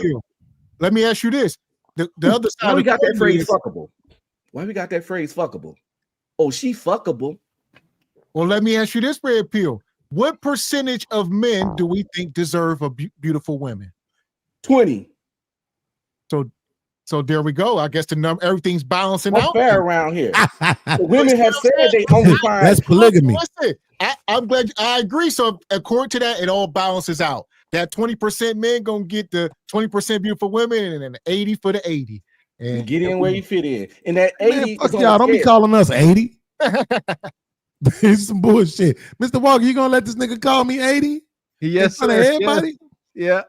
Damn. But no, the thing is that 80 is still on a it's tiers in that 80. If you're in that 80%, everybody ain't down at the bottom. So it's tiers to that 80. So if some guys in the 80, they eat better than the other guys in the 80. Yeah, you know what I'm they're saying? unattractive, but they successful. Or they not as unattractive. Like, you got Danny DeVito, and then that's why men don't have to be attractive. Well, no, we talking about Danny DeVito looks. No, we talking about money right now. We got Danny DeVito looks, and then we got somebody else looks. They both unattractive, but this other guy ain't as unattractive as Danny DeVito. Therefore, he got a little more motion. But they both still in the 80%. Just like we said to you, attraction is relative, so you can't make a general statement off the society. You can. I'm glad you said that. You must have based on objective. your purpose. Yeah, but exactly. But it's based on your perspective. You saying if you walk out the door and for some reason 80% of the women or 50% of the women are attractive, I'm willing to bet your next door neighbor don't have the same purview and say, hey, I agree with you that these bitches is ugly. You know? Well, the thing about beauty, it's not as subjective as people claim. People just like to say stuff because they hear it all the time. But it's something called a golden ratio. It's a science, it's a math of beauty. Beauty is about symmetry. The human brain is designed to be that was based on a European standard. It did not include any ethnicity in that standard of beauty. It's not about European, no Asian, no anybody else. It was based. It's not about that. Was created to gauge the beauty of white women. No, the human brain is designed to be attracted to things that's symmetrical. When we see something that's not symmetrical, we are automatically off-put by it. That's why we walk in somebody's house and some pictures of something tightly tilted, it bothers us. So the beauty is about the symmetry of your face. How far your eyes line from here to here. How far your eyes come wide here. Where your ears sit in your face. How much chin space you got here. Hold up. How much forehead you got space. So the more symmetrical you are, the more attractive you're going to be. So it ain't just as subjective. But the golden ratio and symmetry is kind of synonymous, but it's not exactly the same thing. Because all symmetrical faces don't fall into the golden ratio. Right. And the thing is this, though, you still got to deal with programming. right? What I'm So saying is like not subjective, it's it's people think. guys. Hold on, it's guys, look at right? Michelle's face. It's Symmetrical. guys that's my complexion that aren't that attracted to women that's our complexion, right? I love African women. Shout out to Facebook because Facebook be showing me all the African chicks, bro. I said, oh, I haven't been on Facebook in like 3 years, bro. I got back on. They be showing me all the Your African algorithm know what you like, huh? right. They just showing me all the thick ass Africans, but they like be looking good. I'm Yeah. like, they about to Spoiler get alert. rid of the American Spoiler. Negroes. Beans. Most of them is AI images. No. Yeah. Them AI They're gonna be caught up in this AI world. They're gonna get you so damn Yeah, easy. they gonna get you, boy. Man, Gavin always trying to ruin my fantasy. Gavin bro. the dream killer. I don't understand this, man. He don't want me to be happy. Bean's gonna be a victim to the AI. He gonna sue. With what? You gonna have a? He gonna be giving his money to some African. What I'm gonna be a victim Nigeria. with? My hat? I ain't got shit to give him. Cool job. They gonna take all your information out there. I ain't got nothing but looks. This empty bottle. I don't know. I ain't got nothing to give him. She only need like $1.99. Oh, you ain't shit. You ain't shit. This is 2025. You gonna leave Africa alone. Let me say that's this. what you gonna do. Let me say this, Beans. They to got everybody. Wi-Fi now. Here's what I'll say. I don't think any woman is ugly. I think either you broke or you ain't. All right. Shout out to Glorilla. I knew I you was don't gonna do think that. anybody is ugly. Y'all just broke. She's still ugly. Broke. She's It's still broke. Broke. She just hide it better. Come on. Listen. I don't How think did anybody. Look at Glorilla. Look at her. That's what I'm saying. It's a lot of Glorrillas walking Bro, around that's here. horrible, bro. She put a whole nother face on, and then you gonna say she ain't ugly. Well, Bread. She was just Kylie broke. Jenner did it. That's all. Bread. There you go. That's You the got a Kylie Jenner whole did it. nother face Kylie Jenner on. didn't What have are to you go talking from about? this. That's far. Kylie Jenner didn't Do have to you go know that far. face comes off, Oh, Mr. Gavin? yeah, you forgetting what she used to look like, bro. Yes, she This did. the majority. But she was real. She was 15, 16. When she was like in her 20s, she always did her shit. But this is Before she go to bed, she take that whole face off. hell yeah. It's like you ever see that old TV show V with the lizard people, they like pull the whole mask off. Yeah. That's how she do it. But check it out now. You got an option. You either could take before glow or after glow to any No glow. engagement. There's Huh? no glow option. No glow. No, Right. you got to choose a glow. Big glow or little glow. Afterglow all day. See? Yeah. So I like glow in the I middle, disagree man. with In him on this between the one. two. But I do think this. I will say this though. I've seen some people that I thought weren't that attractive find somebody and motherfuckers was happy as hell. So I mean, to me, I think in order for you, like, can you actually be in a relationship with somebody that you don't find attractive and treat them well? I don't think that's possible. So they Women do it have all to the time. find them attractive, I think, even though I didn't think they were. yeah, It's that's impossible. Patrice That's why, O'Neal, man. that's why I always Yeah, say these sisters got to get a guy that they like, Beans. If they don't like him, yeah, they're gonna talk to him bad, treat him bad, all of the above. Yeah, I don't care how. So you under that premise that the woman should like the man the most in the relationship? Absolutely, to satiate her hypergamous nature. Otherwise, she's gonna be miserable. Yes. Mm-hmm. Plus, they not good with power. Okay. In a lot of She's gonna cases. be miserable. If she don't have a man that she can look up to, that she don't like the way he talk, the way he smell, her hypergamous nature would not be met. She would be miserable. She would make him miserable. It's not gonna work. Prime Or- example, that Indian comedian, Akash, I don't know how to say his name. The Akash Indian Singh. comedian who been going all viral because his wife pretty much said in 1,000 ways that he ain't her type, he never was her type, and she not attracted to him. And if he stay in that situation, he a fool. He's getting lukewarm vagina. When you mess with a woman that sees you like that, you get lukewarm vagina. You will never get that piping hot. Hold on. Unless you make yourself invaluable, you make yourself stand out, you get status, you get the paper, and she know you can't easily be replaced. There's good looking niggas all over the place. If you got the bag, the bag, she gonna fake it. Women are good at faking it for security. He got a bag. I don't think you following what's going on. I don't think he got Damien. the bag like that. No. I don't think he got the bag. She don't work. I mean, for example, that everybody's seen that video. I mean, that video and that picture of Jeff Bezos with his wife looking at Leonardo DiCaprio. how she was like all in his grill, what have you. She That's wouldn't. She Leonardo, gonna look though. at it and be like, "Oh my God, this dude is amazing." She ain't leaving Jeff Bezos. She's not But going that's nowhere. Leonardo. But I'm just saying, and that was also a picture too. That was like I mean, have you seen the video? The I video saw the of her like video. all in his It- grill It's egregious. Oh, no, okay, I never saw the She's smiling all in his face. Yep. with She her probably had a man. crush on him since Titanic. Cut us some slack. That's She But I'm literally probably saying, had a but I'm crush on him saying, since Titanic. but I'm saying she wouldn't risk the bag because she could know she could never get at that That's a time fact. the richest man on the planet. Or I'm Yeah. saying, but I know I'm not saying brothers got to go to that extreme to make themselves invaluable, but you got to find a way to make yourself invaluable to her that she can't replace it. Because you think, oh, I'm gonna lose all this if I just go with this dude because he look a little bit better. But do you realize but the bag that she is getting from Akash now, she don't care about. But do you realize what he just highlighted? Because I know this story, and I whatever, right? Like may have said something about it, whatever, but I didn't really think about it. But now that you put it that way, Damien, women are trash. like, bro, don't even like it. Because I didn't think about it like that. This woman is with the richest man in the world, at least top 3, and she couldn't control herself. Not even having one of the richest, top 3 richest men in the world, you still couldn't control your shit. That's crazy, bro. Damien not lying. That's why red pill exists, Damien.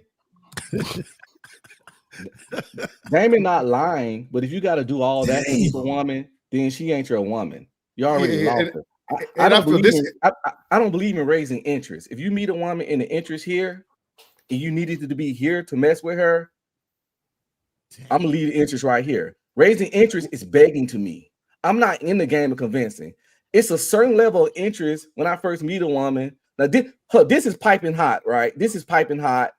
This is enough for me to fuck with you, and this is not enough. If I meet you in this here and I can tell the interest low, I ain't saying to doing shit to raise it here, because you would never get the best of her. You would never get. She would always see you as beneath her because you had to raise interest. So if I gotta do this and this to hold your attention, I'd rather just let you go over there. I'm a build and self-improve myself for my quality of life, but never to get impressed or keep abroad.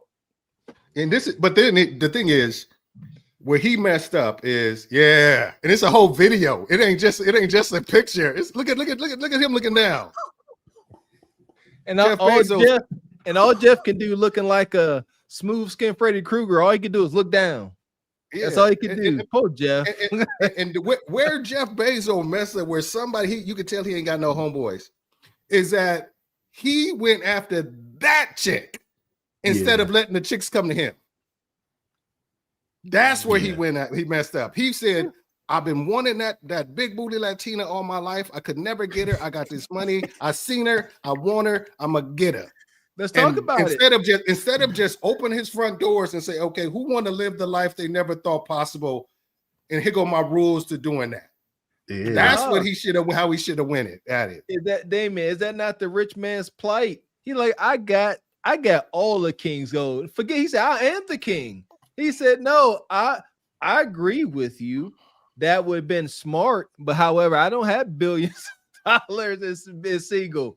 He was like, I ain't waiting on nothing. He went out where he went to. He said, you come here. And that's it. There's danger there, and he living it. Man, what I'm saying is insane. Do y'all gentlemen believe in raising interest? Well, hold on. Wasn't she a baby mama? I have no idea. Damn, I don't. She might be, but I know that she dated like possibly. She was divorced. She dated black, and her previous dudes were like black professional athletes. We got if the billionaire dude takes the baby mama chick, does that change the red pill rhetoric? No. No, what I'm saying is because money don't unlame a lane. Money don't unlame a lane. Well, hold on. The respect is up front. So the moment you some millionaire guy and you decide to settle down and marry a baby mama, she does not respect you. We've been telling y'all this. That woman won't. She looking at you like my baby daddy didn't want me. All these other men that slept with me didn't want me. But you gonna marry me? She does not respect you. I don't agree with that. I don't agree with that thing. I don't agree with that at all. And like I said, money don't unlame a lane. So Yeah, a dude get money, he still gonna do lame shit. So cause a billionaire guy with a baby mama, that's just a lame dude. yeah, She I agree. I agree with When that he point. didn't have to. When She you, said it ain't nothing wrong three with getting a single mom. She got Getting a what? single mom don't make you lame. Wait, Let me say huh? that. Getting with a single Jeff? mom don't make you lame. But when you don't have to, and you just choose to do it, that's when it gets lame. Because he could have got. Yeah, I don't know about. See, I don't ascribe to that. I don't ascribe to that. If you okay with being a stepdad, I ain't gonna, because I was raised by a stepdad, and my stepdad. Hey, don't be the hit dog. Don't be the hit dog, Damon. No. I'm just saying. No. What I'm saying. No, I wouldn't be a This is who he is. Shut up. He said, Exactly. I was good. Yeah. I mean, I did it. I wouldn't do it again. But I'm married for 18 years, so that's never going to be a situation. Yeah. But it's just one of those things where if you want to do that, I'm not going to knock a dude for doing that. And if you really know and you know what's going along and you rocking with it, fine or whatever. But it's up to you to decide what you will and won't accept and what you find valuable. You can't be, society is telling you being a stepdad, you a sucker. You can't let society, especially in a position where you're standing alone. Let me ask you something. I don't want to take the mic. I just want to ask you something. Go ahead, buddy. I get what you're saying. I do. Anywhere around 40 to 80 to maybe even 6 figures. But 268 billion? A baby mama? Dog, here's my question. Am I crazy, Damien? Because I always say when I hit the lottery for 140 million, I'm leaving my woman. I'm gonna take care of her. She get a cool meal out the door, right? She would never saw a million in her life. Here you go. But I'm still gone because I'm finna go give me about 17 Puerto Rican chicks. Right? So am I crazy? Because I hear what you saying, but I'm trying to decide, are you really saying that about a nigga worth 268 billion? I'm saying about any. I think the game is the game, and I think it regardless if you got 250,000, 268 billion, you can move the same way to a degree. You can say, you know what, I like her. I mean, he's in a better position to have a baby mama because he'd be like, okay, I'm gonna send them kids off to private school. Is this camera on me? Yes, it's on. That's stupid. Use your common sense. What? Are we being serious right now? I'm serious. I think he's being serious. He like go kids go on and go to private school out of the way so me and your mama can go live this life on the yacht. It's definitely a drop in the bucket to him, but still. One of her baby daddies is Tony Gonzalez. Yeah. Wow. The retired football player? Yeah. Like NFL, NBA players. Nah, bro, they keeping this money in the family. Them niggas related. I'll say this. I promise you they're related. Y'all being extreme. Y'all talking about some 258 million. I don't care if you making 80,000, 100,000. I don't recommend you taking care of no man's kids. It's not in 2025. Back in the day, we get it. It was a thing. Nowadays, majority of the times you won't be respected.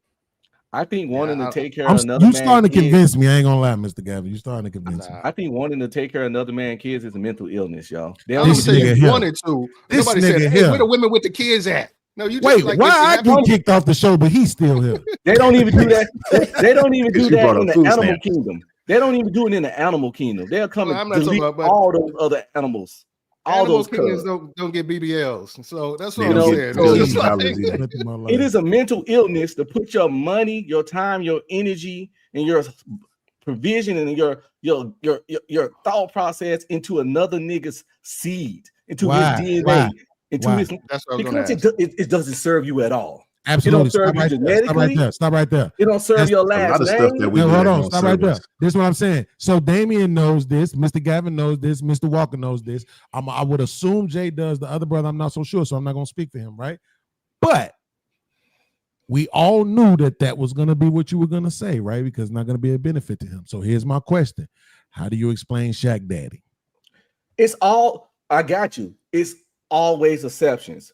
I would never tell my three sons to gamble their life, their future, their lineage, their time, energy, and resources on the exception that Nug Nug Jr. gonna make it pro. I got you, but see what you just said. You just said nug. See, this is what you're doing, and I blame Mr. Walker for that. I just Actually, said I got a petition. I got a Thaddeus petition going Jr. around right now to stop him from ever saying nug again. It don't have to be nug. He could be an outstanding kid. Thaddeus Jr. the third, Worthington the fifth. It doesn't matter. Right, because It's not your legacy.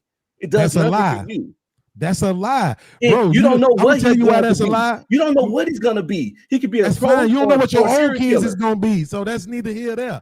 But Yes, listen I what I'm do saying. because I But listen got what I'm them. saying, They I'ma got tell you why I they got my disagree. core in them. We got you. Let me You tell don't you know why I what they're gonna disagree. The reason why I disagree, like I just said, I know they ain't gonna be your own criminals. kids gonna be right. You But what hope I'm they're saying not is gonna be this. criminals. I know. If you have Okay. you are your teacher's legacy. How can you be your teacher's legacy, right? But you can't be your stepfather's legacy. So the person who you go to a school and they teach you and you go off and be something, you can become you're a part of their legacy. You're a part of everybody's legacy who had anything to do with your upbringing, particularly if it turns out in a good way, because people are gonna brag about it, right? But even mothers of their own kids who be out here terrorizing don't claim them niggas. So we can't expect for people to claim the bad ones, whether they're yours or they step. But I'm not saying, and here's what I'm gonna say, so you know I'm not being irrational. I'm not even saying that a majority, 51% of step kids are gonna be a benefit to the stepchild. But I will argue that 40% will. Well, Those are that's some not a gamble. relationships that last during time. That's not a gamble Like, worth they taking, really in my are, opinion. man. And legacy is also about blood and genetics to me. Yeah. I'm sorry. Well, let me say this real quick. Let me say this real quick. I'll get Jay in. You know, I think a lot of this red pill hit on something. Goes down to the advice that we would give our children. You know, it's just that simple. So I would never tell my son to be a stepdaddy, and I would never tell my daughter to be a baby mama. So that's just What if your son was 38? And this come from me, and my brother is a stepdaddy. My brother is married to a woman who has a children before they got married. So I live this, Beans, and I can say it with my chest that I don't recommend it, and I love my brother, but it is what it is. But what if your son is 38 and divorced? What's your? So that don't change it? Well, no, two things is true. That's he and that 40% you talk about. When you say 40% need to be stepdaddies, there you go. No, you can actually still get some poom poom without becoming a stepdaddy. You can get some poom poom and have female companionship without becoming a stepdaddy. Not even just that, bro. Like in life in itself. Like I was in that situation, bro. I was with a woman for 15 years who had 2 kids, right? And I didn't even do a good job. I give myself a D+. But the fact of the matter is, them being there was help me settle the fuck down. Like it made me make better decisions because I had to be considerate of my position in the household. And again, I give myself a horrible grade. I didn't throw the football around with them. I didn't do none of that shit. You know what I'm saying? I raised them through their mother by telling her what to do. And because she listened, they turned out pretty well, right? But I'm just saying, like, that relationship in itself, it's a lot of men out here who could benefit, bro, from having some young kids in their life that they have to be responsible for. And I'm not even talking about financially. I'm just saying when you around kids, it's hard not to care about their future. Volunteer at the youth center. Volunteer at the youth center. Go be a football coach or something. You can really influence that way. And then guess what happens? Your football.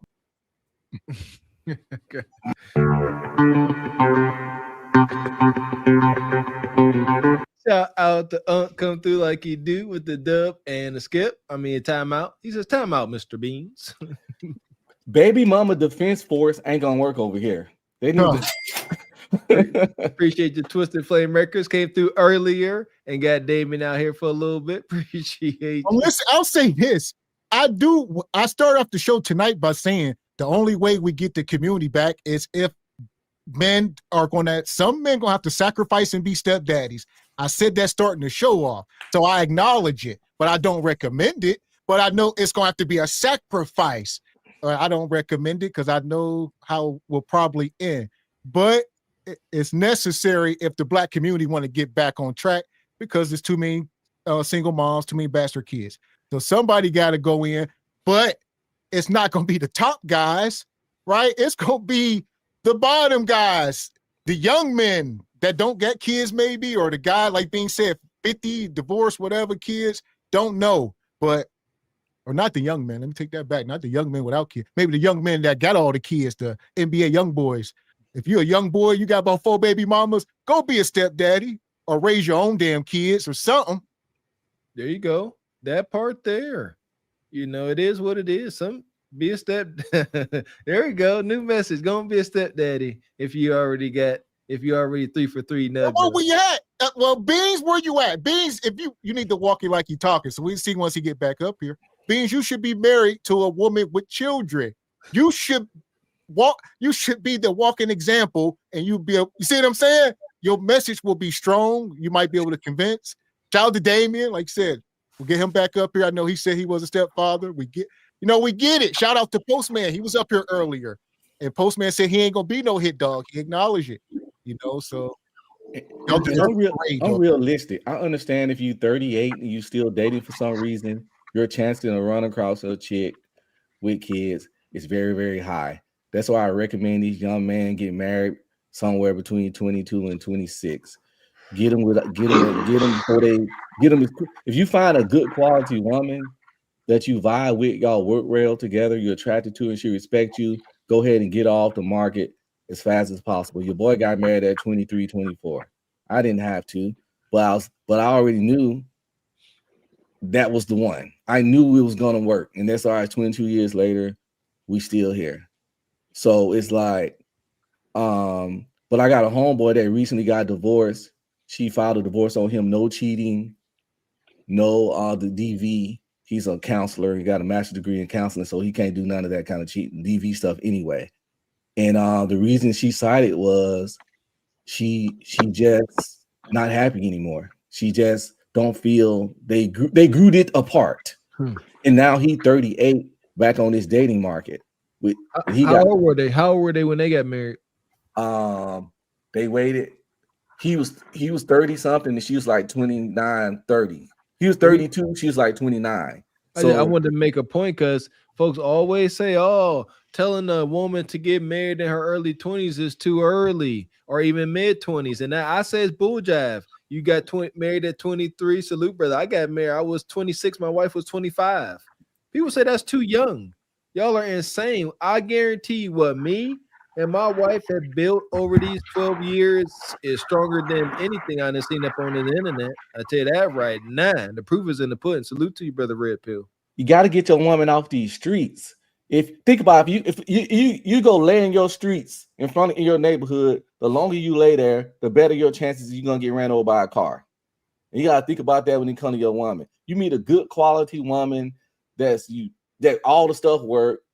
Get her out there in the streets, because staying in them streets just gonna get her ran over, back over, back and forth, over and over again. You know what I'm saying? Get your woman, build with her, get her off them streets. We need to show this to a younger audience, because the majority of us up on the panel and in the chat, y'all ain't young ninjas. So y'all the people Beans was talking about. Appreciate you, Devil Games. Says there's still a base level attraction across all races, but at the same time, it's complicated. There is factors of race, culture, mindset, and physical features. Shout out to Devil Games. We appreciate you. He says the Indian comedian is a simp and his wife hates him. Uh-oh. Who is this dude? Yeah, I'm not sure. I'm not familiar with the whole thing y'all was talking about. I don't know. The guy that's on the show with that Andy Schultz guy. Andrew Schultz. Flagrant podcast. Indian guy. And he sits with his legs crossed like this. Oh, okay. Schultz, are you up there with Charlemagne? Yeah, they hate, and they hate Red Pill, hate everything about Red Pill, and they always attack masculinity with effeminate arguments, kind of like how Destiny used to do. You see what happened to him. He ended up being a cut and getting his girl took by a guy that was even more feminine than him, which is hilarious and ironic. He got messed up so bad he stopped dyeing his hair. So it's funny how a lot of the guys that hate the Red Pill and certain things so much often end up being curb stomped by the women they be praising. Well, he like men too, so I mean, sweet Jesus. He's a dandy. He's a dandy. Oh, here we go. I'm gonna get brother Steven in. Welcome up, Steven, and we're gonna bring Damien back up. Beans be back shortly. Welcome up, Steve. I guess welcome up. I guess. Hey, hey, grown folk talking. You be quiet. Hey, what's going on, panel? What's happening? What's happening? I hope I'm coming across clearly. I only just wanted to come up real quick and say hello and shout out to the panel and stuff or whatever. This is an interesting topic because my question for you that I had, Mr. Gavin, when you were talking about somebody's got to volunteer to be a stepdad, probably the men that would really settle into that role. Do the women really want them or no? But the other thing is that I wanted to direct this to Mr. Walker. You got one more time to call me a name that I know you can't spell when I'm not online, Ninja. You're 3 hours away. I can spell I will scoundrel. find you, I will hurt you, and I will shave that beard. So anyway, yeah, Mr. Gavin, I missed most of the show about the red pill stuff, but I understand your passion and your vision for what you think it would take the Black community to get back together. Is just that, yeah, the first thing is to convince the culture that having a child by random men, number one, that's bad. It used to be ostracized. It's not anymore. Okay. So until you get that straight, if you can't correct the locomotive, all the cars behind the locomotive is going to be crooked too. So I don't know. That's going to be tough. That's going to be tough. But I rock with y'all, and the floor is yours. You asked the question: will these single moms be attracted to respect the guys that would settle into the stepdaddy position?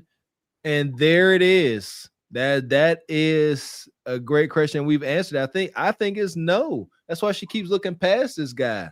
Just because this guy doesn't have the edge of the meat she used to take on in the past.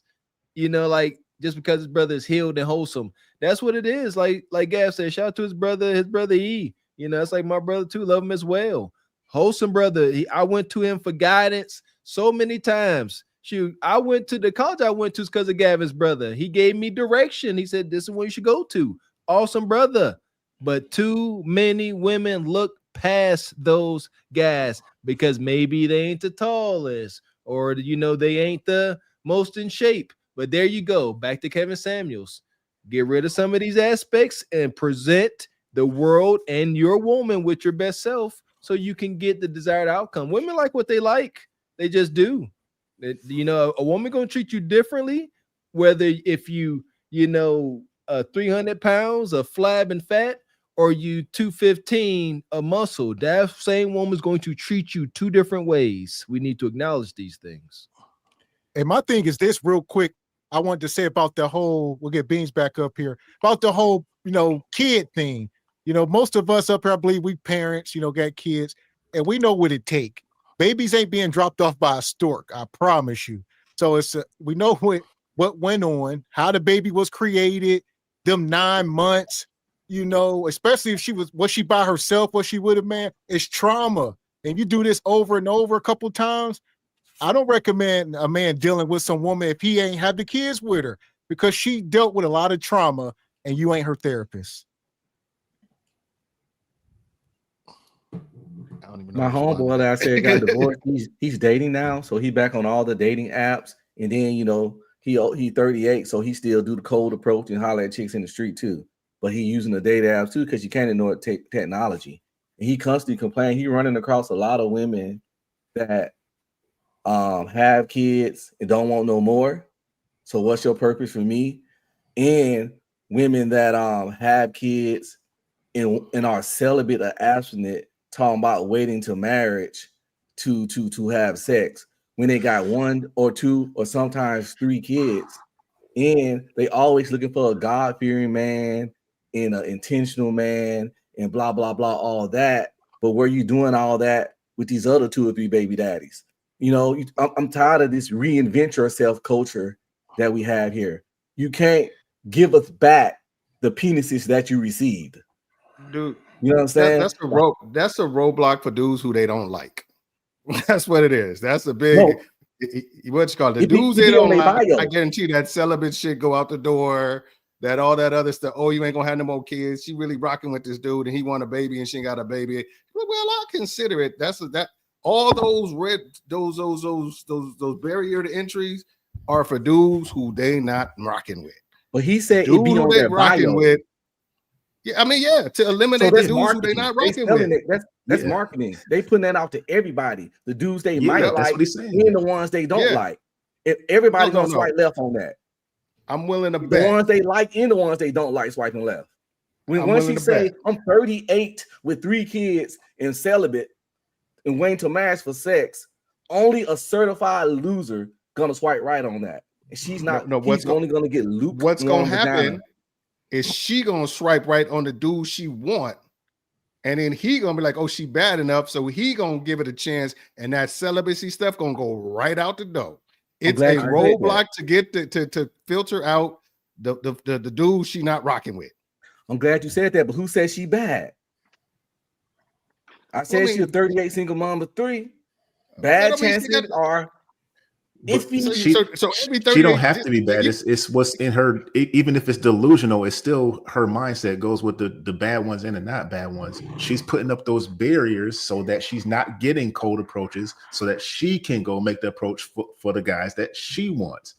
And he'll go back and look at her profile and be like, hey, what's up with that? Oh, I only put that up there so guys wouldn't mess with me. So y'all really think that shit works? To say you 38 with 3 kids and waiting for marriage for sex? Y'all really think that's a good marketing plan? It's not. I got some land to sell again. I got some ocean. It's a barrier for her not to get approached by men. It's a barrier for her not to get approached by men. I would say let me say it's a trauma response. That's her responding to all the weenie trauma of the past, and this is her new stance. So that's what it is. Until hold on. Yeah, she give it up. Jade, hold on. Okay, but here's my question. Or let me just finish this one statement. Or if the dude who looks past that and still tries to holler at her, she's in the pole position knowing that this dude's about to put in work to try to get her. So she's still ahead of the game. And he's still a loser. And she's not going to respect him. And he's going to get lukewarm vagina. Y'all missing that key component. I don't know. Like I said. Well, ain't no man with options finna wait on a 38-year-old single mom to smash. And the guy that... Go ahead, Stephen. What you got? And that's what I wanted to say is that the dude that swipes right on her, he's not looking to be there for a long time. He's only looking for, hey, this is easy prey. I can get her in the sheets within like 2 weeks. Period. End of story. I don't know. So she's gonna be stuck in that same circle or whatever because she'll accept him, but the dude that be genuine or whatever, hey, she's not gonna swipe right on him in the get go. So dude, I think what's she gonna do? I think Damien understands it the best out of all out of what Unc said, especially you, brothers, Jays. Like she's gonna put up that paragraph, and it's going to detract the simps, but she's also going to be swiping left and right. She is going to damage herself by, like you said, brother Damien, swiping whichever which way is to choose them. I don't know. Swipe. I'm gonna guess right. Right is to select.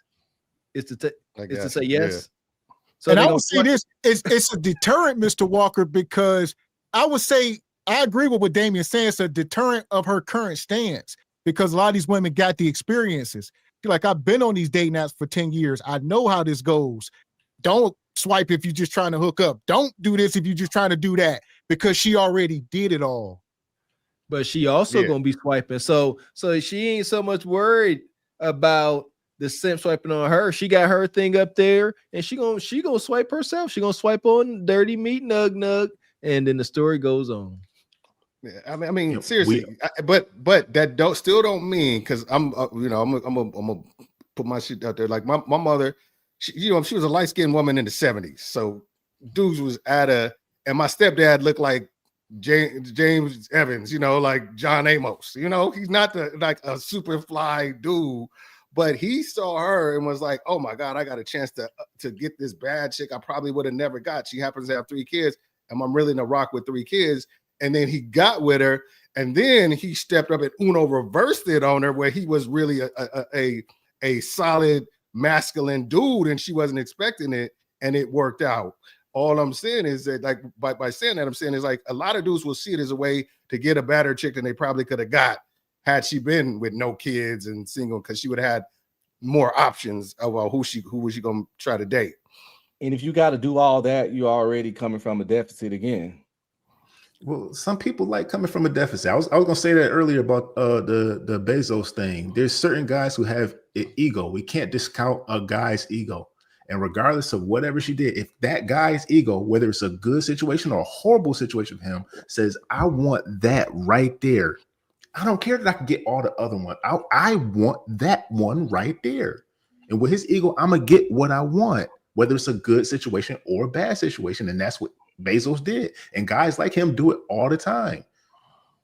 If you don't think at one point Bezos and his wife was driving away from that whatever event with Leonardo DiCaprio, and they was driving away in some one-off Ferrari or Koenigsegg, and he looked over and said, hey, just so you know, out of all the folks in that room, I was the richest. Make sure you stay in your space, your spot. If you don't think Bezos kept it 100% with her, you tripping. And here's another thing. We talk about this forever. Are we going to sit here and act like only the component of money makes you that cool? No. All you need is money. You can be a mute, blind. All you need is money.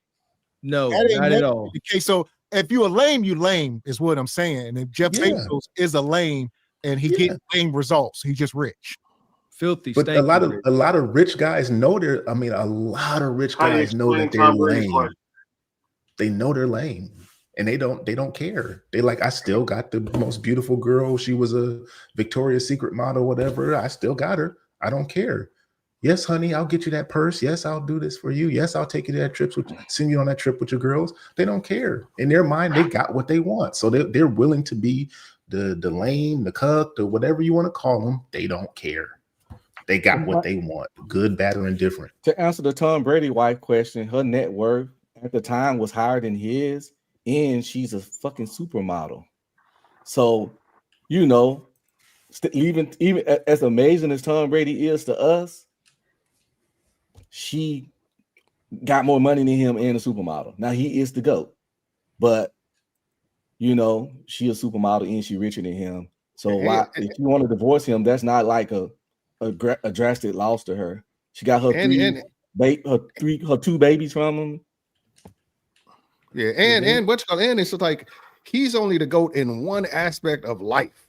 You don't know how he is. You don't know if the dude is dumb. You don't know if the dude is like slow. You don't know if the dude got a 3-inch dick, whatever. You don't know nothing about Tom Brady that he could throw football hella good. Then that makes him that makes so a lot of cats think that make him good in every aspect of life. That's just one aspect of life where he dominates, and that was so mean shit to her.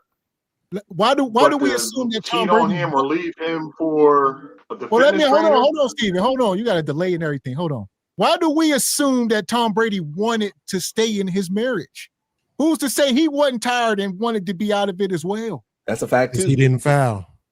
Well, men ain't gonna foul, so that don't prove nothing, Beans. It does. We can be unhappy and still not foul. Not necessarily. Here's what we can say very confidently. To lose, Beans. Here's what statistically men say. That's irrelevant. He loses more by not fouling. That's a bad argument, Beans.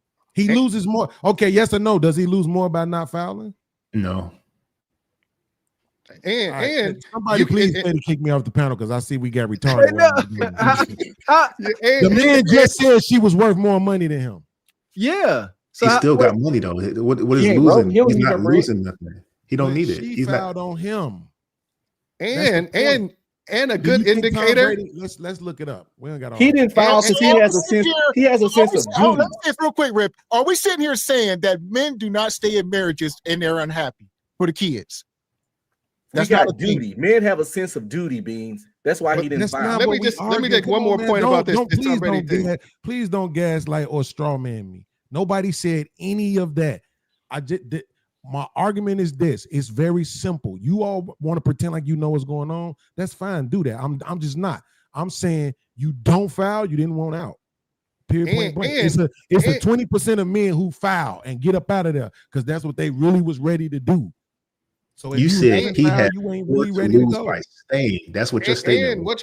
Hold on. A lot of dudes leave without foul. You know that just to answer Gavin's question about the whole situation, like how you know he wasn't ready to leave, she the one that had a man 5 minutes after the papers were signed. A new dude that she was rocking with. So how do we know he didn't have we don't know. He just ain't public. I'm sure Tom got women. That's what I'm saying.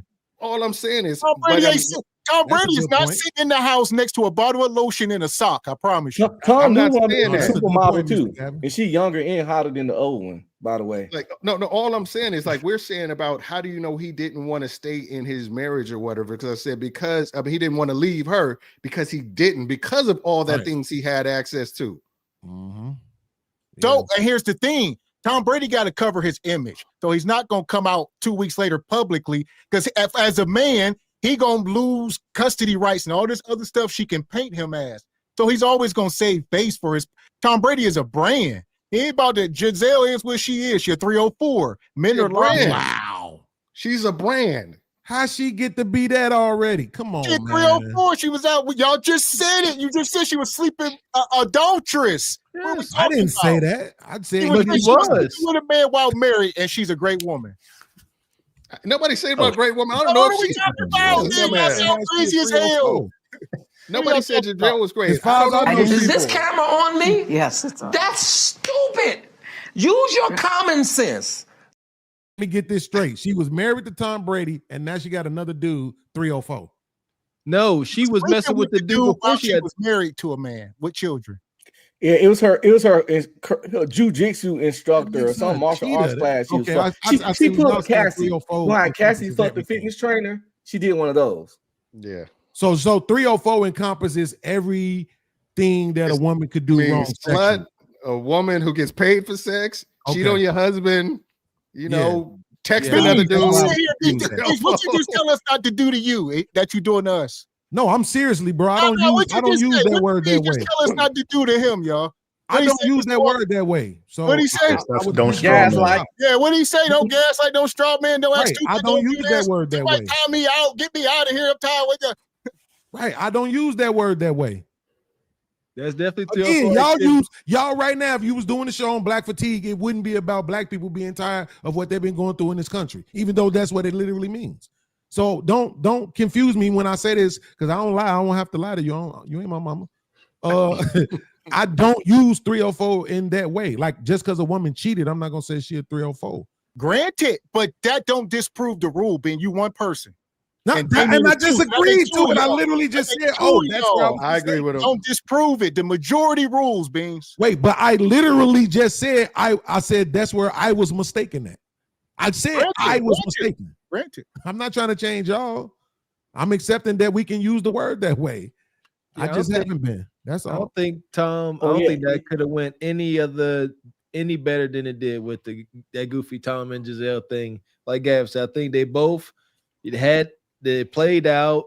They had their fun. Tom was getting towards the end of his career, and they both was just like, "Hey, it's been cool. You do your thing. I'm gonna do my thing." And they split. It wasn't too much scandal. We know that the wife was sleeping with the jiu-jitsu guy, which is egregious, but nothing on Tom. But yeah, just because there ain't no evidence, like Gavin said, this is Tom Brady, and we know how white women move up there in that upper echelon.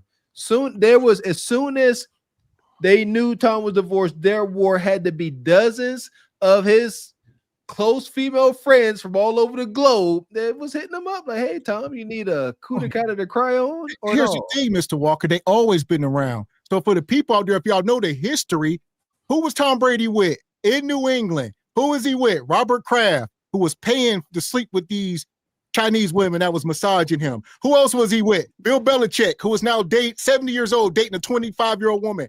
These dudes move like that. Tom Brady was always, that was a boss. I don't do what my boss do. Hey, that man said birds of a feather. This is how they boss. Like, do you do what your boss do at work? I don't know what they ain't bosses. They are friends. They are rubbing shoulders. What you got, Red Pill? Bring the By logic. the way, she left her husband to become a baby mama to a karate instructor. She left her husband, put her pussy back on the streets to become. I'm willing to She bet she already a ain't single changed mom from him. diaper. He had a And then she baby. don't had a kid since then. Now she a baby mama from this loser. Oh, she had a Insane. baby by the jiu-jitsu guy? Think so. Ooh, listen, I ain't Wow. mad at him. Boy, Like, y'all be knowing all listen, they little business, don't he you? like shoot. He got him a gently used supermodel. Slightly Type tinted. shit. Slightly tinted. Type shit. 50 years old. Get out of here. Now he winning. He winning. She worth I gotta 400 pull her up. million. She worth 400 million. He definitely winning. For sure. Context. Yeah, he is. But Tom is doing much better. Tom, all right. Tom So, smiling every time I see him. Unc, man. Tom ass got a job. That nigga ain't doing better. Become a You go from a stepdad. 50-year-old to a 25-year-old, he doing all right. Motherfucker got to go to work every week. Is that a Tom good like reason to to work. become a That's how he lost her in stepdad the if she first got place. 400 million? He the goat. He got to go to work every day. Tom love to work. That's one of the reasons why his marriage probably ended. Hell no. Some people don't like to sit around at the house. They make you. I was gonna ask you, do y'all believe that? Believe what the what? fuck, nigga? You could work from home. You can run your own businesses. That's the I point. would Shit. never. I wouldn't want to go punch a clock for no other motherfucker. This is the thing. I'm retired and don't work. Show. I'm retired and don't work. And What was I that? can't Just even sit around Pearly? the house. Is that Pearly Things? That's Giselle. Oh, that's Giselle. You Throw a new ain't chick. shit. I'm gonna find a new chick name. That was Pearly, dog. I'm gonna find a new name real quick. Probably. That's Giselle. They look alike. They You got the tripping, same bro. jaw. Well, he went to the same plastic surgeon that she probably had. Listen, I ain't Ooh, mad I got a at question. that I got a nigga. question, nephew, to the whole panel too. So I know she's called a supermodel, but is she really a supermodel in your eyes? She was literally a supermodel by Yeah, definition. Yeah, she was. She was international. Like I was gonna speak on that, Brother Beans. I think they had the dopest setup. She'll be over in Europe doing some Victoria's Secret shoot, whatever. He would go see her, and he used to model too. So he would go see his lady over in France or wherever, and she doing her thing. And they say, hey, Tom, since you here, why don't you go ahead and put on this Tom Ford, and we're gonna go ahead and give you a bag too. How dope is that? You go to see your wife. She out here making millions.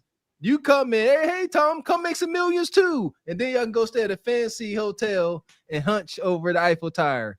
I ain't mad at it. So, like I said, they didn't had a heck of an experience in existence. They go ahead, hunt your jiu-jitsu guy. Tom go and get him new kudakata for the rest of his life. Everybody win. Bro, that chick ain't no supermodel. Who? The world said so. Yes, her face is not. It don't matter. I mean, I saw this video of Naomi Campbell shitting on like this young model who called herself a supermodel. She said, if you haven't done, and she named like 8 different things. If you hadn't headlined at this, if you haven't been on these magazine covers multiple times, blah, blah, blah, you can't consider a supermodel. And Giselle's done all that shit. All the shit that supermodels see, now you being light-skinned. What I'm saying is, when I say she a supermodel, I'm not asking you what her career is. I'm not asking you what her title is. I'm asking when you look into she look good? Is that woman a 10? Most not what you supermodels, asked, not, Beans. I agree. Most supermodels. I shouldn't have to. But Bean, I literally said I know she's referred to as a supermodel. But do y'all? What's the word? think she's a Pedantic? Supermodel. That's You what know, I said. most supermodels got a funny, got a strange look. unique look to them. You gotta be funny looking. Some do look like He said you alien, gotta like be funny looking. they do, like they'll have weird, A bigger forehead, just weird features. You gotta have something make you stand out. Yeah, you know what I'm saying? It's weird. I don't know. Too. So you got to be tall, long limbs, and all. Got to that. be tall. Yeah, I don't think she that bad. I don't think she. Hey, I'm gonna get out of here, gentlemen. I got to hit the gym in the All right, morning. Jay. It's Jay, already, give me a number, 11 Jay. o'clock. appreciate you, brother. Give me a number, Jay. I posted a new chick in the Give me back a number. chat. What is she? 5, 6, 7, 8, 9, 10. What is Who's she? that? Giselle. 8, I guess. This nigga here. I knew I you. don't was like trying white to You talking sell about out. right now, or when she was? No, I'm like, talking about. I'm talking about at her peak. I'm talking about at her peak. I say she would be an 8. Man, she ain't nobody's 8. Y'all gotta stop this, bro. Look, come 7, on, 8. man. These are models. Yeah, like, bro, don't neither one of y'all want that at the crib. Just stop lying. Cindy Crawford. I take Cindy. I know they trying to get a brand deal with Laurel Epstein or whatever the fuck the name of the makeup company is. Or the But Estee come on, Lauder. fam. Y'all don't want that at the crib. Let's just be honest, bro. One model I always thought was pretty was Heidi Klum. Heidi, and she ain't good looking at all. No, so I Heidi always thought Klum, is she a model? She is supermodel. She did the whatever that Naomi Campbell said she need to do to be a supermodel. Nah, I can't give it to her. She done age now, but younger. Okay, who is that? I don't know. That's Giselle. Bone thin. That's my point, bro. That shit look terrible. Look, Gavin don't want to say it because he in talks with them about a record deal. Nigga, that shit look horrible. Okay. No, I'm the one who called her just pearly, Beans. What you yeah, you did. My man, good way to correct me. Good checkmate. You checkmated me. You checkmated me. Shout out to the funny looking supermodels, man. I ain't mad at it. I am. Yeah. That shit got If you can look like that and make 400 million, you do your thing. If we're gonna be red pill for real, we gotta call them motherfuckers what they are, aliens. That shit be looking crazy, bro. When I said 80% of women was ugly, y'all got on my back. But now y'all saying now y'all saying 80% of white women, I would have agreed with you. But now y'all saying supermodels ugly. I said 80% of women was ugly. not and I all got of them. butchered. Now they saying supermodels ugly, We and it's said all that great. one. Hey, people. I got it. Point Unk be streaming. Unk Beans done contradicted himself twice up here. First with that, you caught him there, and then when he was up here last time, yeah, I gotta say it. He said that the folks affected by welfare the most, the bottom group says 1%. That was last time he's here. Today he said it's about 10%. 1%? Yeah. He said 2. He said 2. 2. I mean, you went up. That's double. You doubled your percentage. What again? What was my claim? You gotta watch the playback. You did because I think y'all. I think I'm telling you. I think y'all be conflating different things I've said. I don't remember saying that. 2% of black people are on welfare, or the ignorant black people on welfare. Oh, the ones who frauding and wasting, or just anything, just ignorant, just on TikTok, fraud and wasting, whatever. And Gab bought it back today with another topic, but he's still back into that corner. I can't remember what it was today. Show it to me. But you said the percentage was like 10%. I would say that's why I started laughing. Because I've always used real numbers. That's why I'm saying I'm not sure if I did. I'll have to see. They have to show that to me, bro. Because I try to use real numbers. I would have never said 2% because you said 98%. You said 98% of black people on food stamps do not abuse it, and they got jobs, and they do not abuse it. Well. That's what I'm saying. You do that a lot, right? I might say I might be like 98% of black people on welfare got jobs, okay? And then you got to remember such. Now you think I'm saying 98 about everything. You just have to show me. But yeah, no, it can't be that because the numbers don't match that. That's what I'm saying. Like, bro, y'all gotta. If I accuse you of saying something, I promise I'm gonna have a clip. It just happened. You know me, Mr. Walker. I'm gonna have a clip, and I'm so tired of people saying I said shit without showing me a clip. Here's the deal. No, everybody on YouTube tired of you acting like you got Alzheimer's or amnesia. That's what we tired of. Well, but here's the thing. I produce receipts.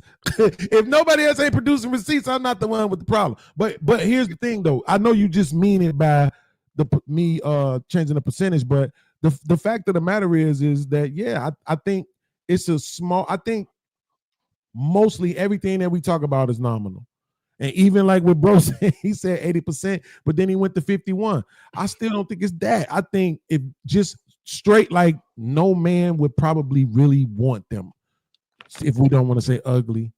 Where the phrase fuckable come from? I'm gonna say 20%. Where the phrase fuckable come from? Fuckable is a big part of that percentage. I'm mad Damien didn't call you out on this because that don't just got everything to do with her looks. Yeah. But when dudes talking about it with conversation with their bros, they're gonna be like, she fuckable. We don't even know her personality. We ain't even dating her. Because if we was dating her, we wouldn't even talk about her like that. No, we know in real grown man adult conversations, when a dude says she fuckable, that means She ain't the prettiest. She might not even be the finest. She is fuckable. This how I know you know what having that a lot means. of Now you conversation on gaslight YouTube. and again. In real You know hard what life, fuckable right? When we means say you in that, your it don't 40s. always mean that. It's chicks in the neighborhood. I didn't say think Damien- always. I understand that. So your this, argument this is is just a statement, bro. I don't mean it literally. But I'm not mad at you for calling me out on it because I hate when people do that too. But I think Damien is from a neighborhood like I'm from the kind of neighborhoods we grew up in. That was real neighborhoods, right? Bro, it be a chick in the hood that everybody know.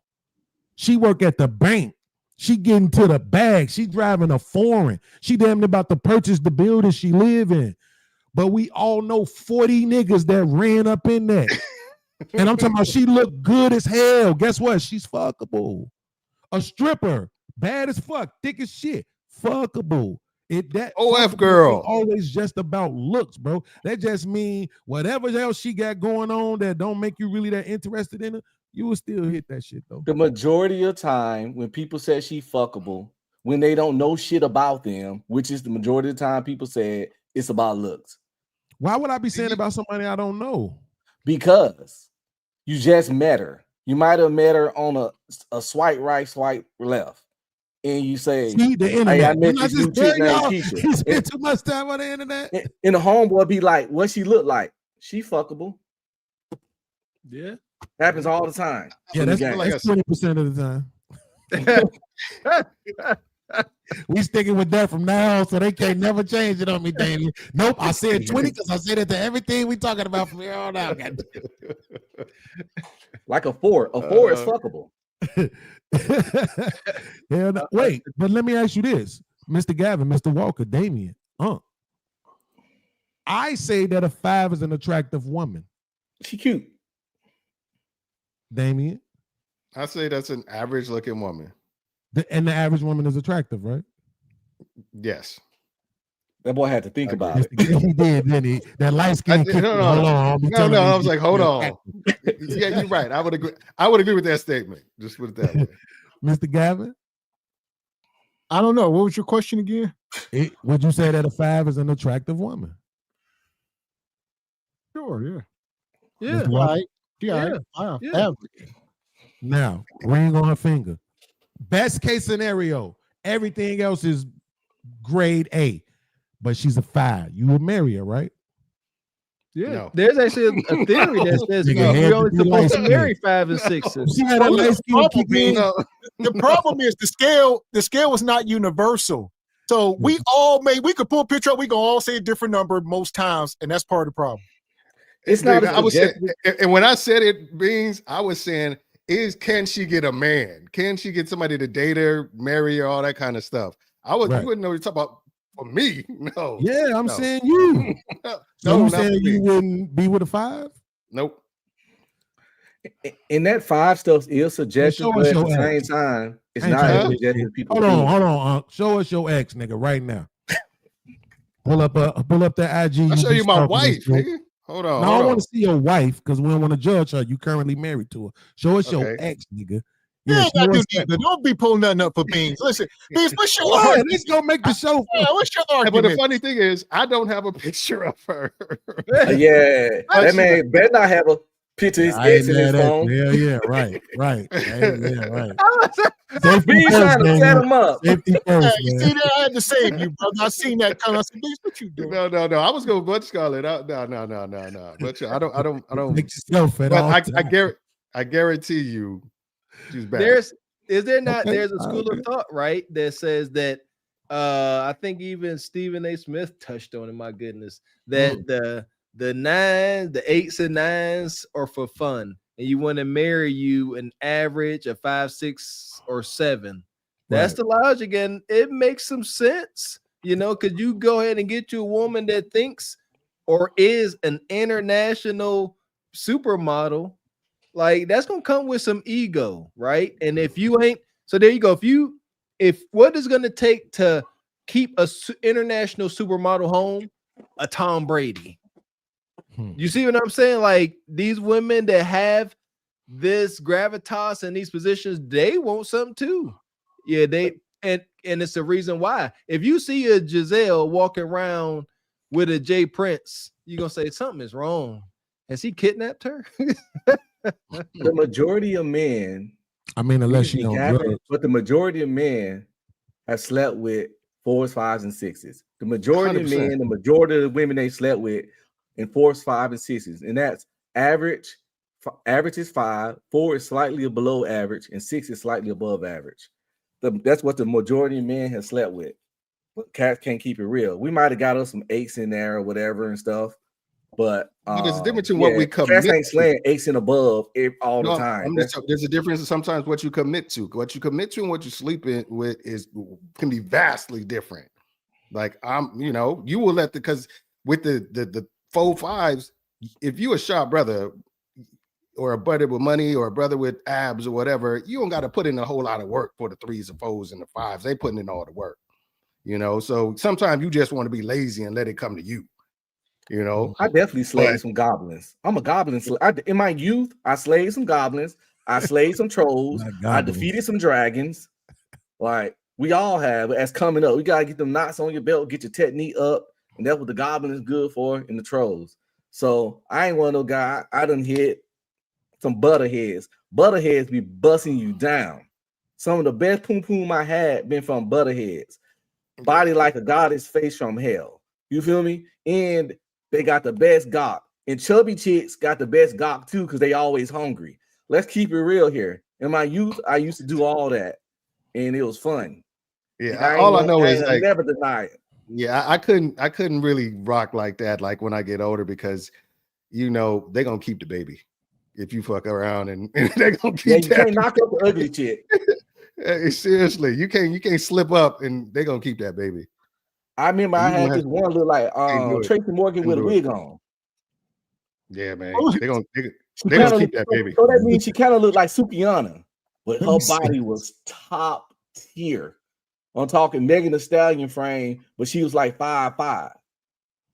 But she had like Tracy Morgan with a wig on. And boy, she was a goddess. And that poom poom was hot and ready, piping. Listen, let me say this, Red Pill, before we get out of here. All right, we got to be on the serious note for Beans. I see they in the chat. These are all married men. Beans full of it. Beans, when you getting married, Beans? 2026? Oh, how long you been married? Huh? How long you been married? 1 year. How long you been married, Mr. Walker? 12. How long you been married? 22. How long you been married, Damien? 17. I've been with my girl for 16 years. Kiss my ass. We don't need no paperwork. We ain't asked you that. Beans, that is deflection and moving the goal line. That's what Bonquist should do. That was feminine, Bean. Wait, how does the Bible define marriage? What? Bitch, keep doing it. Bitch, where you going? Anyways, that was the final question. Y'all got final thoughts. I see how they don't want to answer that question, though, right? We getting out of here. She listening. It was smooth deflection. Like what? That come with experience. At all times, baby. He didn't even flinch. What the Bible say? That's what JP say. JP said he married all his baby mamas, his wives. Well, I've been with the same woman for longer than the two guys up top. I mean, that count. Fuck y'all. No, I don't care if your girl got your last name and she got some paperwork to get alimony out of your ass. Sound like somebody. The average black marriage is 5 years. We have Beans, you know who you sound like? You sound like Kendra G. Beans, why don't you want to be great? Why don't you want to be on the other side of the? Why you worry about you ever hear the thing when paperwork? Listen, Beans, you ever been skiing? You one of the people that go skiing and you just looking at the trees and you always hitting the damn trees instead of looking at all that open field. You want to run into the trees because I won't get paperwork. Wait, so I could be with the same woman, help her raise her kids as much as I can, even though didn't do a great job. The only woman I had slept with for 13 years until a couple of weeks ago. Like that don't mean shit. That's crazy. Wait, hold up. That's crazy, bro. You were with her. You was not that you currently are. This is past tense, Beans. No, we was broke up for a few months, and now we was on a break. Okay, you broke it up. Took a break. Got you some Kuda Cat, and now y'all back. Hey man, listen, why you trying to get me hurt? What's wrong? She know this? You know it now. Shit. She gonna find out that shit. Up, like what the fuck?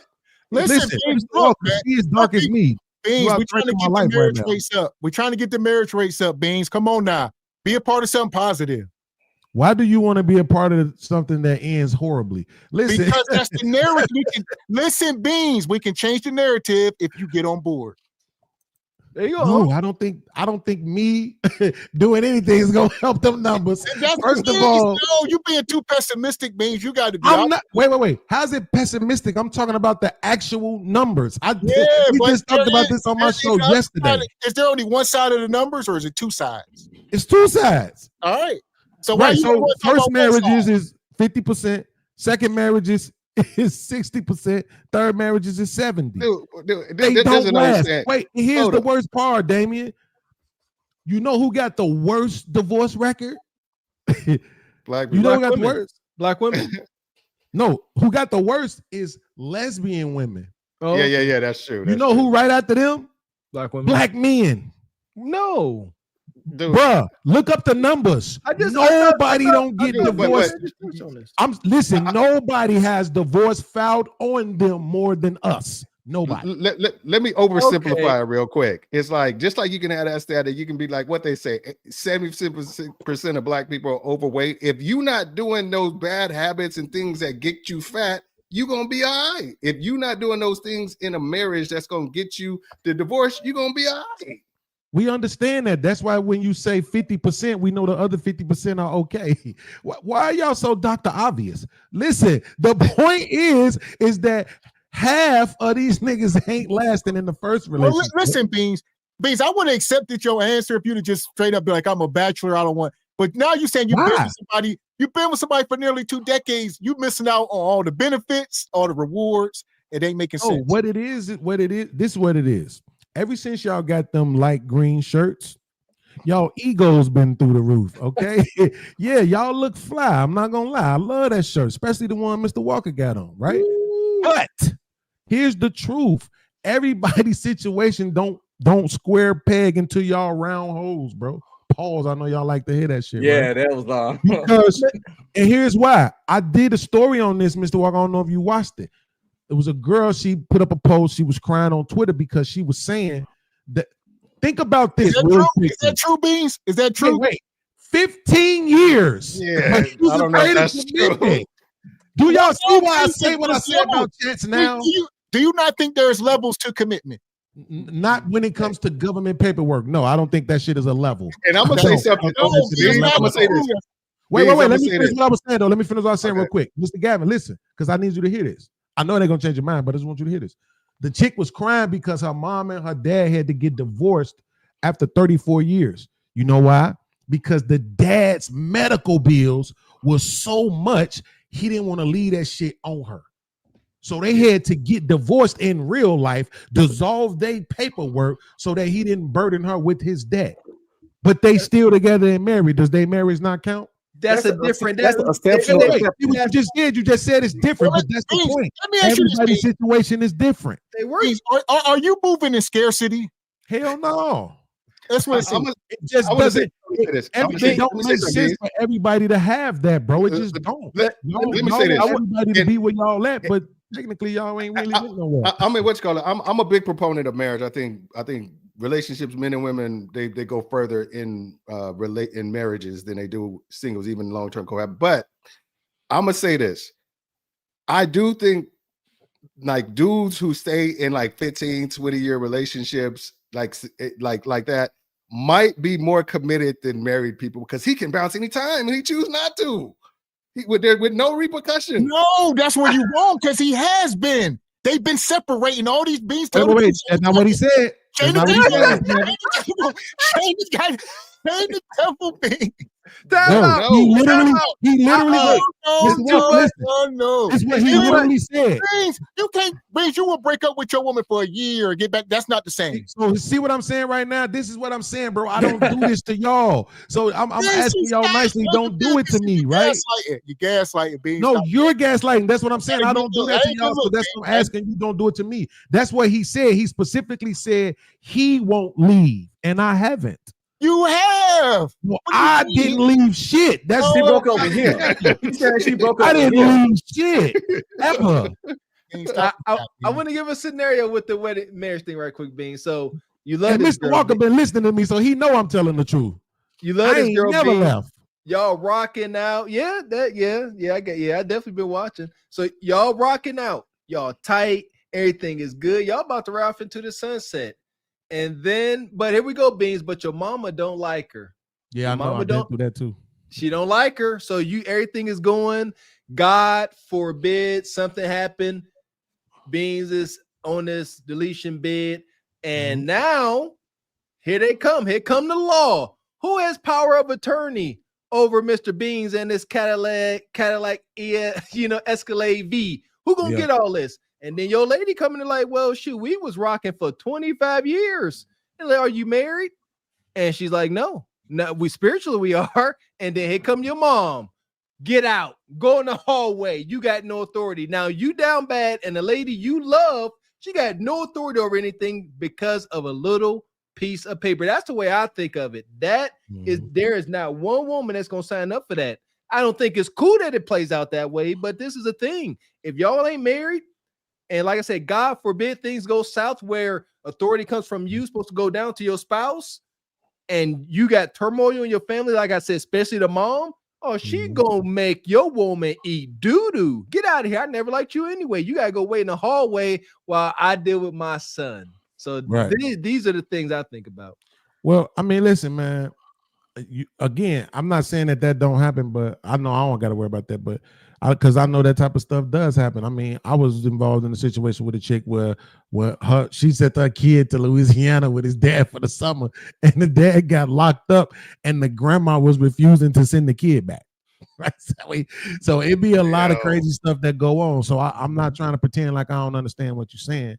I just don't think that's the majority of cases, particularly when you're not married to somebody and y'all been together a long time. Families usually like those people, right? They usually, like, even when y'all break up, you'll find out those people still coming to family reunions and all kind of festivals more so than ex-wives, right? It's a lot of dysfunction.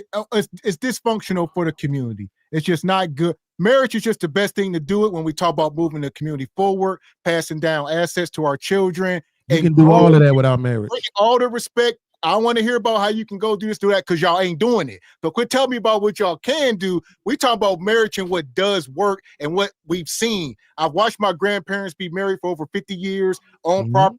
The property is still in my family to this day. Stuff like that. These are real tangible things. And I've seen my mom be in relationships with men for 10, 15 years and the stuff don't work. And it's destructive for the community. It just is. I mean, and all my friends' moms and Mr. Walker, we grew up with these stepdads that didn't want to commit. And where's the community at? That's why we get these YNs, because there's such a gap. We've been failed. We got to get back to it. But I'm not disagreeing with you. I'm just saying the people who you're talking about, again, is nominal, even from this demographic, because if they need it, they'll have it, right? It's usually based on necessity. The people who don't have no paperwork, and I'm not even talking about marriage, I'm talking about like no power of attorney, no wills, no all of that, no life insurance policies, any of that shit, they ain't got it because they don't need it. They ain't got shit for nobody to be worried about if their ass do die. But the people who got something, the people who've made something of themselves, even the ones who choose not to do paper marriages, right? They'll have that paperwork because they do have something to be concerned about, you know? But like I said, all I know is like, and this is what I said on, and it like caused the uproar back on another podcast. I was like, unfortunately, there's also the way society views a man over a certain age that's married with a family as a professional. The professionals of life, they view the single 40-year-old dudes as the amateurs of life. They feel like you really ain't leading stuff, so we don't view in the same esteem as we do the married guy who's holding down a family, who made a commitment and is living up to that commitment. That's just the way society looks. And it can have unforeseen like repercussions. Like, for example, like you can get a job, you can go a job, like, oh, I see you got pictures of your wife and stuff like that. They can see you more responsible and see you as like, okay, this person has something to keep him motivated, and he may stick around for a while because he's got kids to pay for. It's just like that is the social aspect, but it does. Married men do live longer. They do make more money. It's just those are just actual realistic Googleable statistics that you can look up. Okay, so I'm not gonna lie, I get offended by this when y'all say that they make more money. They make more money because they have more responsibility. Period. It's well, not they like make more money because marriage makes them smarter, or you know what I'm saying? It's just like they have more responsibility, so they go and they make more money. And anybody in that situation is gonna do the same thing. Well, let me ask you this, Beans. Do we or do we not want more responsible men in the community? Yes, but that doesn't involve paperwork. Oh my God! Wait, do you care about religion at all? Final thoughts, because it's a rabbit hole. Yeah, because you said it yourself. This is my final thoughts. You said it yourself. You grew up a certain way. That's how you see it, right? But I've seen both sides. I've seen both. Right, but that's what I'm saying. It's people, bro. It's people, bro. Let me ask you this, and I know you want final thoughts, but I just want to know. It's a woman and a man, because this will let me know where your mind really at.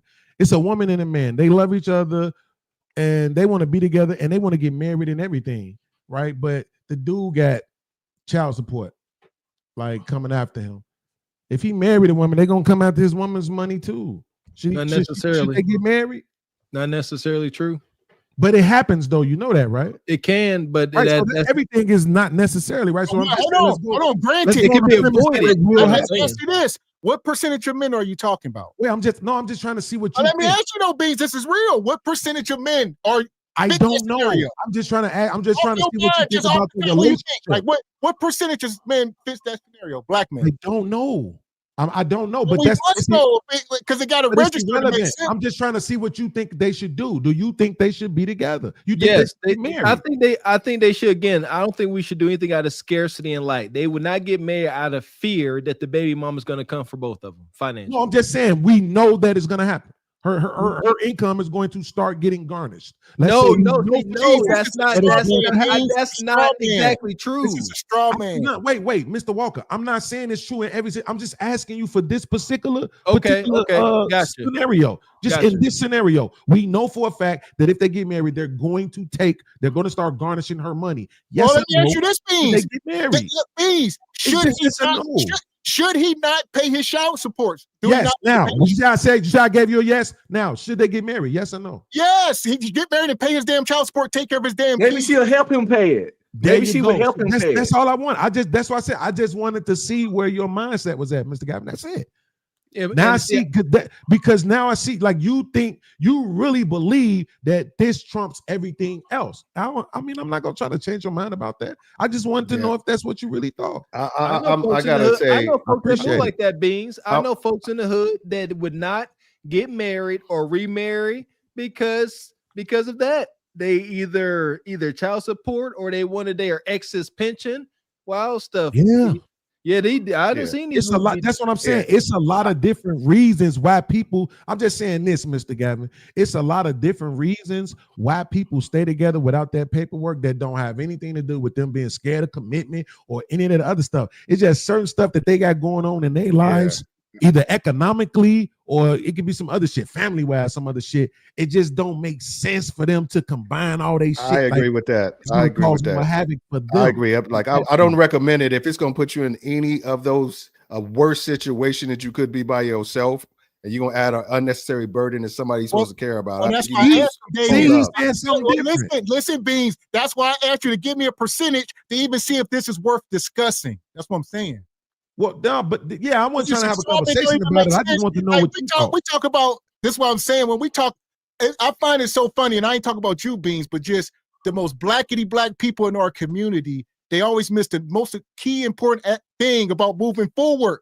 They always want to talk about this and that, this and that. It's family, and until we figure that out, that's why I say it's going to take probably 100 years to correct this, because it's going to take generations and generations to even try to get back right, because we so foobar in our thinking. Well, but this the thing. Marriage rates are up, right? People don't actually pay attention to this. 1%. Right? But so are divorce rates for our particular people. I'm not talking about everybody else. I'm just talking about us. So that's what I'm saying. For me right now, everybody going and getting a license ain't going to fix nothing. We got to fix the people, right? And I'm saying that needs to be primary more so than some paperwork. So we got a lot of adjustments to do, but I do think we can do a lot. Man, I'll put you like this, bro. Paperwork or no paperwork. That woman in there, and the reason why I wouldn't leave her no matter what, is because I can't explain it. But when I was with her, while I've been with her, it's always made me want more. I used to be 100% pessimistic, but she was the one always telling me I could do. She was that voice I didn't have as a kid. You know, your mom's supposed to pump that confidence into you. My relationship wasn't like that with my mama, but she was like that, and she didn't even know she was doing it. So it wasn't even like I was broke. She had no reason to do that to me. She did it because she genuinely loved me and she wanted to see me be better. So that's what I'm saying. Like, it's other. I'm not taking away from your argument at all, Mr. Gavin. You right about families. Let me ask you this, B. Let me ask you this, just to show me where you at. Absolutely. Would you recommend? Do you recommend your children get married and start a family? If it's a good situation, like we talking about, something good that's gonna move the community forward. My daughter, yeah. My son, no. No. My so daughter, hell yeah. I wish somebody would snatch her ass up right now. So you said you don't give a damn about the community. What, bro? What community?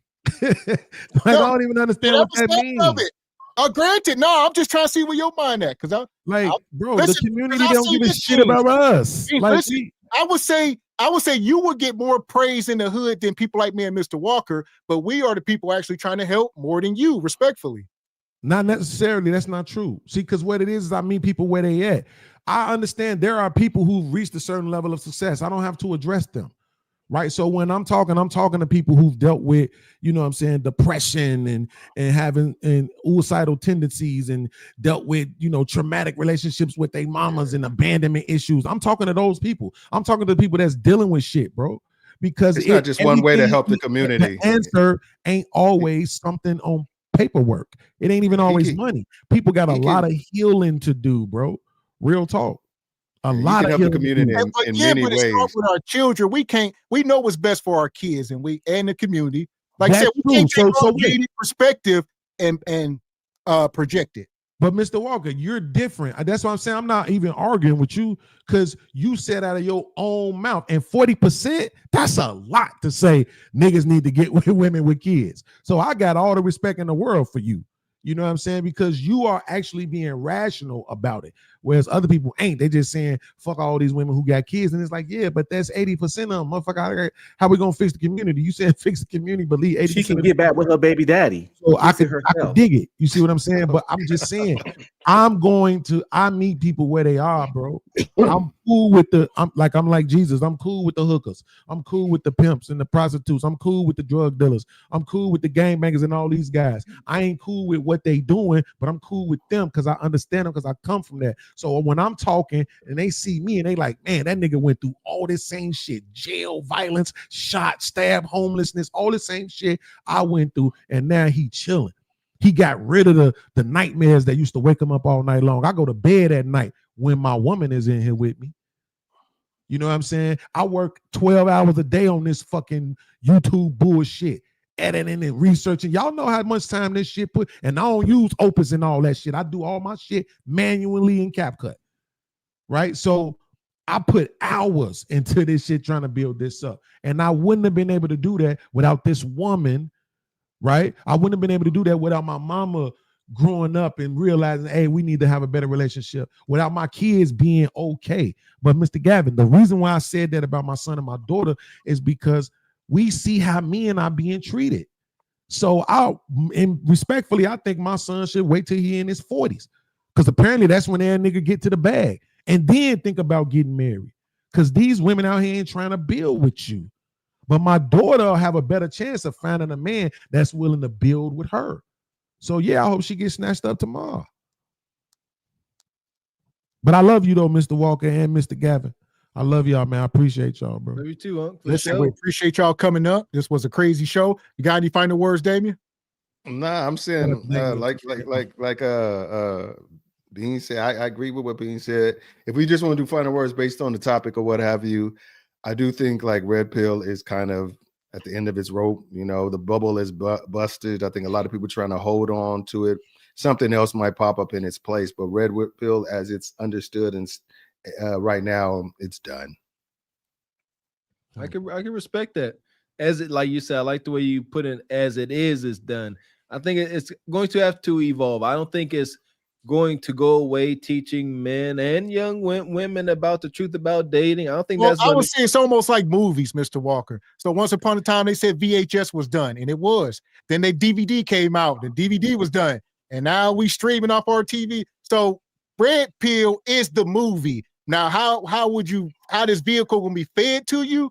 It may come in different forms. But one thing they gotta do for it to last and not just be a fad that people can jump on is they need to change the whole paradigm of women being their adversaries and being their counterparts. If they can find a way to say, men, you need to empower yourself, be this way, push masculinity as opposed to dominance, then I think it can really be something and include women in the discussion, but don't lean on them for instruction.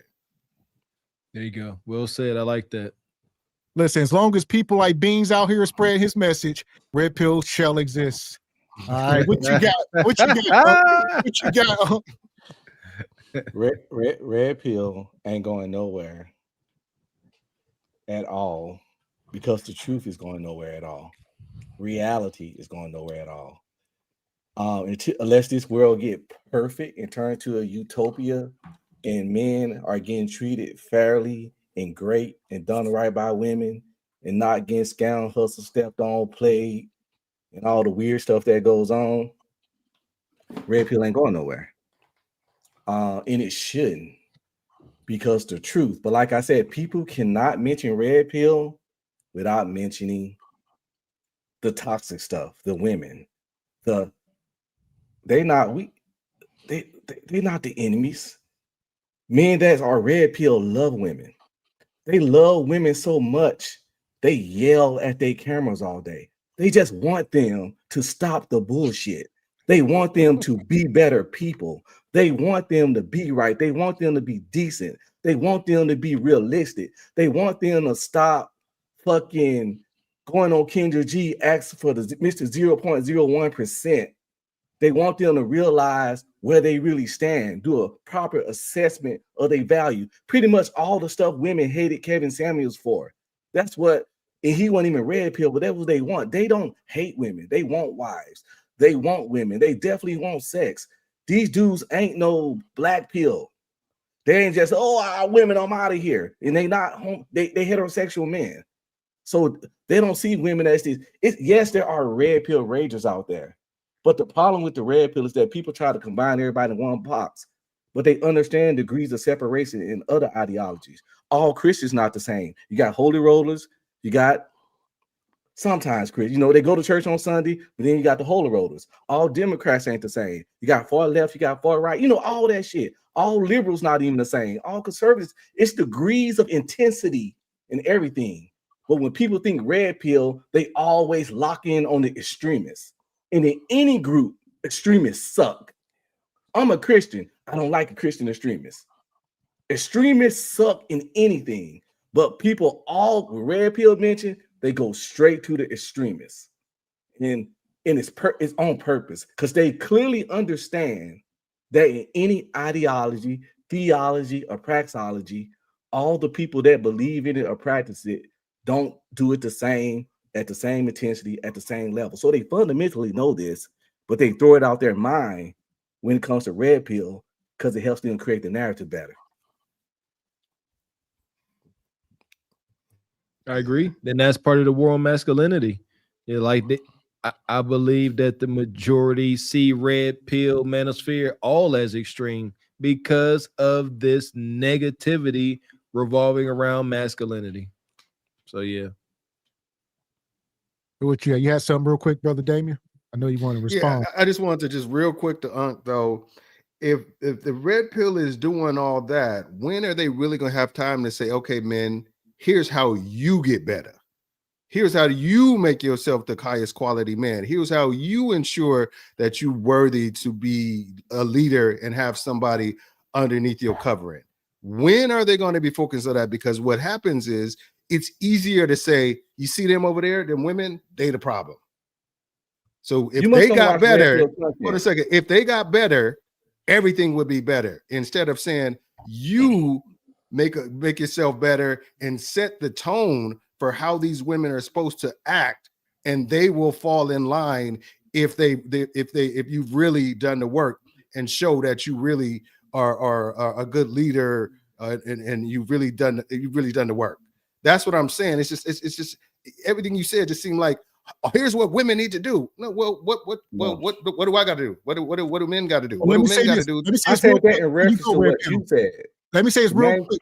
I was going to say this goes back to what I was saying about family, right? So if we can teach a generation of men to get back in the house, them boys won't need to come up here and watch this because there's a husband in the house to teach the boys and the girls.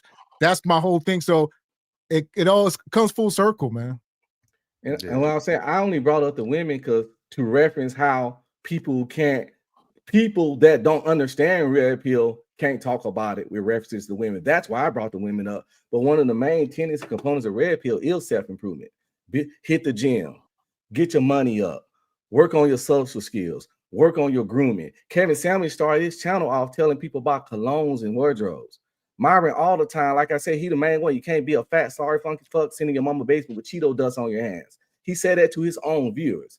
You got to get your stuff together. So one of the main components of a red pill is self-improvement. So it's not women get right. They constantly tell dudes to get right. You can't be a loser at everything and expect good-looking women or any woman to want you. And they tell them that all the time. They never say Kevin Samuels was never red pill. Want a loser. They tell the dudes. Kevin Samuels never identified himself as red pill. He did not. I think people co-opted I didn't say he was.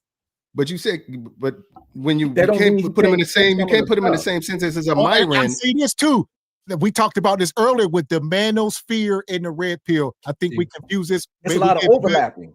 Yeah, well, the manosphere is the umbrella, and everything fall up under that as far as manosphere, MGTOW, the pickup community, and all these different segments branch off from it. But Kev was manosphere, but yeah, definitely not red pill. And most people not red pill still agree with some of the stuff just because they're men. Yeah, I agree. I agree with a lot of stuff. I ain't saying Kev was red pill. I wouldn't say it like that. I wouldn't say Kev wasn't red pill because like as if red pill is negative. Because red pill is not negative. There are negative aspects, but and hijacked. It's like saying planes is bad because they flew it into a building. The plane was hijacked. Plane number. But hold on. It's like I mean I watched this version. They gave a perfect example of it. It was like where red pill stands now. Viagra was made to be a Alzheimer's drug, and it turns out it made your Johnson hard for 4 hours. So nobody gives a shit about what it did for your brain. They just gave a shit about what's called. So nobody advertises it as an Alzheimer's drug. It's about what it can do for your Johnson. So but if you say who cares about the original intent? I'm just going to ride off what we can get off because of this other thing. Then you lose all that stuff you're saying, like, oh, it was meant to be this and that gets lost because it's more profitable. It's more profitable. Hold on a second. It's more profitable to go along with the thing that people will identify and will give you the most visibility and make you the most money the quickest. That's up to you to watch the right red pill content. A lot of people that critique red pill content only see clips. They see fresh and fit clips of Myron Gaines yelling. They get the polarizing clips. But I think no one should talk negative about red pill unless they just really watch and consume red pill content. If you can't you can't go to church one time and make up your whole determining factor on church. You understand? You can't date one Hispanic woman and have your whole little thing about that Hispanic woman. Most people that have these things about red pill, you could tell real quick that they only watch the big guys. Of course, the big guys gonna say certain shit. That's why they the big guys. but it's many smaller guys, content creators that don't be on that stuff. But y'all ignore them and highlight the clips. Then the smaller guys need to disassociate themselves from the big guys who putting out a false narrative, not ride the wave because it's bringing more people to the cause. So wait, Damon, do you think that Red Pill was started off of something negative and Nope. and we're trying to make it seem like it's something good? Nope. I think it was started off as a male self-improvement empowerment movement that was like, just be more aware of what's going on in the world. Don't delude yourself and say how the world is going to look at you if you haven't achieved certain thing, how women are going to look at you, how society is going to look at you. I believe that was the initial intent of it. But what happened when it turned into a women ain't shit movement, then I said when it turned into that, because that's what it's most identified for. So it had to make that turn at some point. The people who had that original intent didn't stop it or didn't push back against it loud enough to make it seem like they weren't okay with it because it was bringing to their cause. Is it safe to say that Red Pill is almost like a firearm? And depending on what hands they get into, they can go into a school and do something, and now firearms is bad. Or I can protect my wife and kids in my house, and now firearms are good. It depends on what hands they get into. And the minority of people do bad things. Most people trying to protect their family. They want to take hold on, but if it's more like if they saying if that firearm went into a school and shot up somebody, and then the firearm manufacturer said, "See how fast we can kill 20 people." That's what it went. That's what happened. And they didn't say, "Wait, hold up. People are doing bad stuff with it. That's not what we represent. Let's disassociate ourselves." What they did was they saw that firearm that killed those 20 kids. They advertised it as, "See how fast we can kill 20 kids." You know, it wasn't. They never dissociated. It's not that granular. I see what you're trying. It's not that granular to the point where we're now talking about manufacturers. No, it's just Red Pill is a firearm. We ain't talking about Ruger and Smith. It's just that's what it is. And then you would see somebody went to a school and did this. Firearms bad. We ain't talking about what kind of firearm they had. And that's where we at with Red Pill. People like to take the individual out of Red Pill as if each individual not gonna say stuff the wrong way. Like I said with Christianity, everybody don't do it the same. Each individual is gonna present. Everybody's not a Red Pill rager. Each one of these dudes got different understandings because it's no true Red Pill Bible. Red Pill is a praxology, not a theology or ideology. You Google what praxology is, you'll understand the clear difference. So there's each individual is going to have their own concepts and identities and phrases about Red Pill. They're not just so when people be like, yes, there are some Red Pill guys that mad at women. There are also some Christians that used to chop heads off if you didn't become a Christian. But I'm a Christian, and I would never chop nobody head off if they don't want to be a Christian. Shout out to the crusade. But you don't let those people go and represent you unchallenged. You can't stop them. It's the internet. They pay their own StreamYard. You just got to do like their I said, content. Okay, so here we go. Let me ask you this. The last question, Damien. What do you recommend we do? Go delete them? No, this is what I recommend. This is what I recommend you do. Red Pill needs a new rebrand, and it needs to be inclusive of what the expectations are of women and include women in the conversation for it to survive. Because right now it's looking like an adversarial avenue. I mean, an avenue for adversarial groups to just spit about how much they don't like women or how bad women are, and then it's just gonna make women come with their fight. Oh, the pink pill and the lavender pill or whatever the fuck pills, and it's just like that's what's going to happen. And it should be like, hey, this is a movement that includes women, and we need women in order to make this thing work. But we are not going to let y'all run shot over and take over and co-opt it. So we don't need women to make nothing work. Hold on, we got to include them in football and all this now. We just got to let them do everything. Beans, what you got? I'm giving Beans final word. It's crazy, huh, Beans? We got to let women do all that. Well, I'm not so sure if that's the answer. We seen that happen and it didn't work. right? When they first started off, they wasn't having women on the panels, and then they did, and it became what it became today, the very thing that you're talking about. So I think that may be problematic. I think if you're doing that, then you're just having conversations, you're doing panels, which most people is doing. They going where the money is at. But if you are a true red pill content creator, like Medium Man, yeah, you do your own shows, and you might interview people, but you're not just having this free for all for women to come and just say whatever they want to say. Medium Man has said Medium Man is not red pill. I don't know if that's a good idea either. Medium Man ain't red pill. All I'm saying is you need to be part of the conversation because you need to tell them what you expect from them, and so what they need to work on. I don't mean, hey, tell us what we need to do. Say, hey, they need to here's what we can work on. Let's be honest.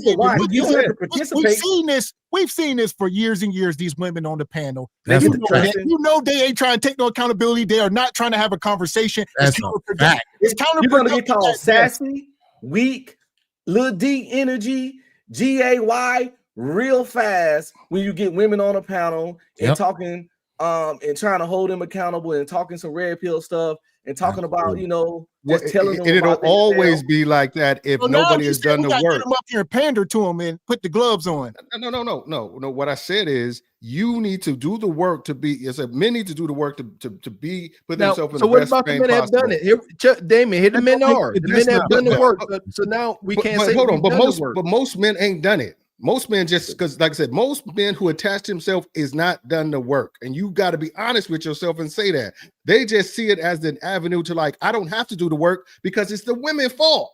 Check this out. I got 4 kids, same woman, married 22 years, homeowner, landowner, couple of property owners, retired at the age of 43. And I get on these panels and I be talking my stuff and these women don't care about none of my achievements and success. When you said something they don't like, when you say something they don't want to hear, when you say something that make them feel them certain way, they're gonna cuss you out, talk about you like a dog, and kill you. So getting us and I'm 40-something, I'm in the shape, go to the gym 5 times a week. So you can do all the right things. If you ain't saying if you're not saying what they want, they only like listening to Derek Jackson's. You understand? And we know what he was about. And here's the thing. We talk about the women that need to hear it. We ain't talking about the wife-minded women or the women that agree. Right. We are talking about the women that need direction. They ain't trying to hear it. That's just the bottom line.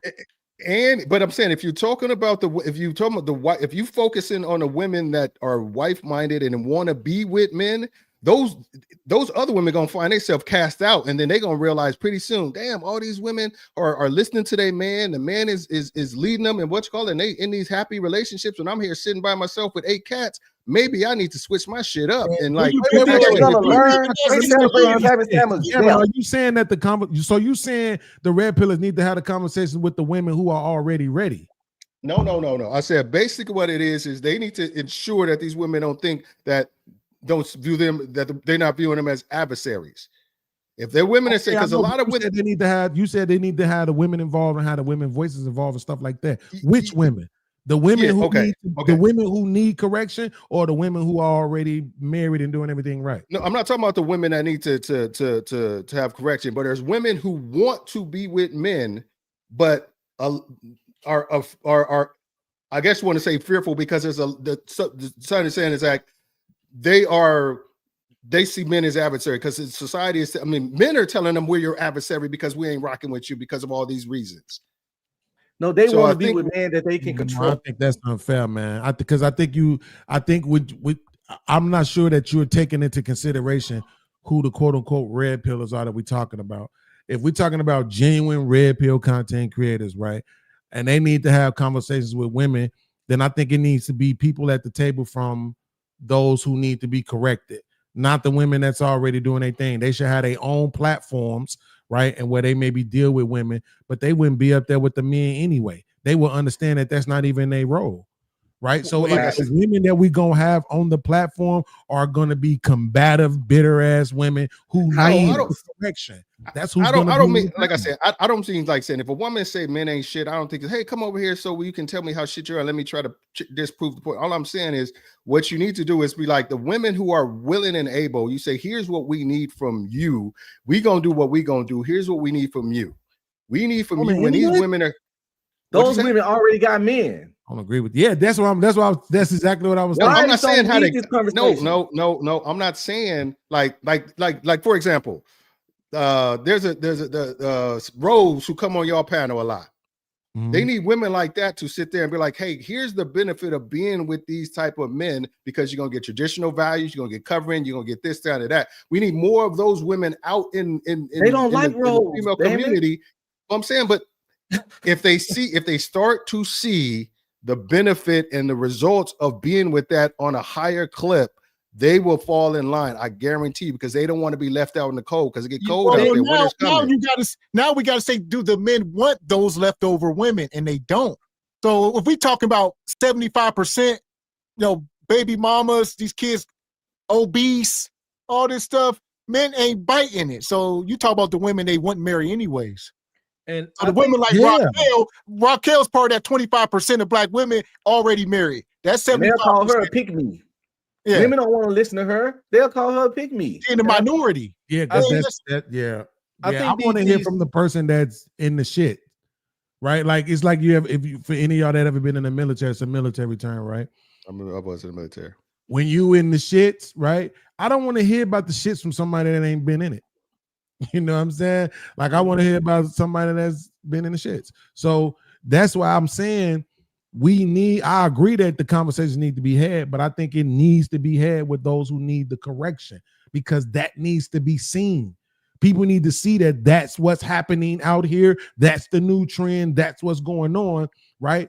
And these women need to come with the mindset of not, since you saying they don't want to feel like, it's a versus thing between us, then don't come with that mindset. Don't come with the mindset that you're just going to rebuttal everything we say. What about ism? That's a solid point that I can get behind. I agree with that. Do you see what they say to the women, like the Crimson Cures? And there are women out there on the front line. They are not welcome, Brother Damon. So I hear you, but I hear you, brother, but nah, it's a fact right now. I think it's happening, Damon. I think it's happening. I believe there's women out here. They are for show. There's women out here showing the benefits and fulfillment of marriage, and your idea is that these women will see it enough and start to think to change their ways. But what we are observing is quite the opposite. They're seeing it and they're shaming those women. Shout out to folks like Kundra. They sit there and say, "Oh, I don't care what we see. We know what's going on behind closed doors, and it's terrible. Still don't want to get married." So if they are able to see it, you can go and you can see her and search, show me happy couples and stuff, and they'll come up with thousands, but they don't want to see it because it don't fit their agenda.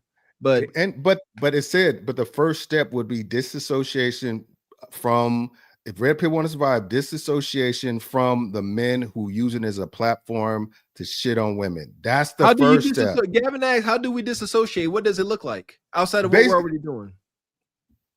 Basically, I don't know what they're doing. I have no clue what Red Pill is doing to disassociate from men who shouldn't, because it's too profitable right now to keep that going.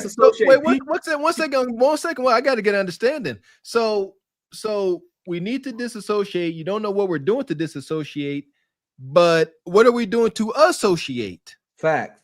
You're taking the money. People as individuals. Wait, we're taking. And who is we and who is taking the money? So I think you brought this topic going late in the show, Damon. Or do you believe that maybe cart before the horse is up here riding some negative red pill wave to make money? Nope. I'm not talking about you, but I'm talking about the people who are identified as the current leaders of the movement. Ain't no leaders of red pill. But you can't do that. There are no leaders of red pill.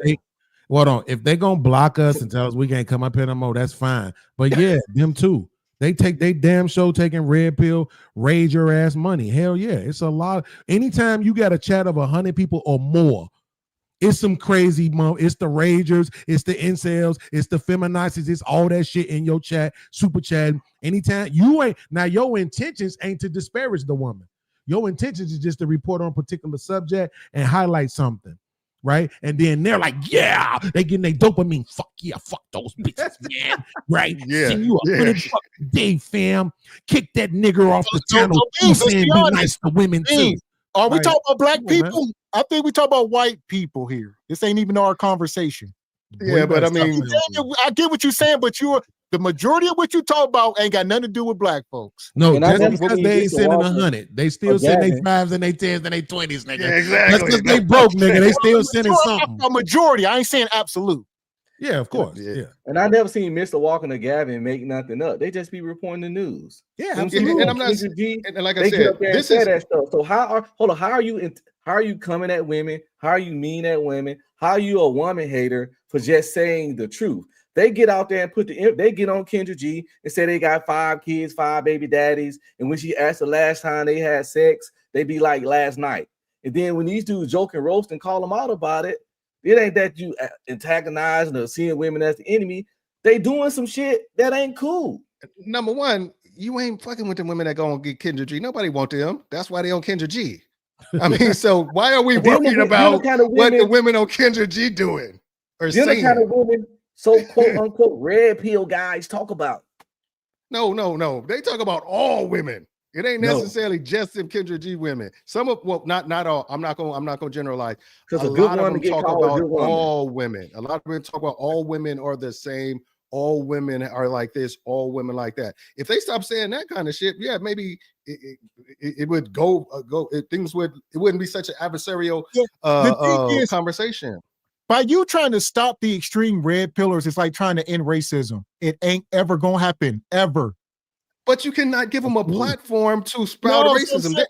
I'm in Texas. They allowed on racist YouTube platforms too. on YouTube. Hold on a second. I'm in Texas. There was like a some kind of white nationalist, so I don't even know what the organization was a rally. They got ran up out of there, and I'm telling you, most of them people who was running them out of them were white. It wasn't all black people running them out. All I'm saying, there was people who said, we don't rock with that, so we're not going to allow you to have such a high elevated platform in our space because it's doing damage to our message. Our message is male empowerment. So are the majority? Women You ain't said shit. the majority of white folks are running people out. The majority of white folks disagree. Now we moving to go. We're having a whole different conversation. Well, I'm not saying that. I'm talking about what the point of that is it doesn't have to be to where you can run the people out who are causing a problem, putting a bad name, putting a bad image on the red pill movement could be shut out. They could be shut out of the conversation. When you see them, you can address them, be like, hey, nah, all this women ain't shit, kill them, they need to die, or whatever they're saying, whatever. Shut like about who? agree Who's gonna shut them out? to Ain't nobody like, saying nothing like for that. example, hold a second. I'll let you say, like a platform like this. If a brother came up here and said, all women ain't shit, all women, all they want is this, that, and the other, and you don't rock with that, all you need to be like, nah, that ain't kind of how we rock. I don't agree with that. I'm a married man, so I know my woman ain't a piece of shit. I know that. So think about that. You don't think our work would speak for itself? Why would we have to argue with somebody? We ain't gonna change his mind, but we are walking in our truth. We married, we family men. Why would we have to argue that down? There's nothing. Well, all I'm saying is like, but don't give it the energy to have like, don't give it the energy. Be like, dude, we ain't rocking with what you're talking about. Move on. Just if it's more people who think like this could be a positive thing, it could build men and build up society, increase marriages and stuff like that, and make sure men aren't getting taken advantage of. Say that. More men need to say that. But when the people come in talking about all women want to do is steal all your money, then you need to be like, that ain't true. Women ain't want to steal all your money. There are some shady women out there. There is a segment. So two things is true. It's not the problem is the word all. I agree. We need to take all out there. We can't sit and say all women, but there are women that will, maybe the majority. And then the next thing you should say is, and this is how you avoid those women. Yes. How? So I would say, watch my channel. We got thousands of videos and we teach men. I've been up here teaching men for years and years. So that's what I would say. That's what you say. The ugly ones? That ain't fair. No. But nonetheless, look, we appreciate y'all coming up. We got to do this again. We'll do a part 2 sometime. All right, y'all. All right, bro. Peace. I tell you, shout out to Damon. I tell you what, we still got to critique these women. I was trying to listen and hear what the brother was trying to get at. And we still got to critique the women. Yeah, we talk about self-improvement. That's where it starts. But of course, First, we got to check ourselves before we check our sisters. However, we must check our sisters. That's why we got to this point, man. Like, yeah, can't we say, oh, leave them alone? Absolutely not. Not gonna leave them alone. That's what what do we say? We give you guys different analogies. Whenever a coach stops getting on his players, when he stops correcting them, you about to get cut. You are about to fall to the wayside. You about to hit the transfer portal. Shout out to modern day sports. As long as we are trying to correct, that is love. All right. Even if it's considered to be bashing. Appreciate you, Uncle Tall. Says she's straight for the stroke. 5150. Shout out to Corey Holcomb. Appreciate you, Unc. Said that's why Patrice O'Neal out of 30 rating scale was better. Out of 30. Golly. Money. We appreciate you, Crisp 3333. Says not here to support Andrew, but where is the notion coming from that he is red pill? He is not. He is an Orthodox Christian. As a matter of fact, he is against red pill prescription. Well, I guess it's this is part of what Damien is talking about. This is it. I get it, Damien. These are the loudest people in the room. It's not a lot of them. They just got all the damn subscribers. It's subscriber supremacy.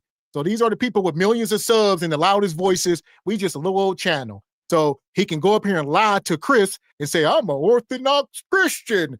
Yeah, I'm smoking my cigarettes and calling women whores. I'm an Orthodox Christian. Oh, I don't believe in red pill, you 304, you BI. Shut up, you eat kuda kata.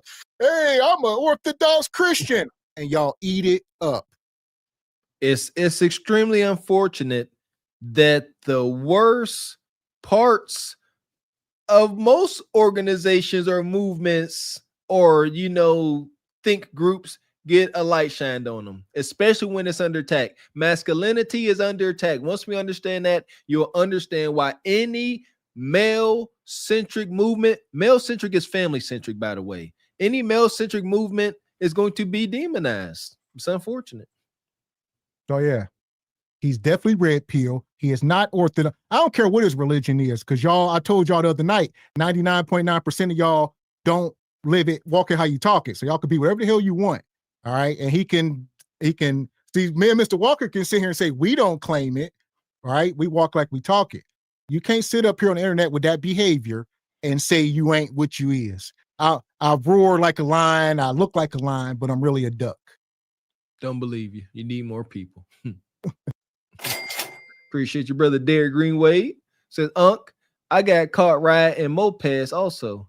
Mopeds? Was that a raggedy sister? Call her moped? So here we are. Nonetheless, we made it through. Shout out to everybody that came up tonight, all the sponsors. Shout out to Baba T in the Cash App, Uncle Tall, Sister Ebony Dean. Yeah! Boom, shakalaka! Shout out to brother Chris, come through late with his nonsense. Shout out to Uncle Tall in the Cash App, Twisted Flame Records, brother TJ. Shout out to G Honda. Yeah! Boom, shakalaka! EV Ray, J Bourne, Divine Photos, Omni Design, and the whole SBC Nation.